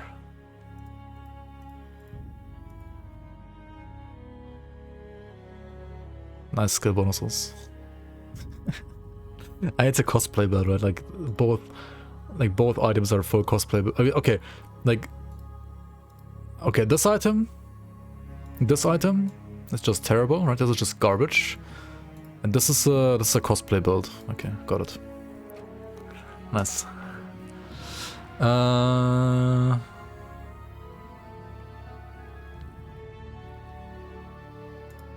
Anubar? No, Anubar is a good ring. Just not for that build. Anubar is great for Cold Promise Strike, for example, right? Isn't it? At least one? Like to max out Promise Strike? Don't you need it for Cold Promise Strike? Or like Cold, or like for Stunjacks in general? Like, this is a good ring, actually. I'm pretty sure this is a great ring, actually. I mean, it can be good for all except for Trozen, I think. Like for Promise Strike, Stunjacks, and PB. It can be good for all of these. The TSS part is kind of whatever, but... Only good for Cold. You can...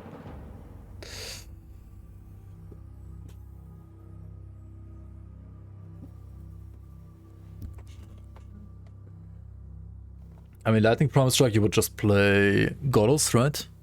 Because you don't need the skill points. And for Light's Defender, do you play this on Light's Defender?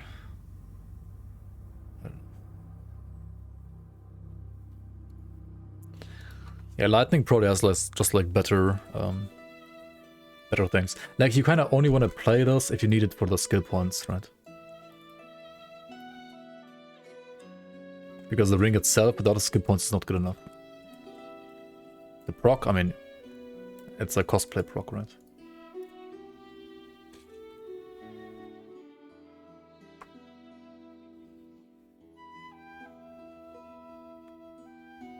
Okay, Black Scourge. This is the pet item. Reduce the wave for pets to 6%. Remove the attack speed and percent total damage for pets. Skill proc now activates on attack rather than on kill. This is a pretty good item now. Really, really good item. It used to be useless, and now it's actually really good. Blood Sigil of Chthon. Increase the chaos damage modifier to cocktail. I mean, yeah, chaos cocktail's getting lots of love here. Blood Fury Sporters. Increase the way. Okay. I mean, why not, I guess. Blood Song. Increase speed damage to Belgo Shears, Blade Arc, Wearing Death. Okay. Blood Song. Does anybody like play Blade Arc with us? Maybe. It might be safer than like the Weapon Pool skill variant, actually. Bone Scavengers is on attack as well now, right? The spirits are on attack instead of like on crit. And there is increased percent physical to vitality for pets to 100%, yes. So you can like play pure Vit pets now if you want to play. Like if you want to play pure Vit pets, you play Bone Scavengers, Death Grips, that's like that.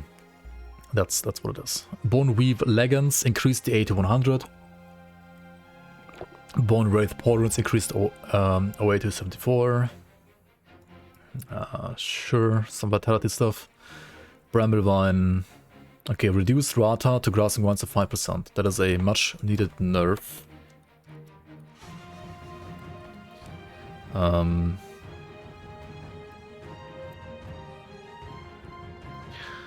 Rom, 8% to 5%. That is a lot of nerf, actually. That's a big nerf.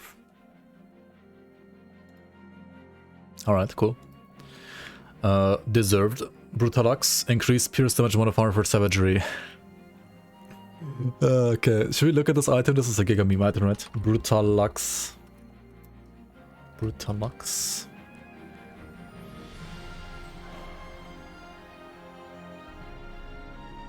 What do you mean increased? You mean added, right?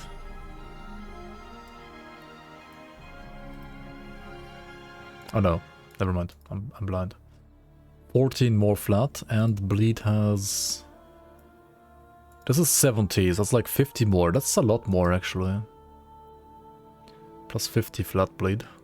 Added 20% increased healing modifier for presence of virtue. Okay. So...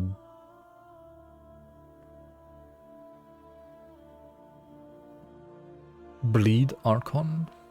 Pierce Bleed Archon? We just play Trickster instead, right? Oh no, what? Wait, it's more like you play...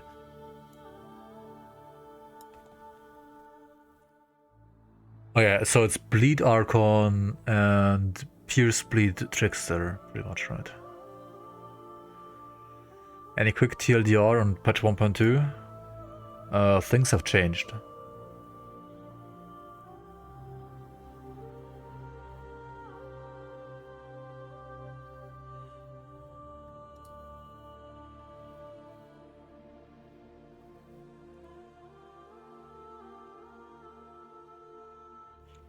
If you wanna get a TLDR, I guess this is what you wanna look at, right? This up here. Major new features.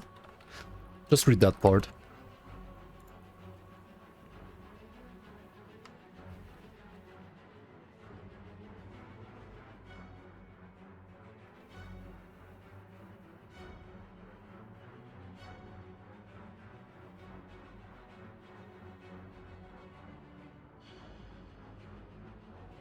Yeah, pets are not dead. But yeah.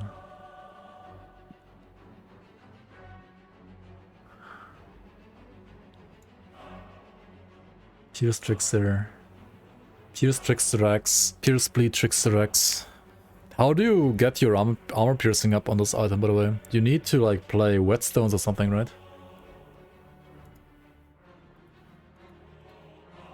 Don't you? Because it's axes, right? You can't play the devotion.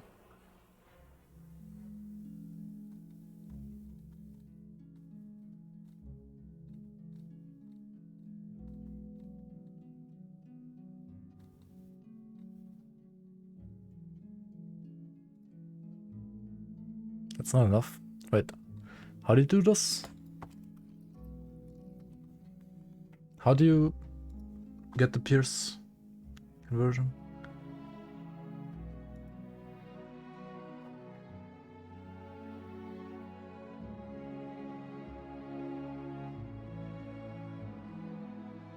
Use an axis? No, this is... You can play this, right? I mean, the reason why whetstone exists is not for swords, right? It's for axes. Because for swords, you just play the devotion, right? Right? For swords, you just play Blades of Nadan.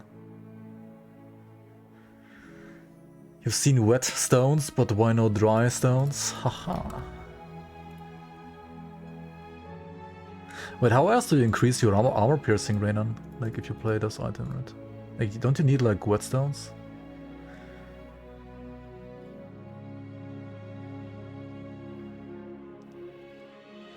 Like, you don't have physical to pierce conversion on savagery, right? You need to, like... You gotta play whetstones.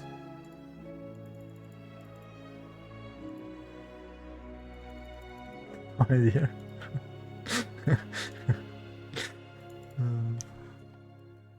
Okay. What's it called? Increased armor piercing? Increases armor piercing by... Okay, increases armor piercing by... Celeste, son of Hadakor, add a +1 summon burst for Stone Totem. That's the amulet, right? That's pretty sick. Chill Flame Evoker. Bonus is redesigned. Yeah, we know it's less damage taken. I don't know, like damage reduction and OFF, right? And blue thermite mines. I mean, the blue thermite mines could be cool, I guess, right? There was this item here.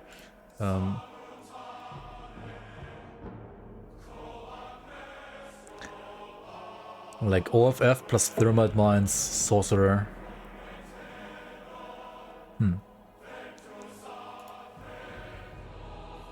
No blue mines. You get blue mines from conduit though, right? You play the conduit.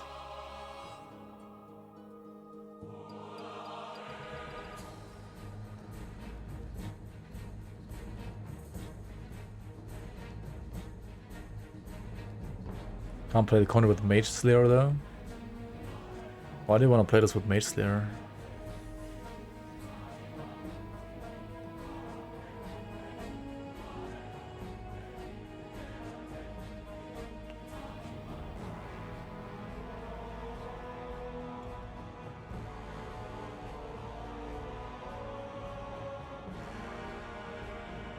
Mage Slayer, you play a different weapon. Why would you play this for Mage Slayer? Makes no sense.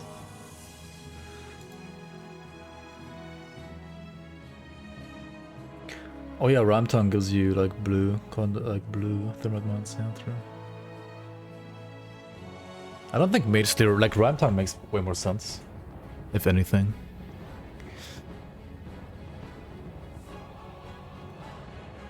Like if you freeze your enemies, right? Then you don't need the DR. You need to have your enemies not be frozen to make to make use of the DR. Like you need them to only like freeze for like a millisecond and then like go up again. I mean, I don't know, it's weird in a way. Cinder Scorn, replace bonuses to Inferno with +3 to Flame Touched. Okay. Replace modifier with Victive Flame to modifiers with Flame Touched. Oh wait, what is this actually? Oh shit, this could be interesting. Cinder Scorn. Like you used to play this on skaters. I mean, not always, but like sometimes. Like if you, it's a skater item. It's not like best in slot though, and it has like bad percent damage. I guess we check it out in game. Cinder Scorn. Cinder Scorn. What? No, just whatever. Transfer one. I'll keep your stash safe. Transfer one item, please. Hello? Can you transfer one item? Got something Okay, there we go. stashed. Physical to fire to flame touched and crit damage to flame touched.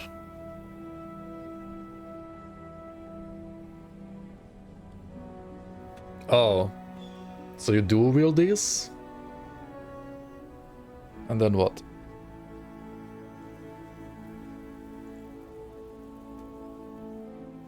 No, you don't dual wield them, they have no attack speed.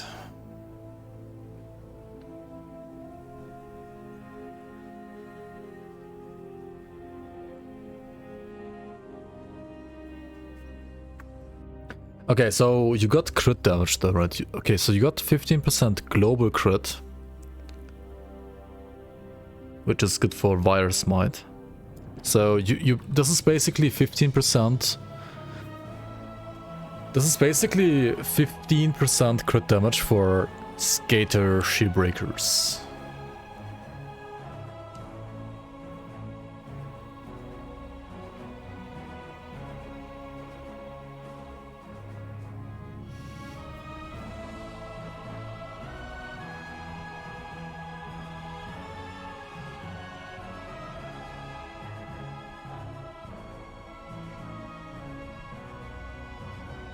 And if you dual wield them, you can convert any physical skill to fire that you want.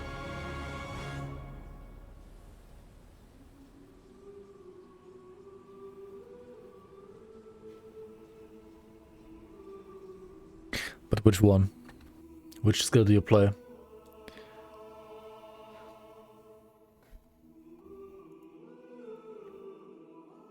I don't see any skill that you play with that item, to be honest. I don't see it. Maybe you guys can see one. I don't see a skill. Circle of the Great Serpent. Added +3 to rotting fumes. Increase percent acid damage to pets to 180%. Increase bonuses to summon Blind Fiend to +3. Added -2 second recharge to Blind Fiend. Okay. I mean, this is what you play with goal set, right? You play this Circle to go with the acid goal set for pets, and this is huge buffs. Codex of Truths added +1 summon limit to Mortar Trap. Isn't that one like a pierce item? Codex of Truths. Oh no, it is also fire, lightning, burn. Oh, it's lightning. Wait. Don't you play like Turnox usually? I guess Turnox does not get another like summon, right? Like summon burst. So with this one, you summon like one less, but you have less cooldown. Wait, but you can spam mortar traps with this, right? Basically, like 0.5 second cooldown, right? Like the base skills. Did they nerf this? They didn't, right?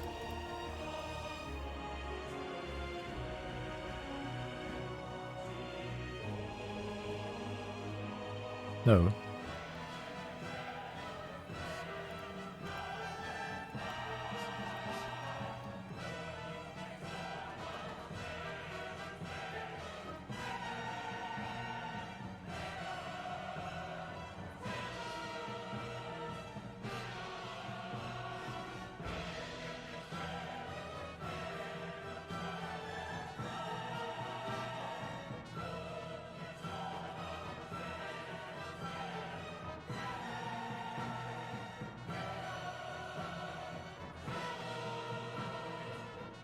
How low can you go without the offhand? What's the helmet called again? Fuck. Just look at like... wait, no. Let's just look at it like... Mortar trap. Where's mortar trap? Infernal Truth. Where is it? +1 summon burst, okay, but no cooldown.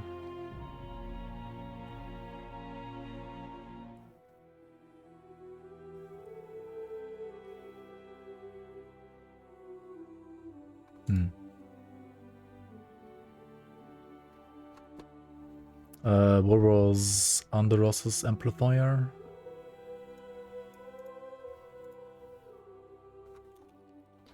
Anderos. Oh, Anderos has cooldown as well. Okay. Yeah. Okay, I see now. So like because Anderos has already cooldown, the cooldown on Turnox is not that great. And then Codex can be like actually competitive. Fuck. Codex. So like because Anderos has... Yeah, because Anderos has CDR and didn't get it removed, this can be competitive now.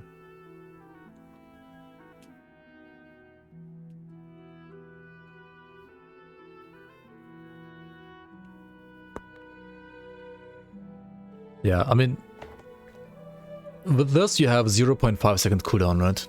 But I mean, you always have to like wait for the mortar to shoot, right? If you just spam it like all the time, you need to always like wait until it shoots at least, right? Can you spam it so fast that it doesn't even shoot? I'm probably. Yeah, then like Codex, I can see Codex being actually good now, yeah.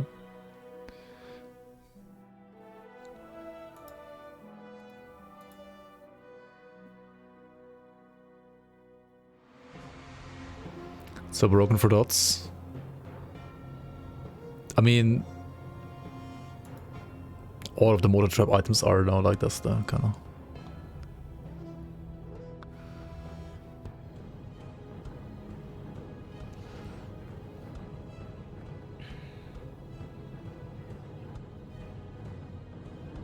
Like all the mortar trap builds get like way more dodge now, I feel like. Yeah, Lujigan also can like pop down like 5 totems or something, like so stupid. Lujigan is like giga strong now, like it used to be like, I think, good. Some people said like, oh my god, it has like no damage. I mean, I thought it's still like really good because, you know, it's like, it's safer than a pet build, you know? It's literally safer than a pet build. And now if you want, you could even like play Hydra. Max movement speed. And you can plop down like 5 totems or 4, I don't know. Like tons of totems. It's nuts right now.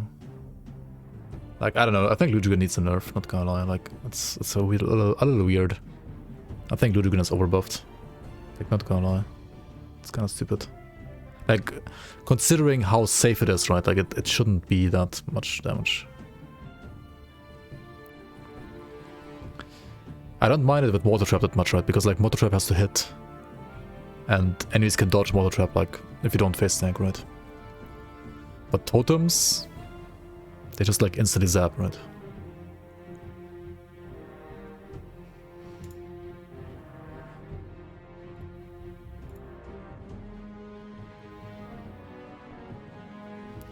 What is the toxic version?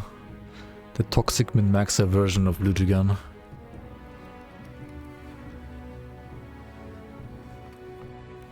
Oh my god, why is Discord search the worst search in the entire universe, man? Like, I want to just like search through this one channel. Okay, wait, Ludwigan. Okay, then.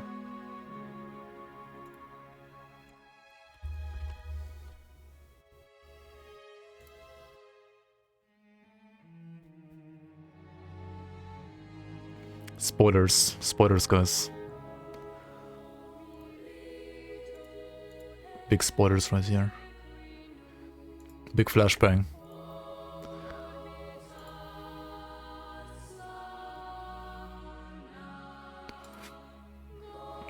I mean, yeah, this is what you play, right? And...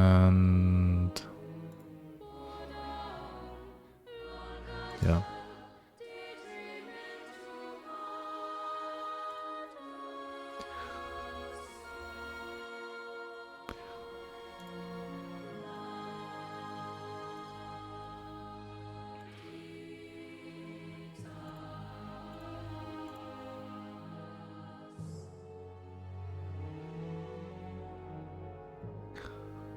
Still sometimes I wonder, like, I mean, I saw this already like a couple days ago and I was like still wondering, like, Star Pact is insane value for like the healing and Reckless Tempest and Ghoul and everything now, right? But like, to stack the crits on dots, right? Stormcrawlers might still be like a tiny bit more damage. At least for single target.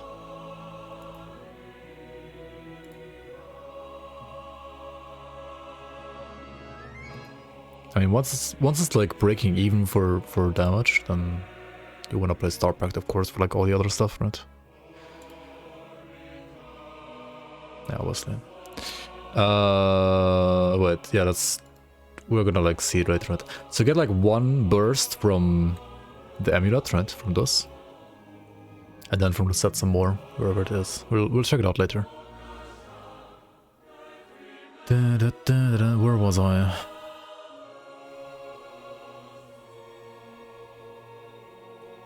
Brutalax, Cinder Scorn. Yeah, I was looking at Cinder Scorn, right? And then like this, and then Codex of Truths. Okay. Codex of Violent Rifts. Added 100% fire to Chaos for Judgment. Who cares? Contagion. Wait, what? Fire? There is no fire damage on Judgment.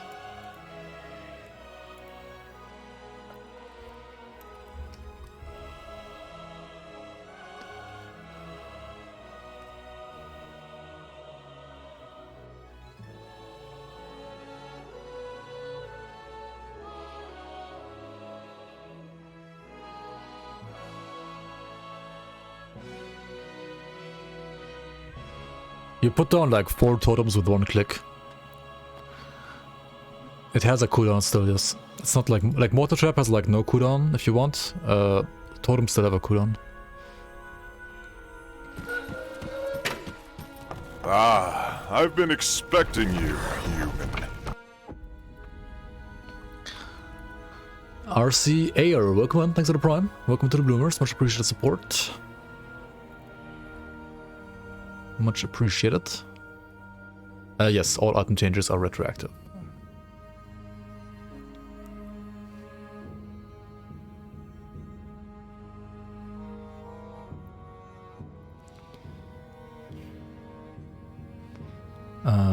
Contagion added away and increased cast speed and DA.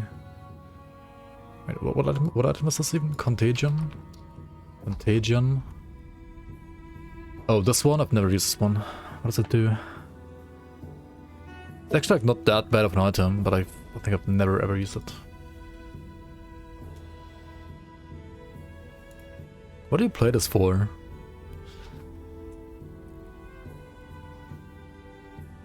Acid Ravenous Earth?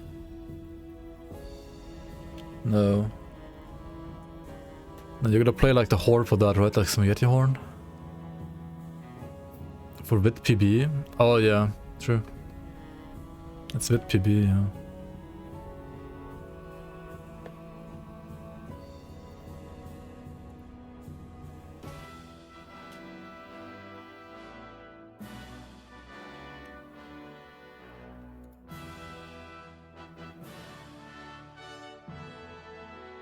I mean, nothing has bonus to with PB, I think. And like, no, there's no offhand that has anything. And this one has 10 RR and +1 Nightblade. That's the best for with PB, I think. It's either this or you play a shield. Either this or you play the Blade Spirit shield. Or like Fizzus.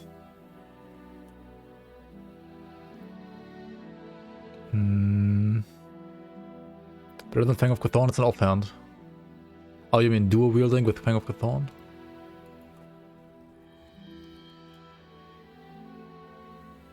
Oh, and it's just for an occultist, right? Not Nightblade.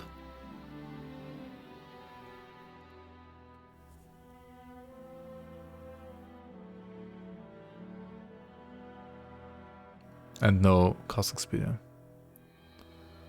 And dagger means Fizzus with dual blades if you like put 1 point at least. 500% damage? No, it's not really.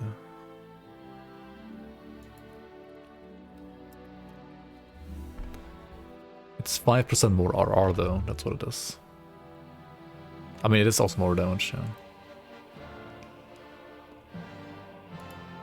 A green dagger has 500% damage, not the purple one. The purple ones have like 350 or 400 maybe max.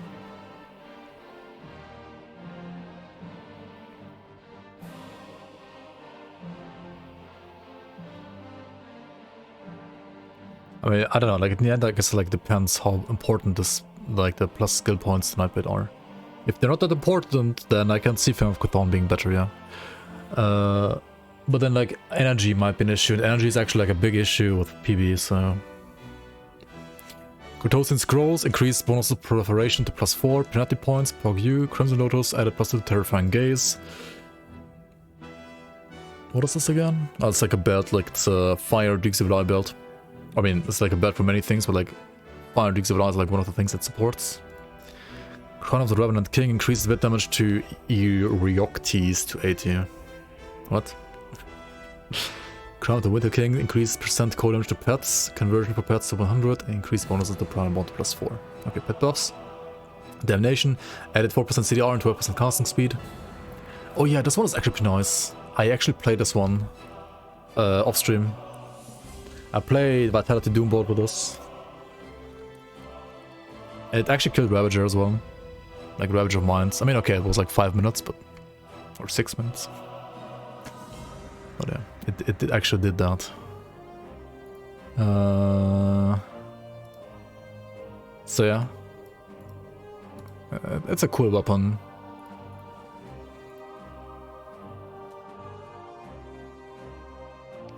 Global Death Effigy. Oh, is it like the no green Mafia version? That plays Contagion?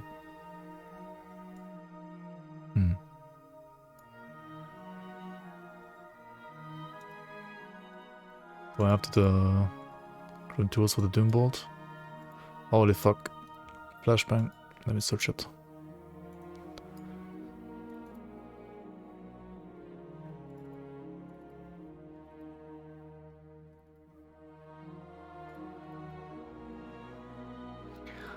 I don't know. I mean, that's like I made this build like 4 years ago, I think, initially, and then like updated it a little bit now, like with this patch.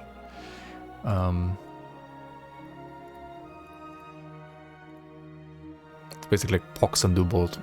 It's kind of terrible AoE, to be honest. But it's a fun build.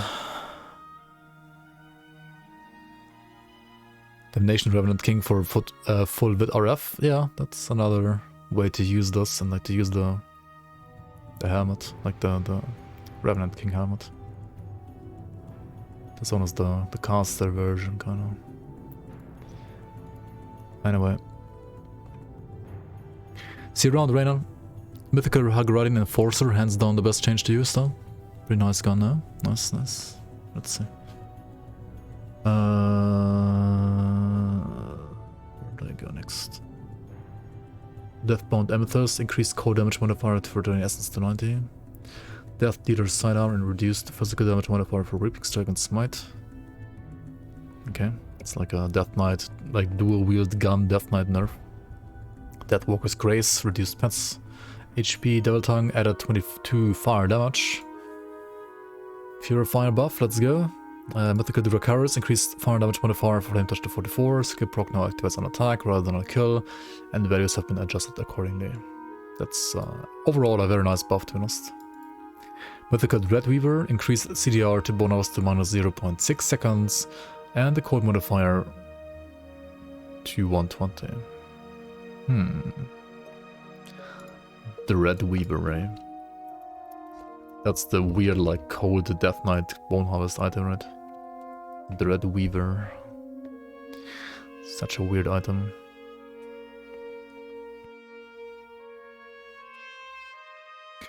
But I mean, it has attack speed and casting speed, so you could like dual wield this.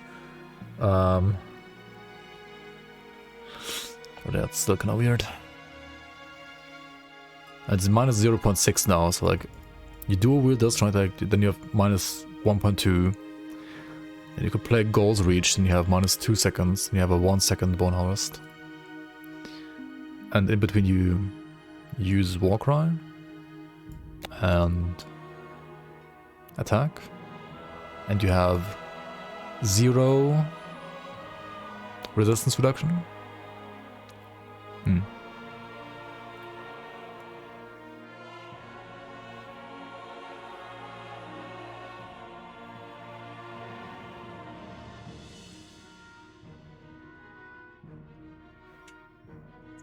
Or you play Reaper. But then, I mean, if you play Reaper, you have like 5 billion other items you could play instead of this item, right?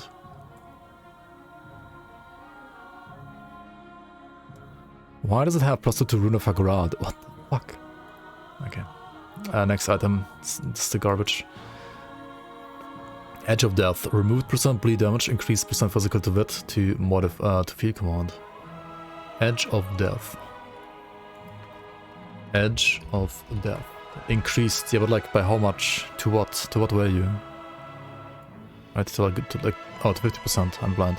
Replace bleed damage on Macarian's advantage and Reaping Strike with +2 targets modifiers for them. Okay, so this item has no more bleed damage now, and this is 50%. And these have more targets instead of bleed damage. That's good. That's good. That's good. That's good. Okay, I mean that's overall a very nice change. This is Vitality Cadence, right? Yeah, this is Vitality Cadence Death Knight. That's what this item is. I mean, you just dual wield this and then you have like full conversion for everything. That seems fine.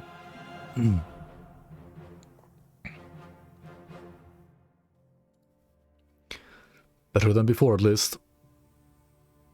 Like this is an actual item with an actual build around it, right? At least I don't know how good it is, but this is an actual build. Fiend Flesh Greaves, reduce cooldown on the skill proc. So like pet player tankiness buff. Fiend Flesh Mantle, increase bonuses to Ember's Claw and Man Flesh to +4, and reduce cooldown on the skill proc, which is I think also like a tank bubble like the one here. Fiend Master's Raiment. Increased chaos damage for pets and % chaos damage for pets. Okay, chaos pets, let's go. Gildum Arcanum. Increased elemental damage for Stormbox 110. It's like tons of box buffs in this entire patch. Kel'Thuzad Zoth. Increased % physical to lightning to pets to 50%. So if you like dual wield the rings, you dual wield the rings, have 2 rings. You have also like 100% lightning pets already. There's like several ways to like get 100% lightning pets now, I think. Interesting. Grasp of the Dead. Reduce cold damage modifier for the essence to 70. Grim Fate. Increase fire damage modifier to Sigil of Consumption of Thermite Mines. Okay. So like all non-vitality sigils are getting buffed, that's for sure. Guardian of Death's Gates. Increase the damage modifier for free command to 44. That was like the two-handed with Death Knight item, right? Which actually is not that bad. It's actually not that bad. Somebody like posted a build with this the other day. It looked interesting, honestly. Like it's it's a pet item on one hand, but also it can be, I think, used without pets. Like just like play Blood Knight and like this. It's not too bad, I think. Gut Ripper added minus 0.4 second cooldown modifier for Virus Might. Sure, more mobility on this one is pretty nice. And then you play like what, Bleed Archon, Bleed Warlord,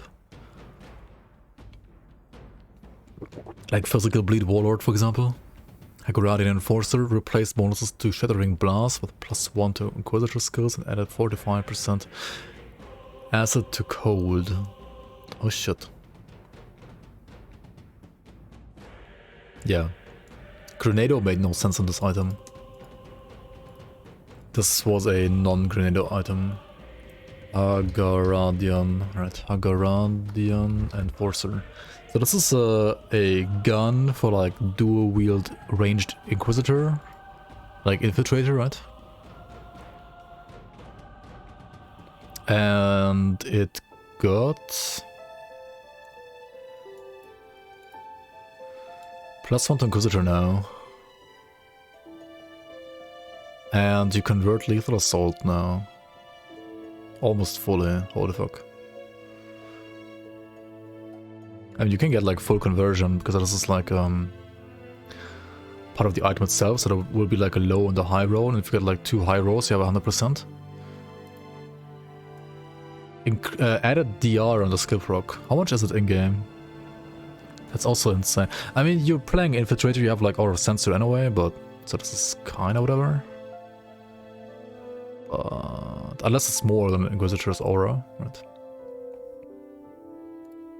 You play this in 1.2, it works well. Yeah, I can see it. Like, this should be really strong now. You really stop playing as Recast Sands? It's funny. Oh, it makes you just tanky, that's true. Plunderers. For the skip rock.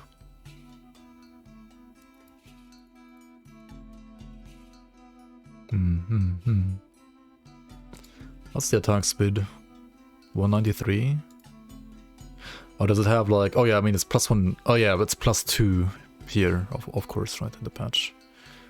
Yeah, it's +2 here. Yeah, I mean that's really good for hardcore. It's an amazing hardcore item.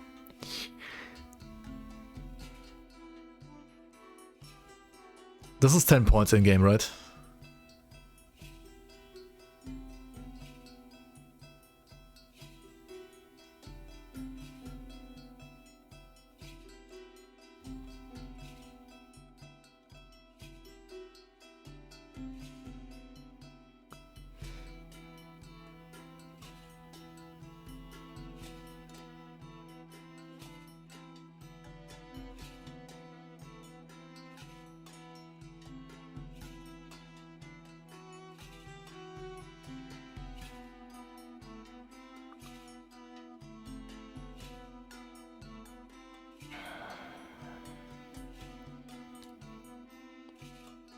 So you convert the fire from Hyrian. Like Hyrian has nice flat elemental damage if you convert it right.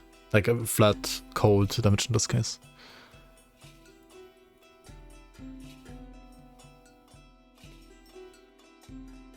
Like I kinda wanna say like drop Hyrian and like try to go for Leviathan, but because like Hyrian is I mean it's not, I know it's not bad, it's definitely good, and it's better if you like fully convert this node, right? If you convert this node, it's insane.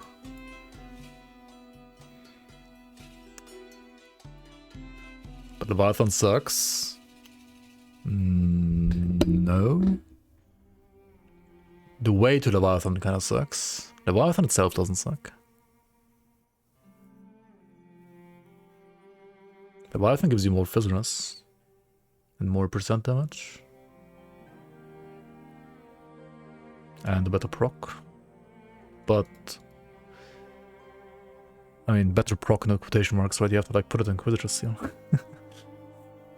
As I recall, when it's Ugol, I mean, you have DR from here, right? You don't need Ugol.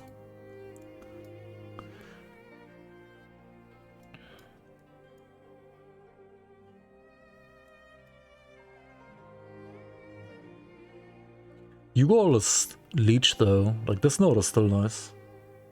And you have flat that you also convert here. This is 16 code in, right? Like this node is still great if you have the conversion.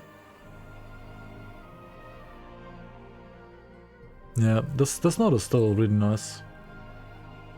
This is more flat code than Leviathan, right? I mean, this is more percent damage though. Or maybe it's not. This is also like percent damage over here, right? That's 180% damage. How much is Leviathan? Leviathan is also 180, right? Yeah, same actually. And Ultus is also 180, right? Yeah, it's also the same.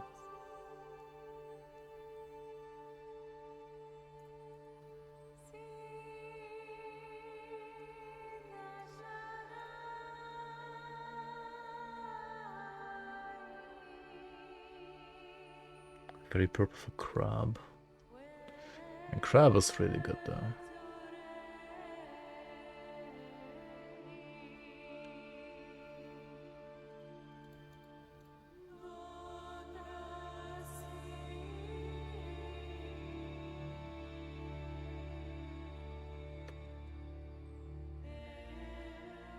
Manticore 4 points is like the new 4 points when you go in a way. But it's no total speed.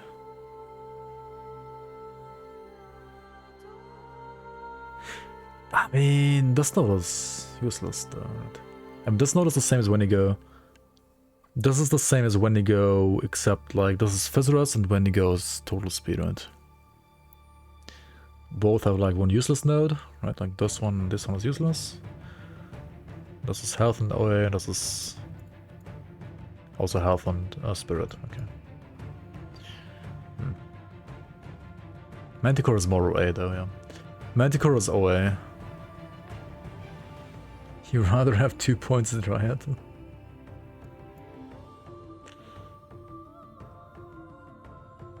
Four points Dryad?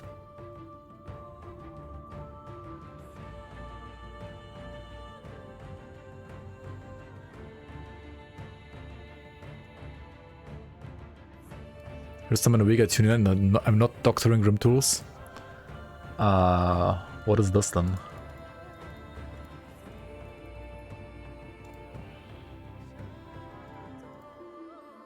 You don't need the proc. You need the rest, right? So you would play it like...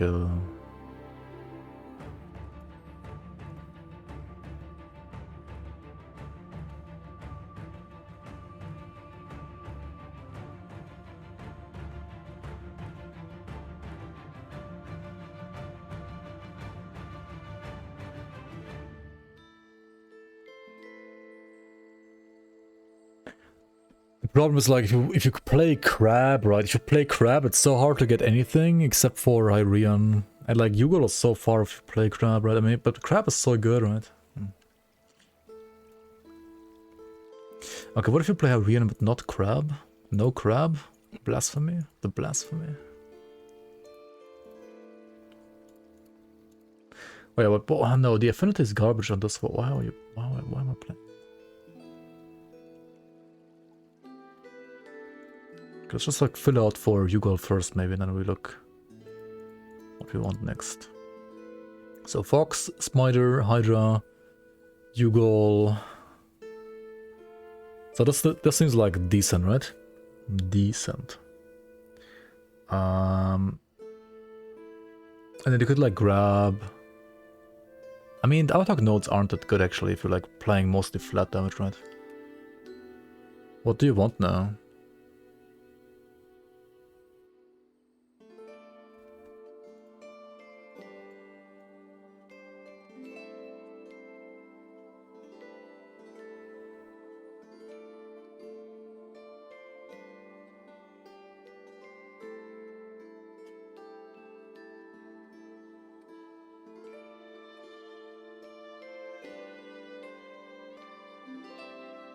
You could still fit in Hyrian actually.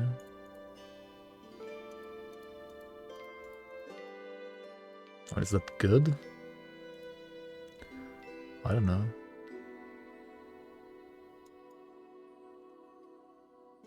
Oh, that's like an idea. Okay, anyway, we're not here to doctor, right? We're here to fucking read the patch notes.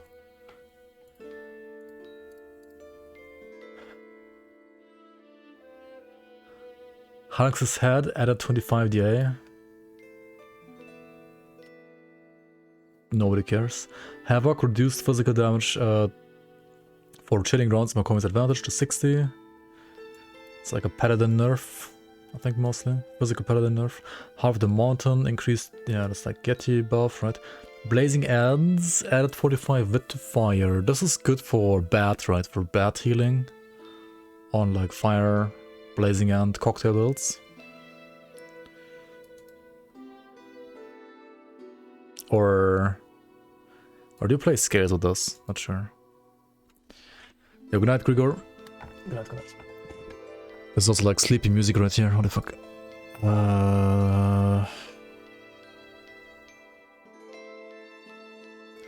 Apocalypse, reduce cooldown on the grounded skull. Yeah, okay, like more devastation and stuff, right? And more like apocalypse. It's pretty cool though. That's also nice on like Pyran, right? If you play like a Pyran Sork or Pyran Templar, that's pretty cool. Or I guess also like Pyran, yeah, Pyran Sork probably mostly. Bloody Ends. More skill points, less HP for pets. I mean, that's like the theme of this patch, kinda. Mark of the Forbidden added DA and increased Vit damage modifier for Pox. And when you totem to 116. Yeah, this is like the Vit Pox thing. Mask of Infernal Truth added +1 summon burst modifier for Mortar Trap. That's the one OP Mortar Trap helmet that you play, well, just as much as before. Necklord's Shroud, increased bonuses to familiar to +3, sure. Knight's Embrace, added +2 to Nightfall. Increased bonus to Chosen Sky Shard to +3, reduced freeze reduction to the skill to -10. That's like the one Nightblade skill, right? Like the one Nightblade item. That you could also like play on a freeze breaker. Yeah, Crib Lord, welcome on. Yeah, Pirate Sork should be really nice. Nosferatus, reduced physical rest for pets. Oath Bearer, reduced weapon damage to RF. Wait, what?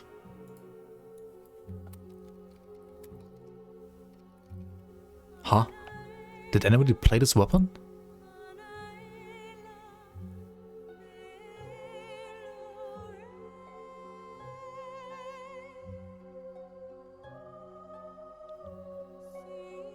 Why is it getting nerfed? What? Penalties wand, increased bonuses to penalties and proliferation to +4. Okay. Plague Bearer of Dreeg added 70 acid to pets. Skill points, Quill Thrower as a pierced acid for real last time. Wait, what do you...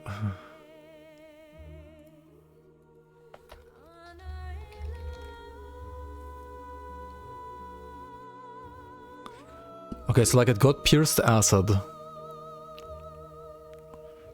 That's for Seal of the Night. Spam.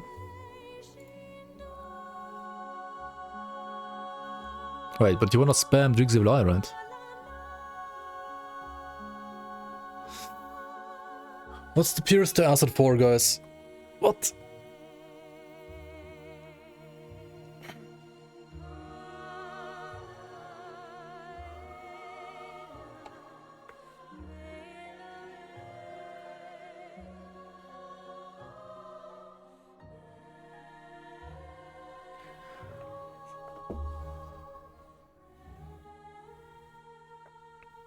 Ravager's Bite.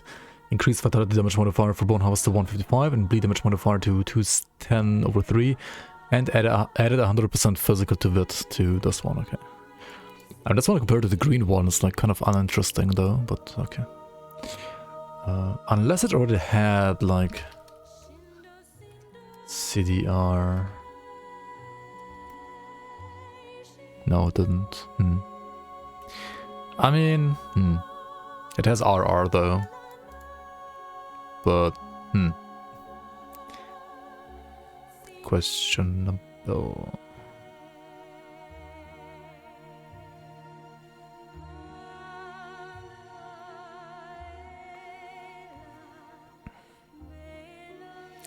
Reaper of the Accursed, increased bonuses, reduced cooldown on the skill. That's a pet item, isn't it? Or maybe not. Actually, no, it's not, I think. Like some spellbinder item, right? This one. Oh, it is pet item, okay. Wait, this one has... What is this modifier? Oh, it's just like a... Like a divinity medal. Just like as it often instead, like a cheat death item.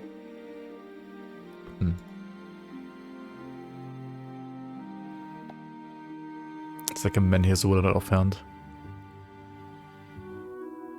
Pet spellbinder with away on mirror. What is this? This is so troll. It's so funny. You can go in for the big crit reaping strike? True. True. I forgot. To like proc your on crit devotions with like reaping strike. Anyway, Rift Warped Grasp added 3% Fizz and increased OA to 144. Increased vitality damage modifier for 3 essence to 110. Ooh. Yeah, that's nice for Doombolt builds and, you know, Drain Essence builds as well, right? Yeah, pretty nice. Rot Drinker's Crest. Increased poison damage for pets. Runeguard Greaves. Reduced cooldown of the granted skill. That's like something like Absorb Bubble as well, right? Scales of Baranath. Increased bonuses to penalties to +4, sure. Signs of Bitter Winds. Increased cold damage modifier for Drain Essence to 70 and attack damage converted to health. Oh, Drain Essence buff. Let's go. Sign of Noxious Wounds. Removed base poison damage. Weapon damage adjusted accordingly. Added 23 acid damage. Increased percent rata. Necrotic Edge rata. And Execution rata. Wait, what?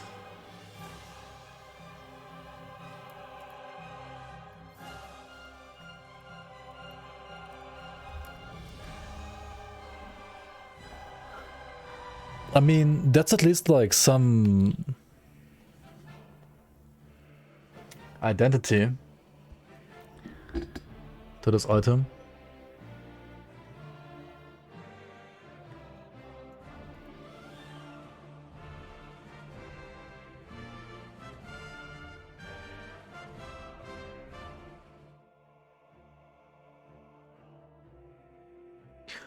Acid Retaliation Necromancer? Reaper? No way. Wait. It's retaliation damage added to a skill that only works when you're dual wielding?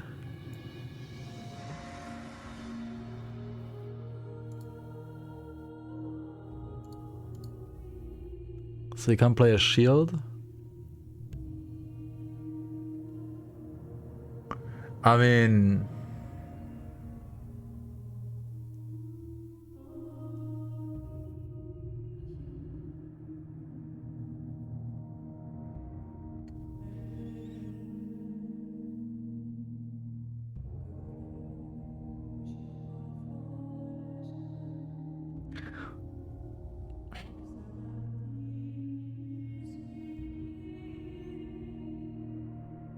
How does it apply though? Like if you're using two weapons. If you're using two weapons and execution hits with both weapons, does it apply like Rata on both strikes? Because that could be like insane actually in a way. Like at least Rata damage wise. Of course you like still need like actual retaliation damage, which is hard to get as dual wield compared to the shield. But I mean, Like, it could be 136% rata.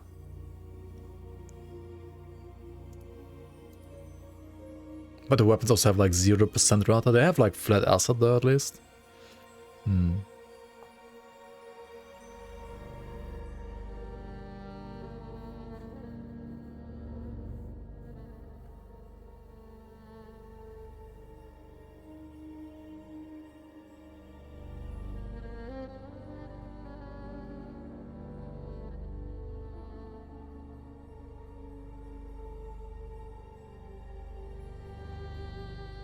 Yeah, it's releasing, I mean, for you in 2 days, actually. Or, I mean, I guess it's gonna, like, release on Friday for you, right? AoE 4 DLC is tomorrow. Signal, I mean, it's interesting. I like it. I like the change, honestly. It's probably terrible, but I like it. I like it. Signet of the Fallen, increased away to 34 and reduced with RR on the proc. Skull of Gulamage, increased percent away and to 4%, reduced Kuna on the grounded skull. Increased crit damage modifier for Drain Essence to 20%. That's with Drain Essence, right? Increased with damage modifier for Sigil to 110. Yeah, okay. I see. Going away from the shield, going further towards Gulamage. Makes sense in a way, I guess. If you want to have like 0 Fizziness, then yeah. What's the grounded skull? Oh, it has 10k physical damage absorbed. That's actually insane.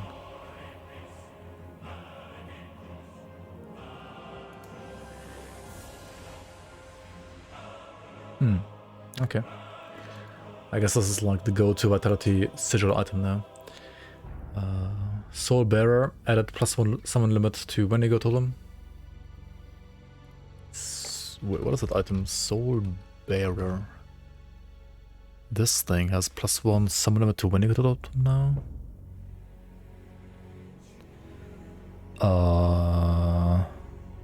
I mean, okay. But,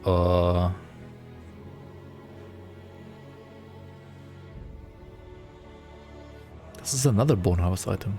Dude, there's so many like one-handed Vitality Bone House items and I feel like all of them are kind of garbage.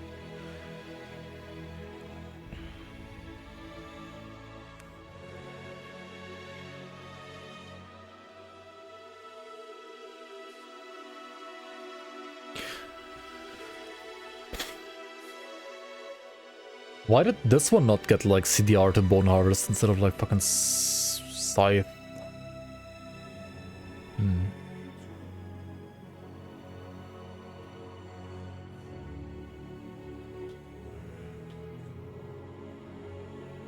Such a weird item.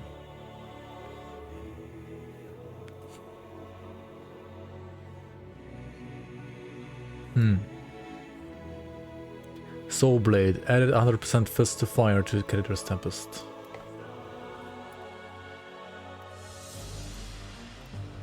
It makes sense because the weapon is physical damage based.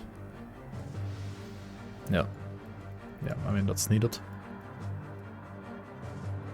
Good change, good buff. Soul Catcher, increased chaos damage modifier for RA to 100 and remove duration modifier. I mean, this is what you like play for Drain Essence, right? Soul Catcher. Yeah, you play this if you play either Chaos RE or also Vitality RE actually. Yeah, it's not bad at all. Pretty good item. Soul Lance, reduced percent absorption modifier for the market form to minus to 12%, and increased vitality damage modifier for Pox to 200. Okay. Severine Ruby of Domination, increased bonuses to Emperor from the Breath, more skill points for pets. Spell Gaze, more skill points for penalty. Spirit Seeker Cord, more skill points for Pets, and added +4 to IEE, which is also like for, well, pet druids or like pet spellbinders, I guess. Stone Traders, increased bonuses to Blood Burst to +3. That's Tricks of Lie, right? Blood Burst might be the retaliation part of it, right? That is the... What? That's the retail part, I'm pretty sure. Wait, no, it's not. Wait, no, there's... Oh yeah, there's no more retail on anything here, right?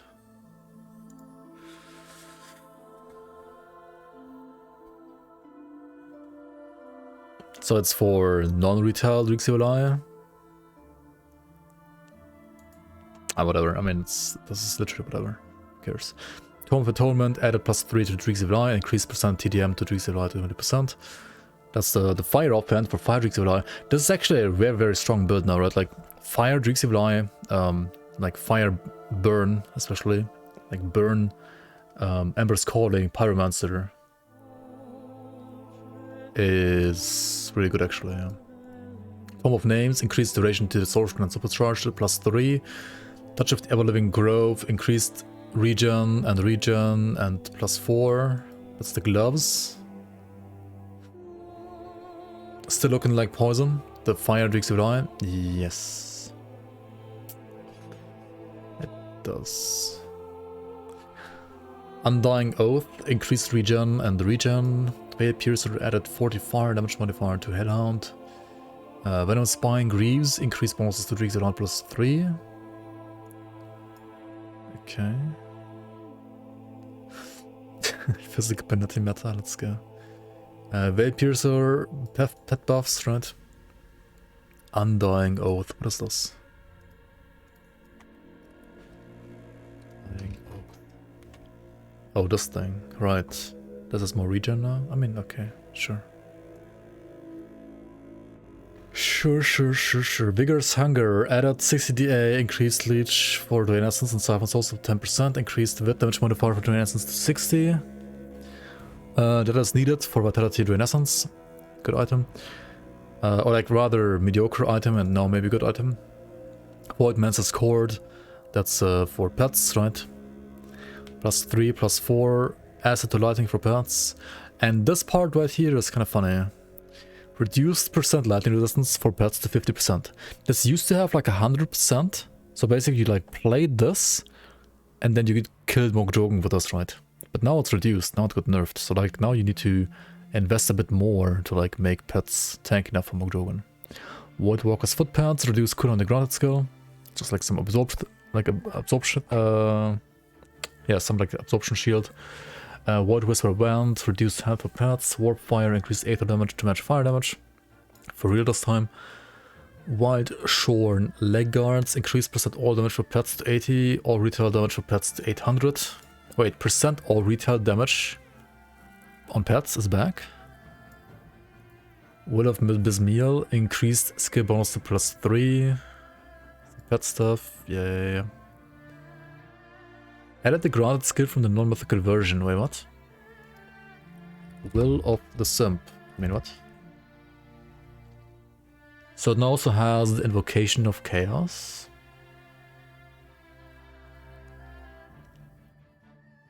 So now it also can spawn these pets.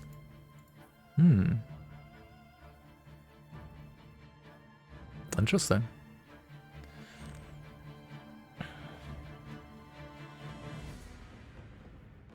That's kind of cool.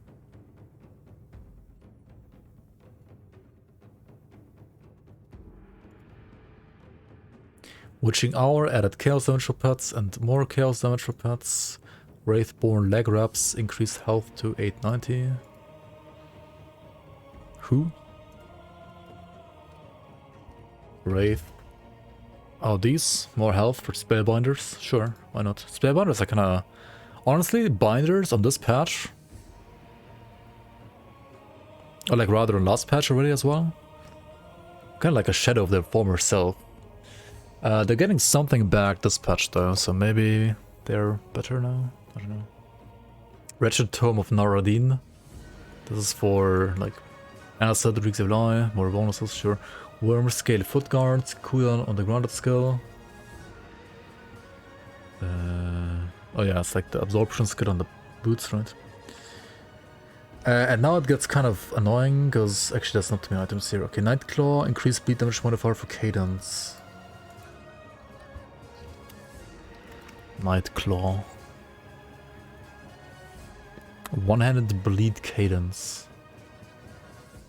I mean, you might remember the Pierce Blade Arc build I made for this item, which was kind of meme.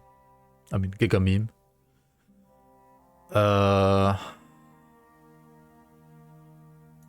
like the bleed cadence part, is that any better?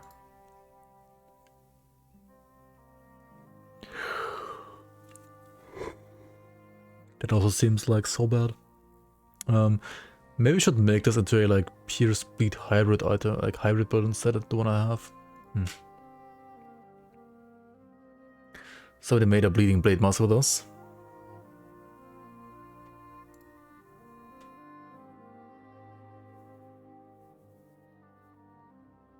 How do you play that? You have Blade Arc with cooldown, you have Cadence as a filler, and you play Ring of Steel? Or what?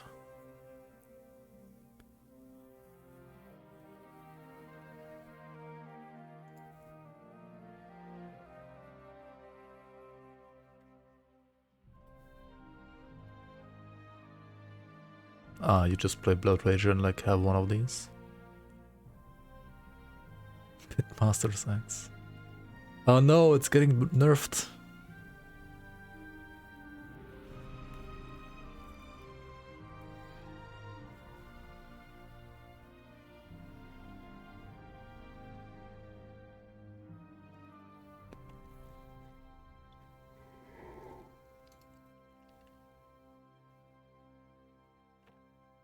I wonder if like Xanta looked at this but it was like...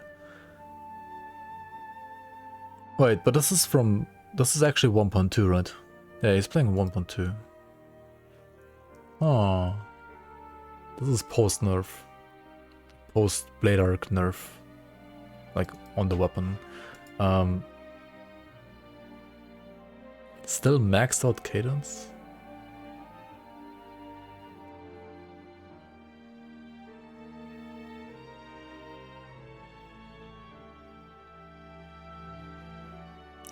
Wait, what?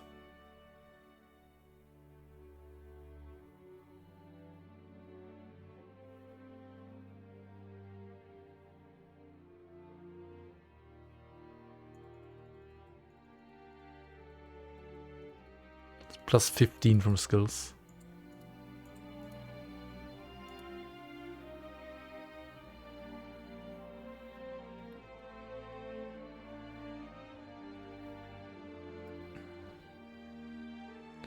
Okay, but like, how do you kill something that's bleed resistant?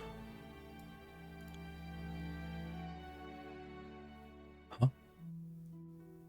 The entire build has like 0 resistance reduction, right? Like literally 0.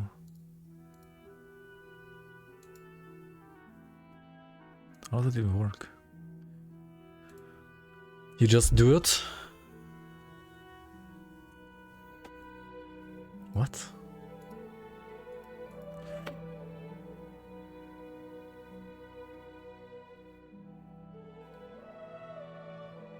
Deathstalker and Devotion, like 42%. That's a perfect number. You don't need more than that.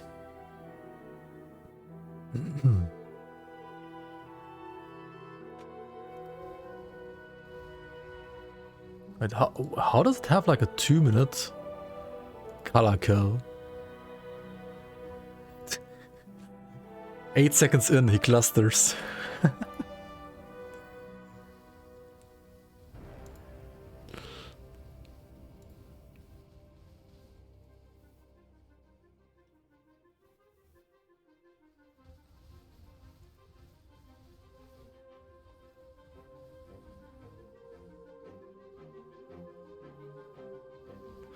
You have like a 50% chance to like just die to random sounds, honestly, here.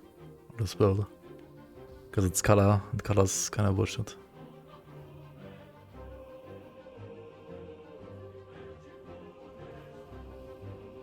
But the bleed damage is insane.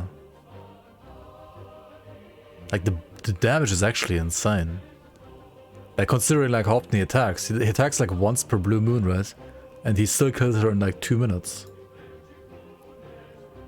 It's like the damage has to be like absolutely nuts.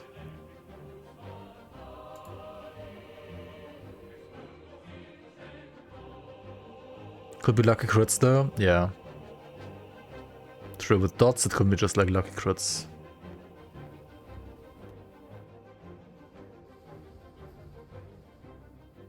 I mean, does he like even like ever proc the bleed on cadence really?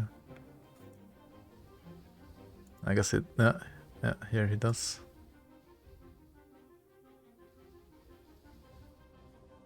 And for hardcore this is like unplayable of course against Kala, but the damage is still insane. Kind of. But then again, like other builds are way stronger.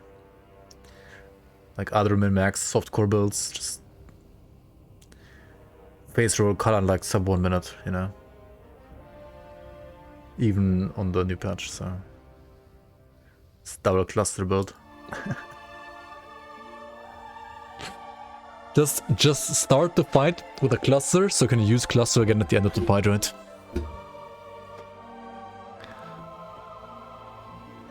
Your crab Pokemon. Kind of normal for, I mean, I don't know. I wouldn't say it's like a good build overall. Like this is tuned for softcore and still needs like 230 and needs like 2 clusters. I mean, as I said, like considering how often he attacks, the damage is pretty good. But there are better other like bleed builds, right? As well, that's the thing. Like, if you have actual resistance reduction, you would like multiply your damage like crazy here, but this has like no RR. Like 0. Like, what if you play,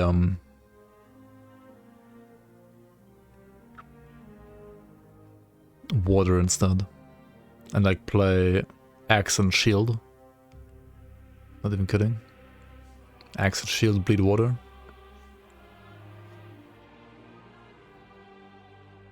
You could play...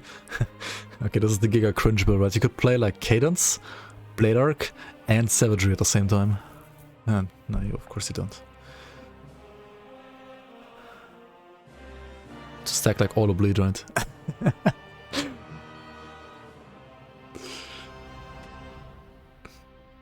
Okay, Knight's Embrace. This is already looked at the physical, the mythical one, right? Same here. Outcast Secret Mythical added 68 to damage devastation. Like devastation build actually gets buffs left and right. Pandemic +3 to Terrifying Gaze. Who cares? I care. Smile.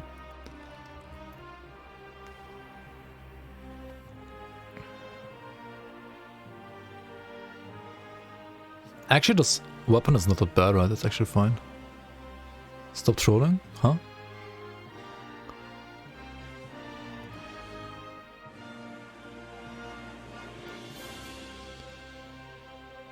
Wait, 5 hours patch reading? Oh my fucking god, dude. Oops.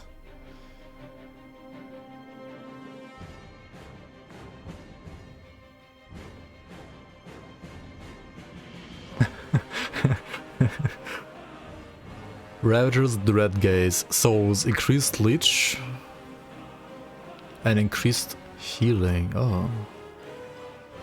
That's pretty nice. Ring of Konsar. Increased fire damage to 12 for pets. Okay.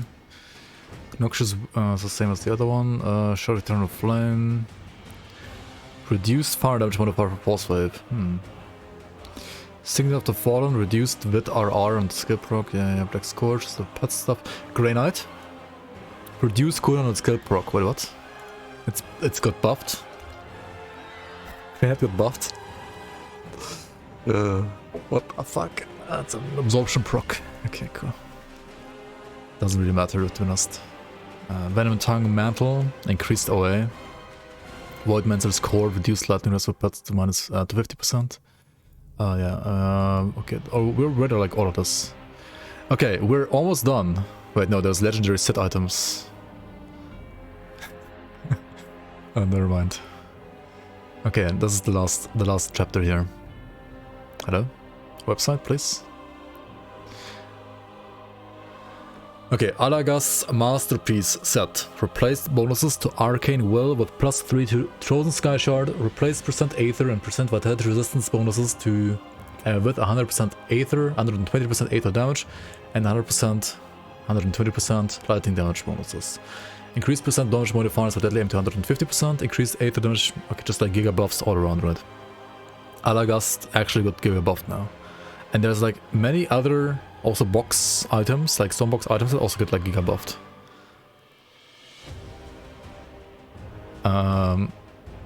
Alagast's Robe added +2 to Arcane Will. Alagast's Stormbinder increased % Aether resist and lightning resistance reduction modifiers for Stormbox to 15 and -12. Even -12 for lightning. Interesting. Is it time for an Alagast build? Barrowsmith Crossfire replaced attack speed with total speed?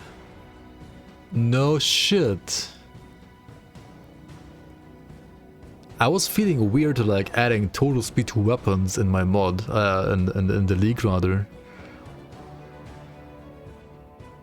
But actually, because Crate like never did that before. Except for here. That's interesting. Alright.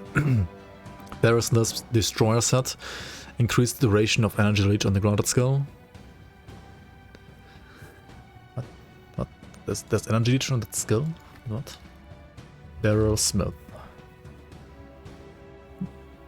Oh. Oh, it's a weapon-proof skill.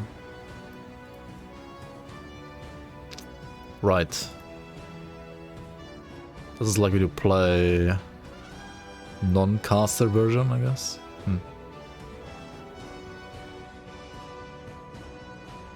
These items are so interesting. Because they have weapon pool skills, right? Like every weapon has a weapon pool skill.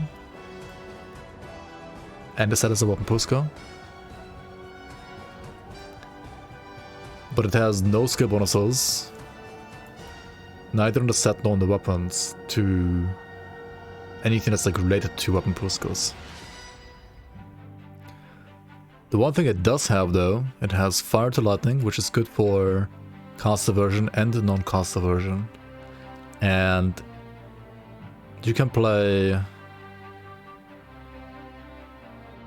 Purifier or Elementalist or... I mean, Elementalist is really good with this. Or Sork, of course, right? Like, I mean, okay, so like for caster, you obviously play Sork, right?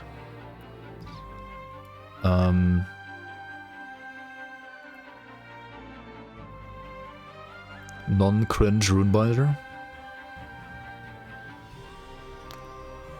Kinda, yeah. But I mean, but you have to like play either or, right? You can't like play both, right? You either play caster or you play non-caster, because you don't have like skill points for both, right? Unless you play like Shard of Baranoth and attack in between like the casts, you could do that. Oh wait, for attack speed, right? The attack speed actually got nerfed. So you have total speed here now, right? And total speed is a lower value. This is up to 15% attack speed, and this is 9% total speed. Just 1 point shaman and max savagery. True.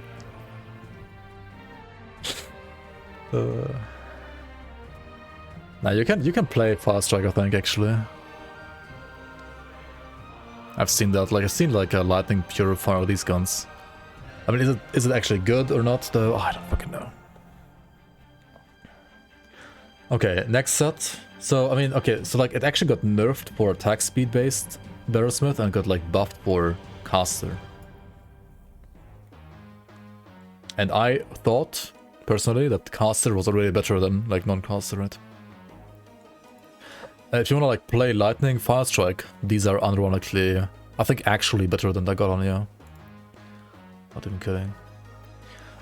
Beast Color's shoulder pads. Reduced percent health for pets to 6%. Oh yeah, Beast Color, right, here we go. Nerf, nerf, nerf. Deserved. Beggar's Shoulder Guard. Removed Viscerus. Deserved. Black Scourge Covenant. Increased duration to Sigil of Consumption to +3. This is like Black Flame set. Okay, I mean, considering we have nerfs to Sigil somewhere else, this makes sense. Blood Knight's Armor. More OA, more DA, more Bone Harvest damage. Sure, I mean, the set wasn't that great, so it's fine. It's good, but not like insanely good. Bismiel, 3-piece, probably buffed. Yeah. Percent damage for pets. Yeah, makes sense. I mean, the set was not that great, actually. I mean, it was good, but not like super good. And now it's better. Chivalrous per set replaced crit damage with OA and increased DA to 95 as well. This is the cold Drenessence set as well, right? So, yeah. Buffed, basically. Especially for cold Drenessence, right? More AoE and like more crit for Drenessence. Dark Blaze added 30% fire to chaos. Interesting. Blaze.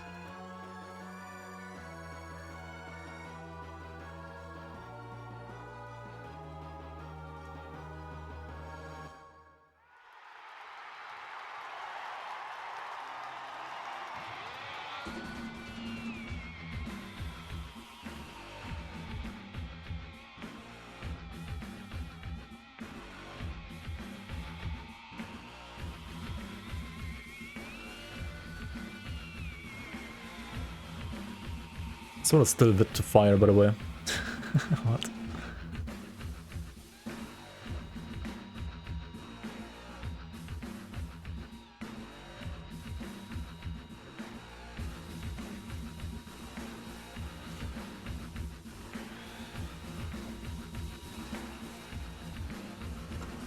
I mean, the set used to be like Fire Chaos hybrid in a way, right? Except for the helmet. The helmet is just straight up like pure chaos only.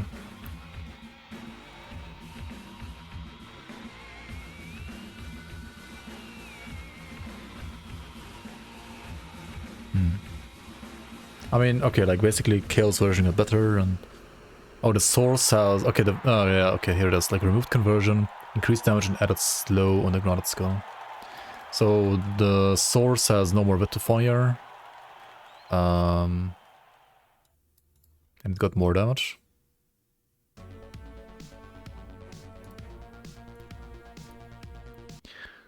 What if I could like through all the fucking music already? Alright.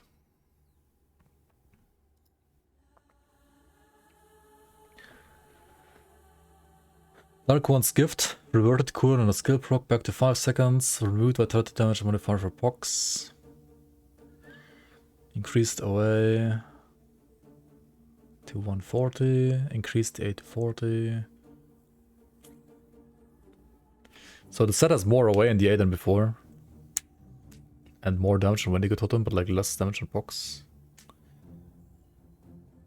And increased Viscerus on the chest. I don't know.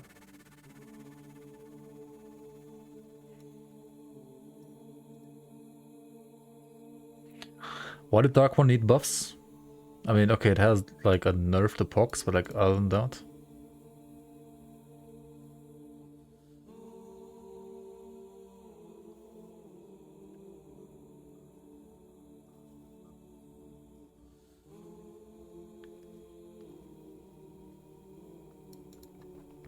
Death Guard set reduced acid damage modifier to Bone Harvest to 180, added cooldown modifier to the set because it got removed from the hood and now it's on the set, right? Yeah.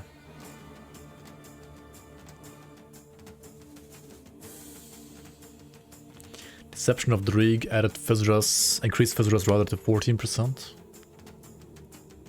That's the Dreek Civilized set, right? Deception of Dreeg. Otherwise I won't ever find it, right? There's 14% visitors here now.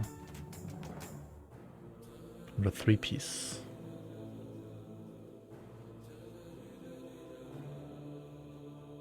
I mean, none of the items have visitors, so I guess it makes sense.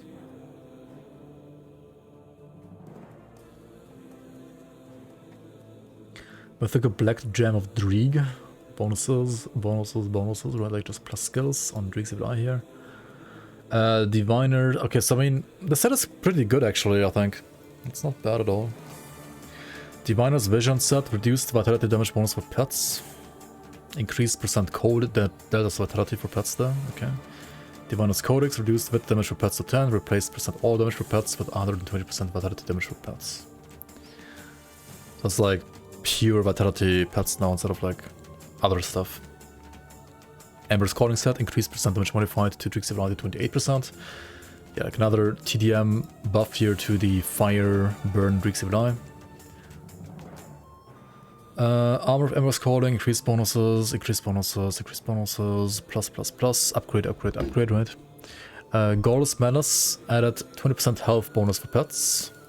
So this one actually got buffed, like pet health wise. Gorl's Mantle, increased bonus to Blight Burst and to Ground Slam. Gorl's Reach, more bonuses. Like all the pet stuff has like more skill bonuses than before, right? Pretty much. Gold Drinker set, increased percent healing to 40%. Oh, okay. Interesting. Replace Pierce damage modifier for Cadence with 60% weapon damage modifier for it. Increase percent bleed, rather, it's flat bleed damage modifier to 280 over 2. Interesting. Gold Drinker's Mask, and it's 0.4 minus cooldown modifier for Buyer's Might. Still no visitors equals trash. Now, Gold Drinker is a good set. Gold Drinker is a fine set.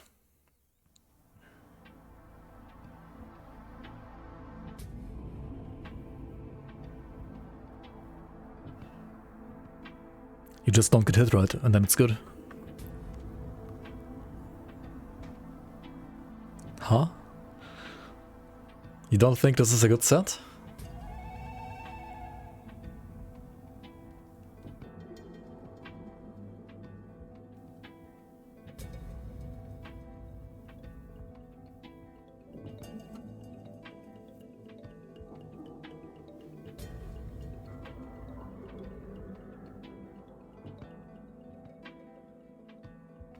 Is this capped, by the way?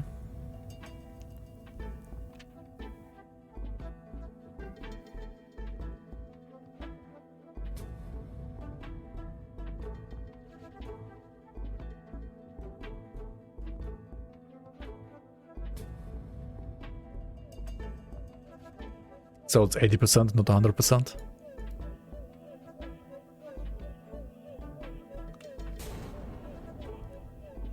Wait, but the reflect damage is also not capped. How many times have I used that set in my builds? 0 times?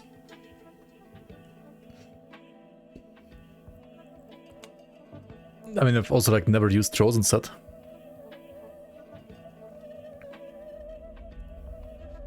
.2 seer time for another Blitz Warlord playthrough.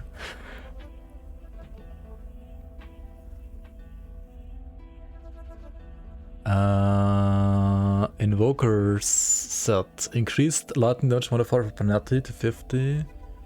Plus skills. Okay. Invoker buff, penalty buff, login. Justicar guard set, reduced fire damage modifier for force wave. Fire force wave nerf overall, eh?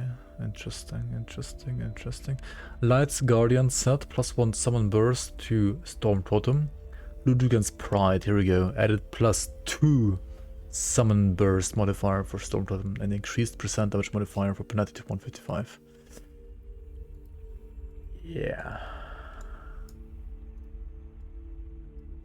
And that's where this Grim Tools comes into play, right? This is where you want to look at this item here, I mean this build here. And here you summon like how many now?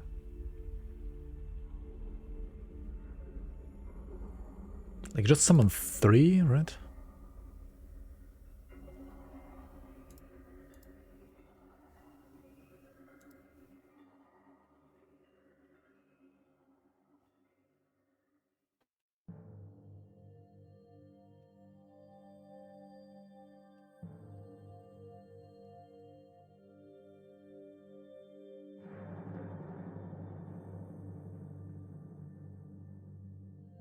Oh, the offhand is also +1.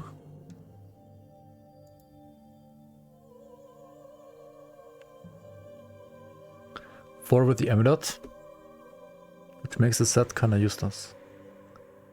What?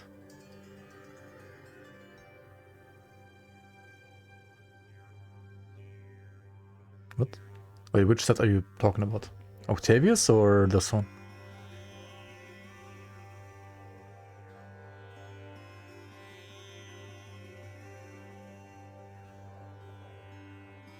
You mean Lugigan? Each time you summon, you despawn 2. Well, here's the trick. So, what happens is the totems attack, right? And they apply electric damage, which lasts at least 3 seconds. And you can then... And you have 400-second duration, like 400% duration. So it's 3 times 5 basically, right? So like, it lasts for 15 seconds.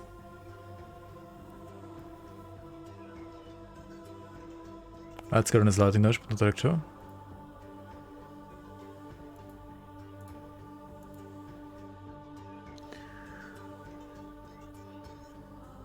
Wait. Oh yeah, I mean that's true, I guess.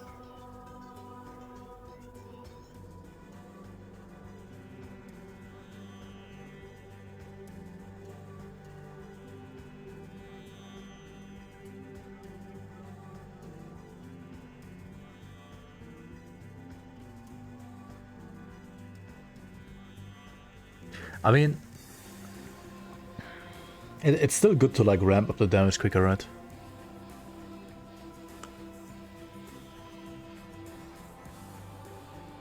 I don't think it's like a DPS loss, to be honest, if you summon 4 even in Light's Guardian. Like even in Light's Guardian, like summoning 4 instead of 3 should be a DPS gain.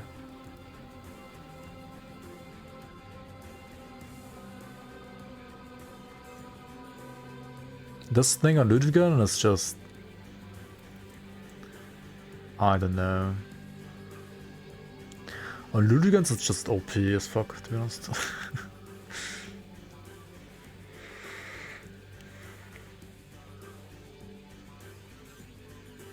Because like you can stack the dot like crazy. Anyway, Lugigan OP. Morgonath's Blackheart, Dark Mantle and Visage increased away the ADA. Morgonath set needed the buff in my opinion, and yeah, that's not bad. Mythical Beast Caller increased skill points but reduced everything else, right? Yeah, Beast Caller nerf, I mean deserved, hard deserved, not gonna lie. Mantle for the Black Flame increased health, okay. Nature's Avenger set, reduced regen and percent regen on the skip rock. Okay, I mean, sure, deserved. Pyrion's increased regen bonus to 150, increased damage on the granted skill and added percent damage reduction to it. This is really nice actually, I like it. Increased fire damage modifier for water trap to 120, and its burn damage modifier to 250 over 3. So this means that you don't have to like play Cocktail anymore really on Pyron set, and you can play Cocktail on top if you want to, but you don't have to anymore, you can just play the set skill instead for DR.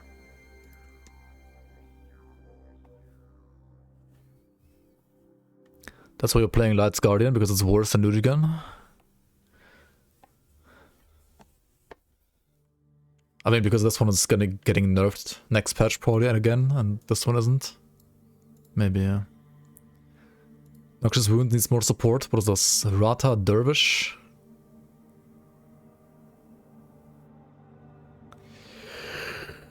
I mean, yeah, you have like 68 Rata on execution, right?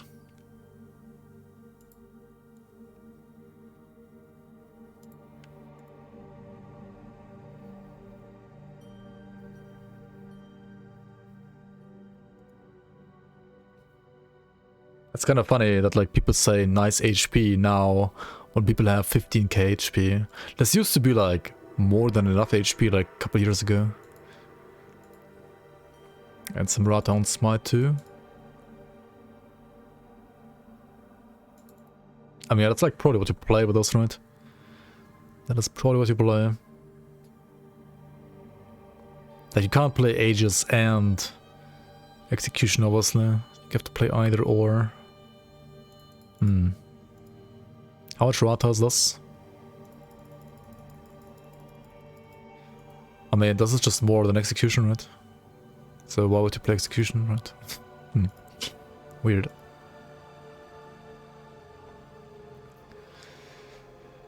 And you can have a shield when you play Aegis, which is better for Rata than dual wielding.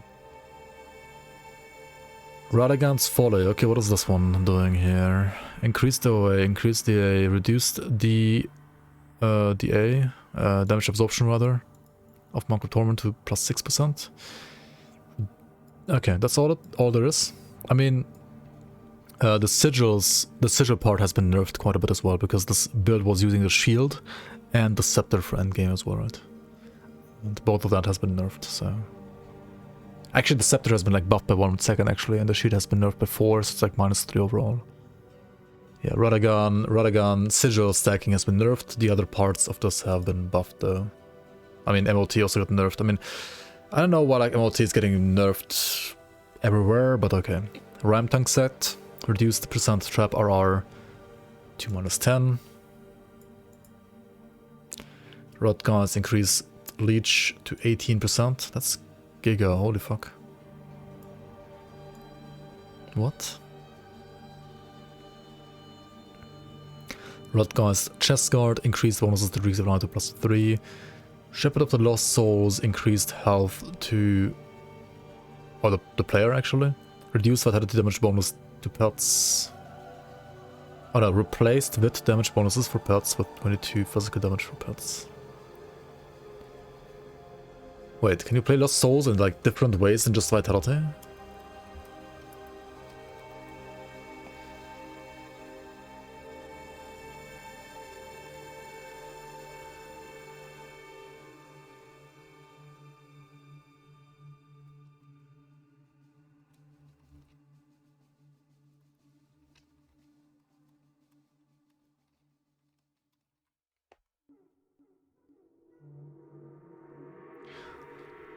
Yeah, it's easier. Yeah, exactly. Like it's easier to convert vitality, physical than vitality on pets, which is why I'm asking. Like, in what other ways are you able to play these then? I guess maybe like fire, for example. No, for fire you need like helmet and scepter, right? Or like dagger and helmet rather.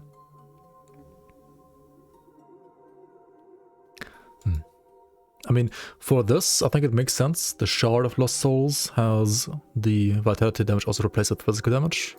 This makes sense, like 100%, because if you want to like convert physical to vitality, you just play the gloves, right? And if you want to play, for example, like Fire Headhound, maybe you can like still play this item and then convert the physical to fire. Like for Fire Headhound, the amulet itself makes sense, but like the set piece...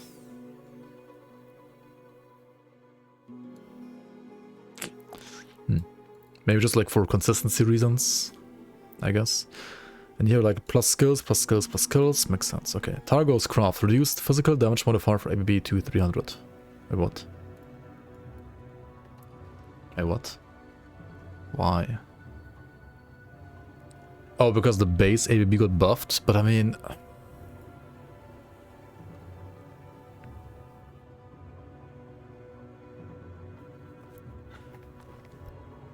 But I mean, what?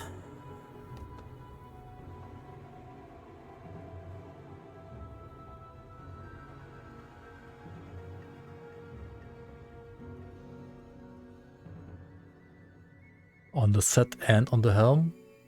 And what? Huh? Targo isn't even like a good set, I feel like. I mean, it's okay. It's not even good. Nani?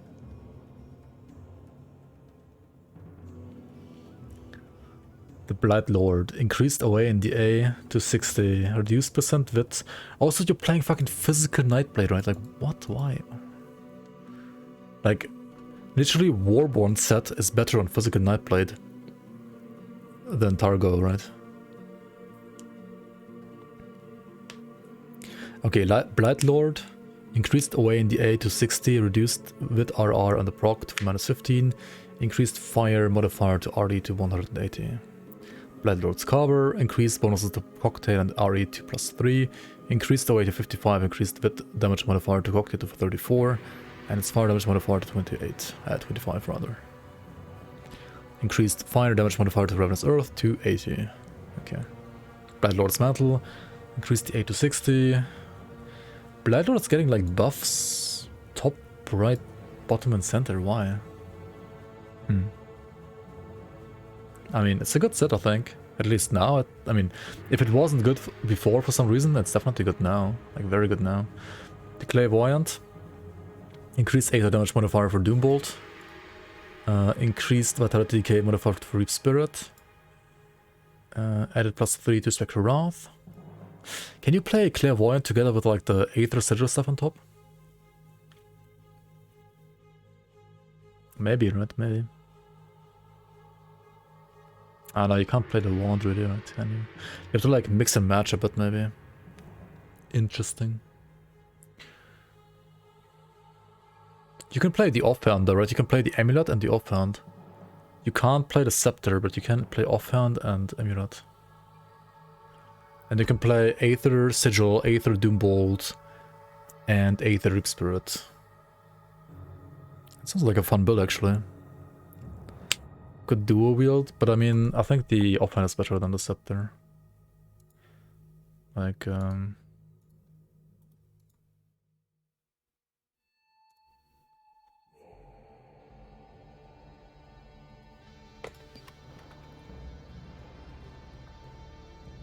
this would be the Scepter? No. Yes. This one has 3 seconds in 1.2.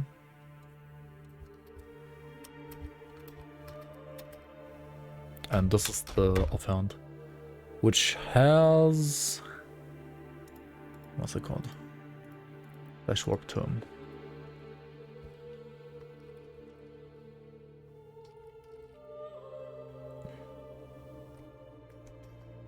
Which has a DR to sigils.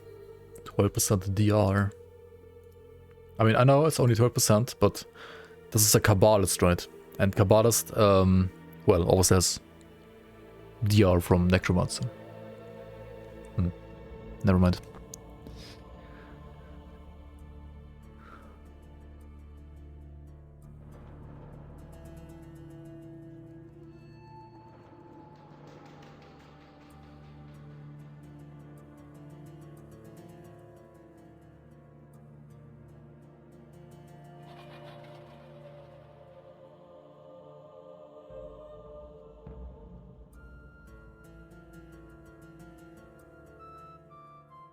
I mean, shield still gives you Fizz. This is more damage though, and damage is leech.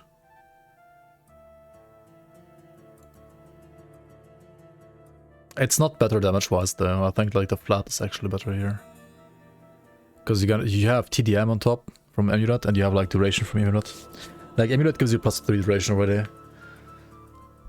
Now, the conduit is Giga stacked now. So like you can have another +2 duration on top, or damage.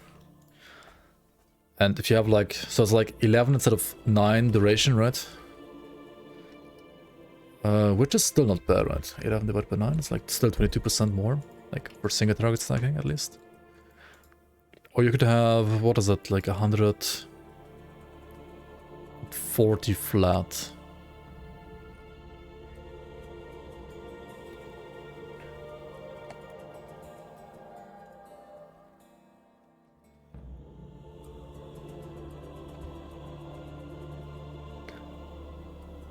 $643, right?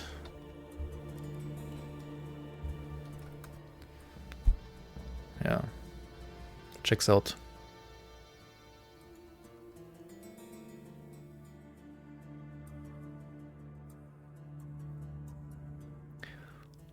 Right.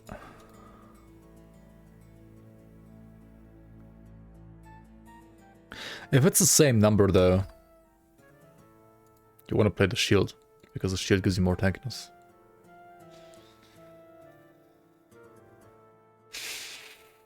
You play this if you're playing Warlock. If you're playing Aether, you could play Warlock with those, right? If you play like Aether, Clairvoyant, Warlock.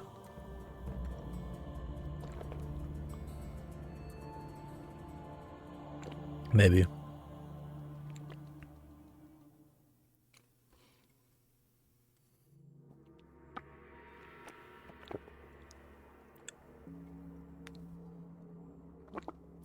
Because on Warlock, you have no Necromancer DR.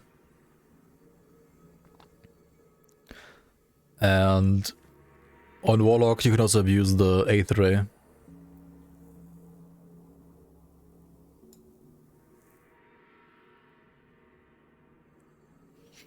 For Vitality Sigils, you most of the time still play, or rather you play more so than before, you play Skull of Gulamash.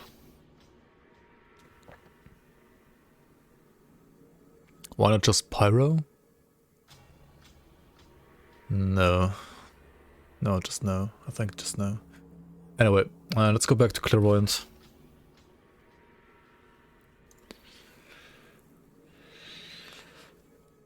Infernal Champion. Replace bonuses to Thermite Mine with +3 to Demon Fire. Increase total speed bonus to 16%.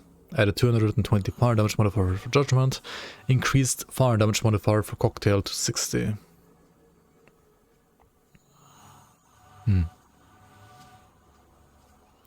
Infernal Knight's Face Guard. Increased burn damage modifier for Judgment to 175 over 2. Yeah, Infernal Knight is getting like buffs galore. Kinda needed, honestly. Kinda needed. Kinda good. Or like the set was not that good and now it's good. I guess, I think, at least for damage. Mage Slayer set. Reduce % freeze resistance reduction modifier for OFF to -10%. Yeah, I mean that's like in line with like the buff to the skill itself. The Void Soul set. Added 15% block chance bonus. Increased TDM modifier for Ages of Manager to 140%. This is pretty big buff, honestly. Added 150% Vitality Decay duration. That's literally useless. Increased activation chance for the skill proc to 50%. Void Soul Bulwark.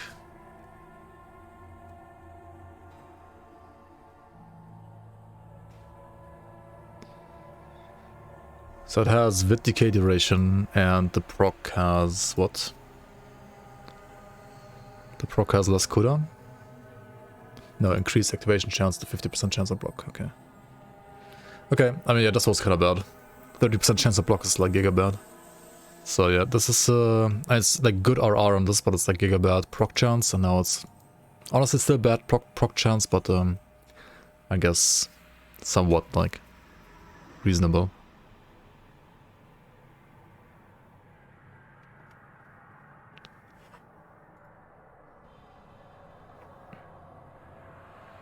Does a settler convert fire to Vit?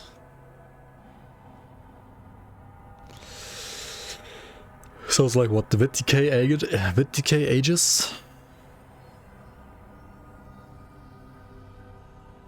Wait, because of the TDM increase and like duration increase here, you could actually like play Vit Decay.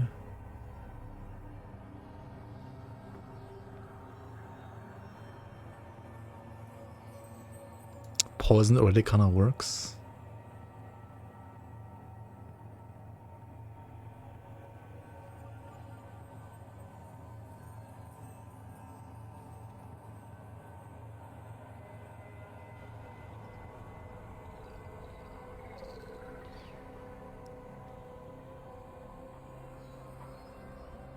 Wait, why is he not playing this? Oh, TDM -6. That's why. But he would get like 33% more converted damage.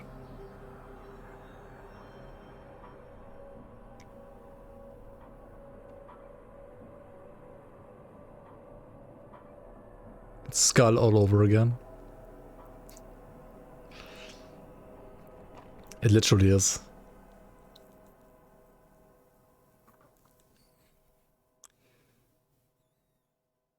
A gimmick build? This is not even...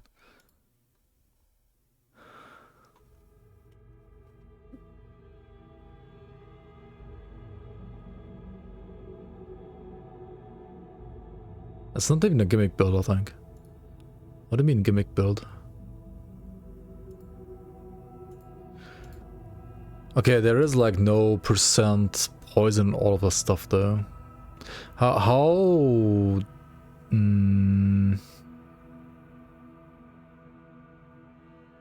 Now VTK has like no poison damage from items, right? That's the problem.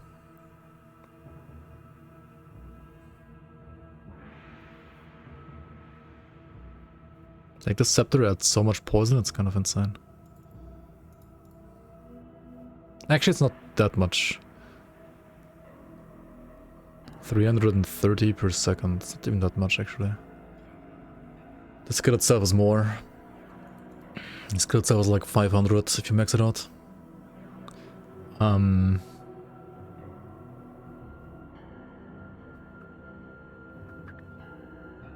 But yeah, TDM by 140. Wait. Can you add more fire damage to Aegis instead of the poison damage?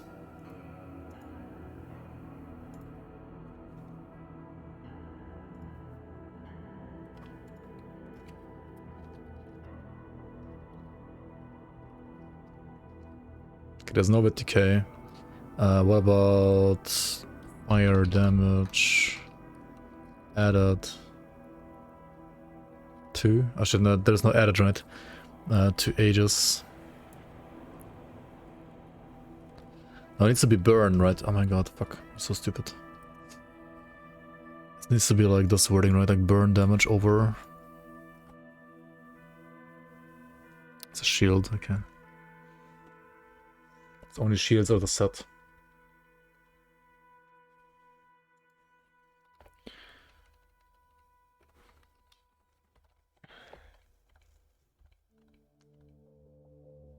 There's bleed. Oh, here we go. Here we go. You play the conduit.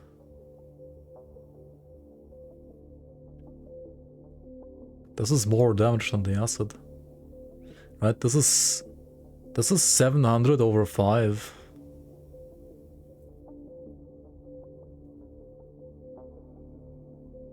You play the conduit.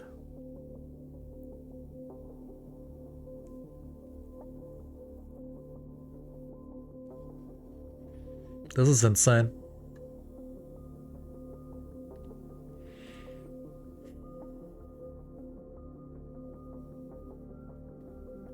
Did nobody? I think nobody played that before. Nobody has bothered playing that so far.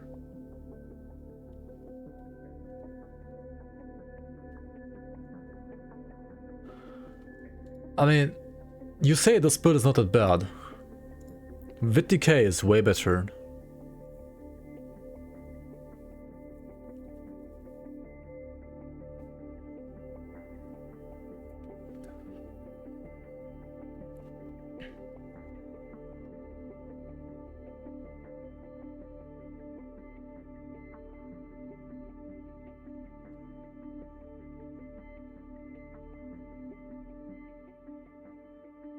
VTK is way better than the acid one. Than the poison one.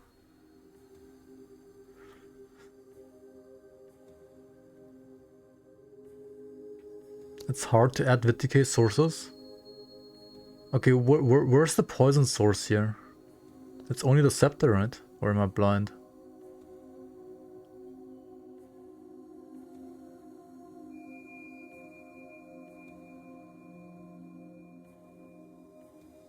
what are the poison sources here?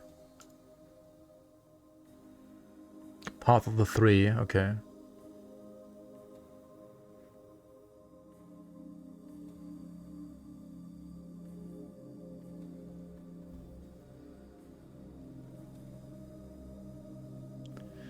Like when you say like the poison, the poison sources, like do you mean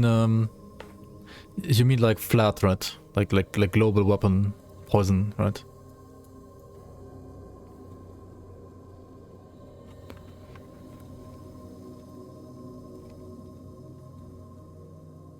Like a rat.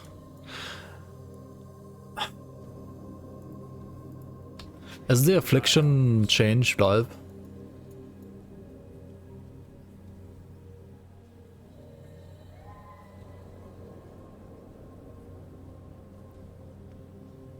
Yeah, you're gonna play Affliction. It's double flat with decay here in both nodes now.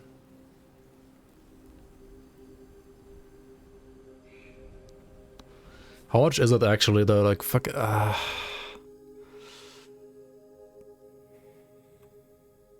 Do we know how much it is? Like, actually know how much it is? What the value is?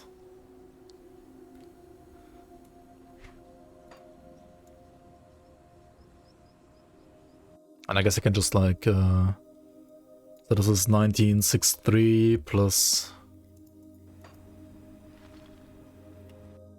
278 2241. Okay, and then 2241.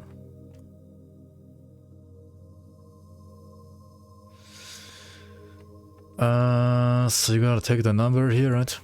What's the number? 1074 divided by 22 point... I'm tired. 22 no, 23.4. Right? Yeah. So what is it? 45 over 3? It's like 15 flat. Like, I mean 15 per second. This is less. This is less. This is less. I mean, it's more than the poison nodes.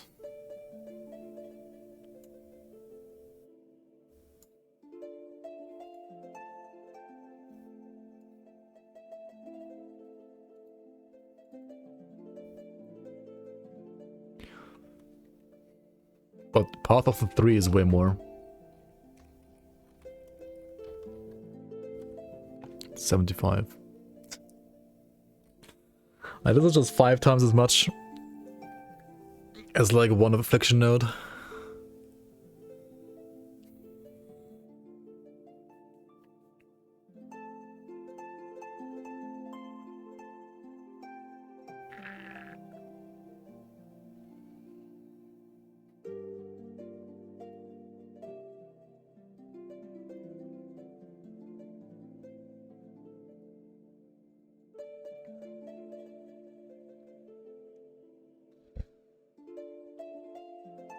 Also, you apply the poison with more weapon damage because of the amulet. Because you get like more, like you have 555% weapon damage, right? Because of this amulet. It's 90% weapon damage.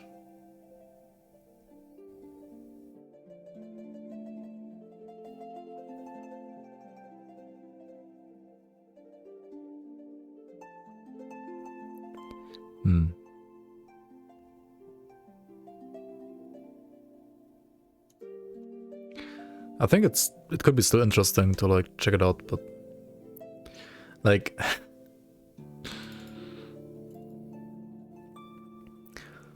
this is 75 dots, right? Like the amulet alone gives like 67.5. And then you have the 500 here on top, right? 700 divided by 5, 140. Whereas the conduit is...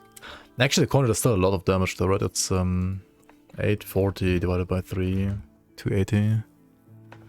So that's more, that's still more than the scepter and the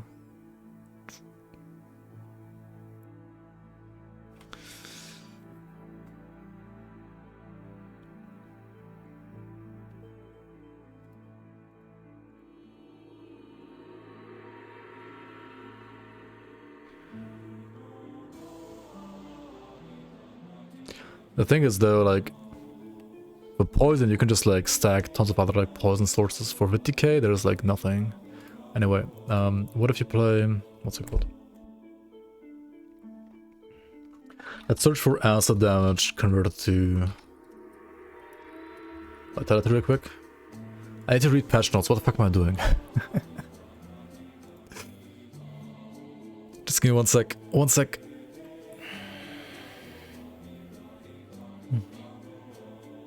Can't play chests. Can't play those gloves. I could play sword. Yeah, I can play a sword. I can't play Crimson Spike. That's what you said earlier, right? Crimson Spike.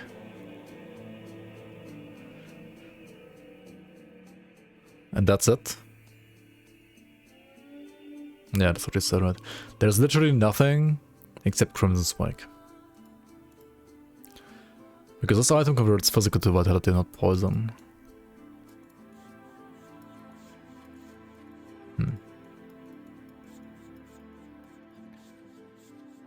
Yeah, I don't know.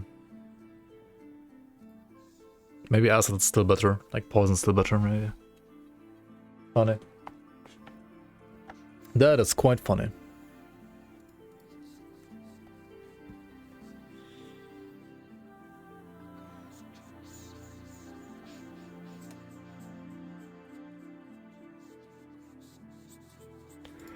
Alright. Oh, shit. Okay, next item.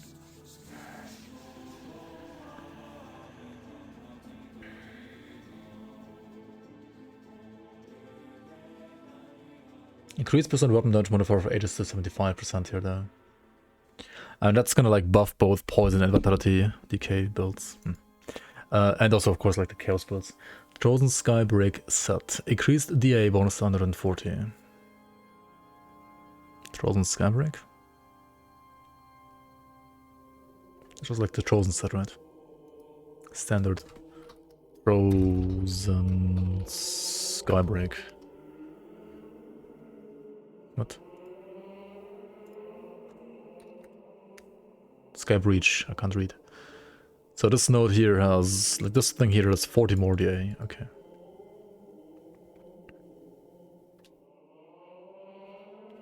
Ultra's Storm set replaced Lightning Rest with Health Regen. Ultra's Storm Seeker replaced OA with Health Regen. Oof. Ultra's Tempest replaced Lightning Rest with Health Regen. The Lightning Rest to regen is good. The OA actually hurts kind of a bit. On the mythical one, you also get more Fizz Res at least there. I don't like the OA removal, to be honest.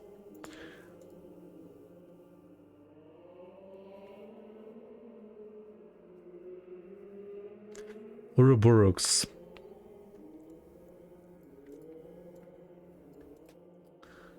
Yeah, I don't think like they needed to remove the OA, to be honest.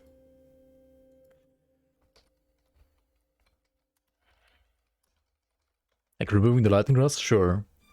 It's meme anyway, right? But like the OA. Okay, it was like no OA, never mind. It's like 10 OA. Okay, I mean it's fine. Nah, it's fine, it's fine. The set is generally, like together with the lightning, like rather with the regeneration changes in this patch a lot better. It is definitely better. And this OA's number is low anyway, so like it doesn't really matter too much. It's fine.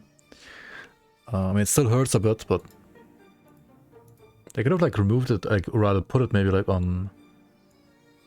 They could have like given this 3 set like more DA, for example, like more regen, I think.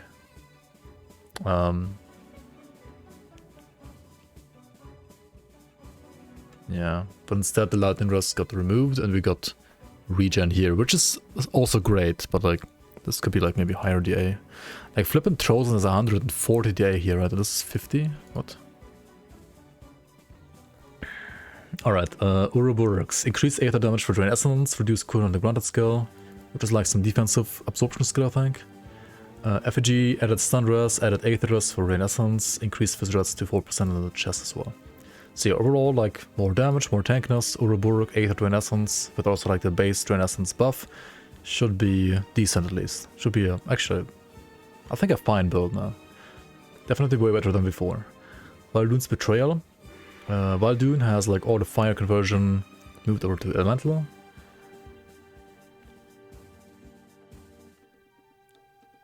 Like elemental to pierce.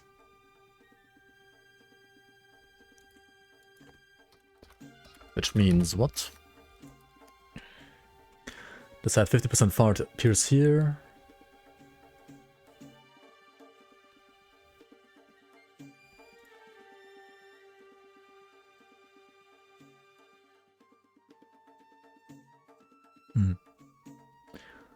Increased radius and damage of the granted skill. Walden's Clip. This is not a weapon. Oh no, it is. It is a weapon default attack actually. Like a weapon pull skill rather. So this is more damage and more what?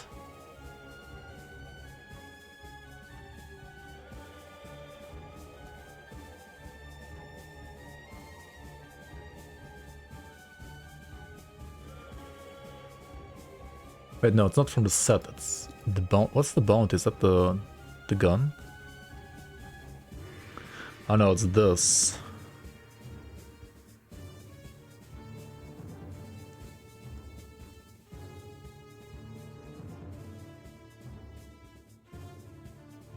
Some more damage on this?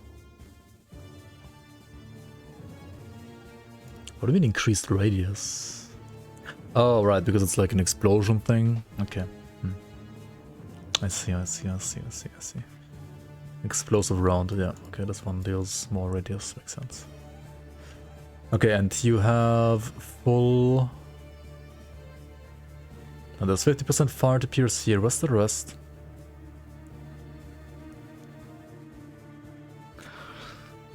Oh, the set just never had conversion, or what?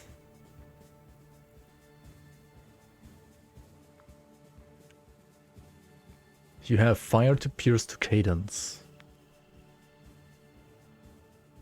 What?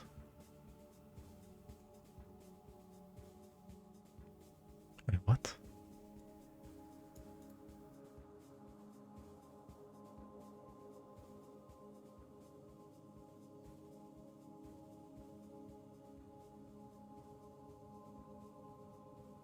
Like for commando? Or tactician?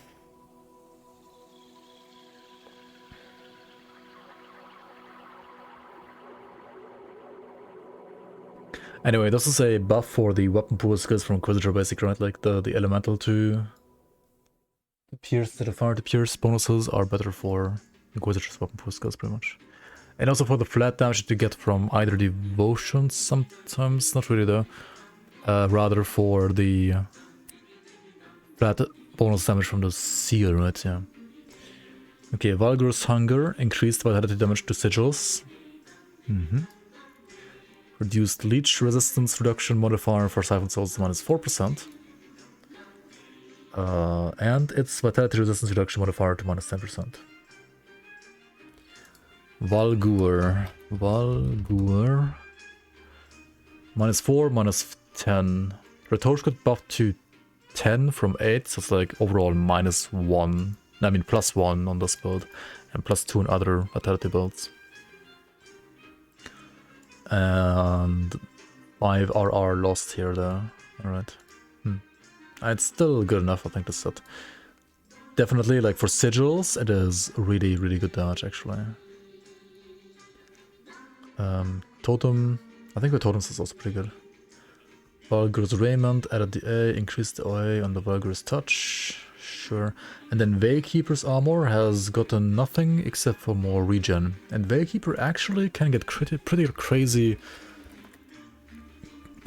regen values now. This might be an interesting set to like look at. It does have one other problem though. That is like 5% visitors here, and that's it, right? Actually, no, there's 10%. Never mind. That's more visitors than gold drink, right? That's for sure, right?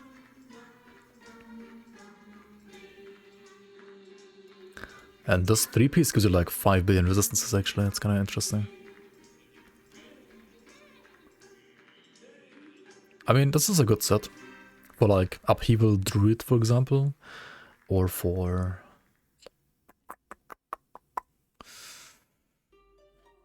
Is it good for Binder too? Or for Ritualist? I'm not quite sure about like Ritualist and Binder yet, to be honest.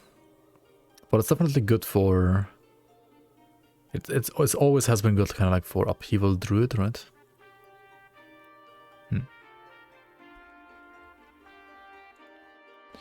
Alright, we're done. We are actually done. This patch is obviously massive. My browser can't even load the patch. This patch will go live November 16th. Thanks so much for watching. We're gonna, well, obviously play this patch a lot. And Season 6 is also gonna be basically based on this patch. So yeah, I'm looking forward to this one.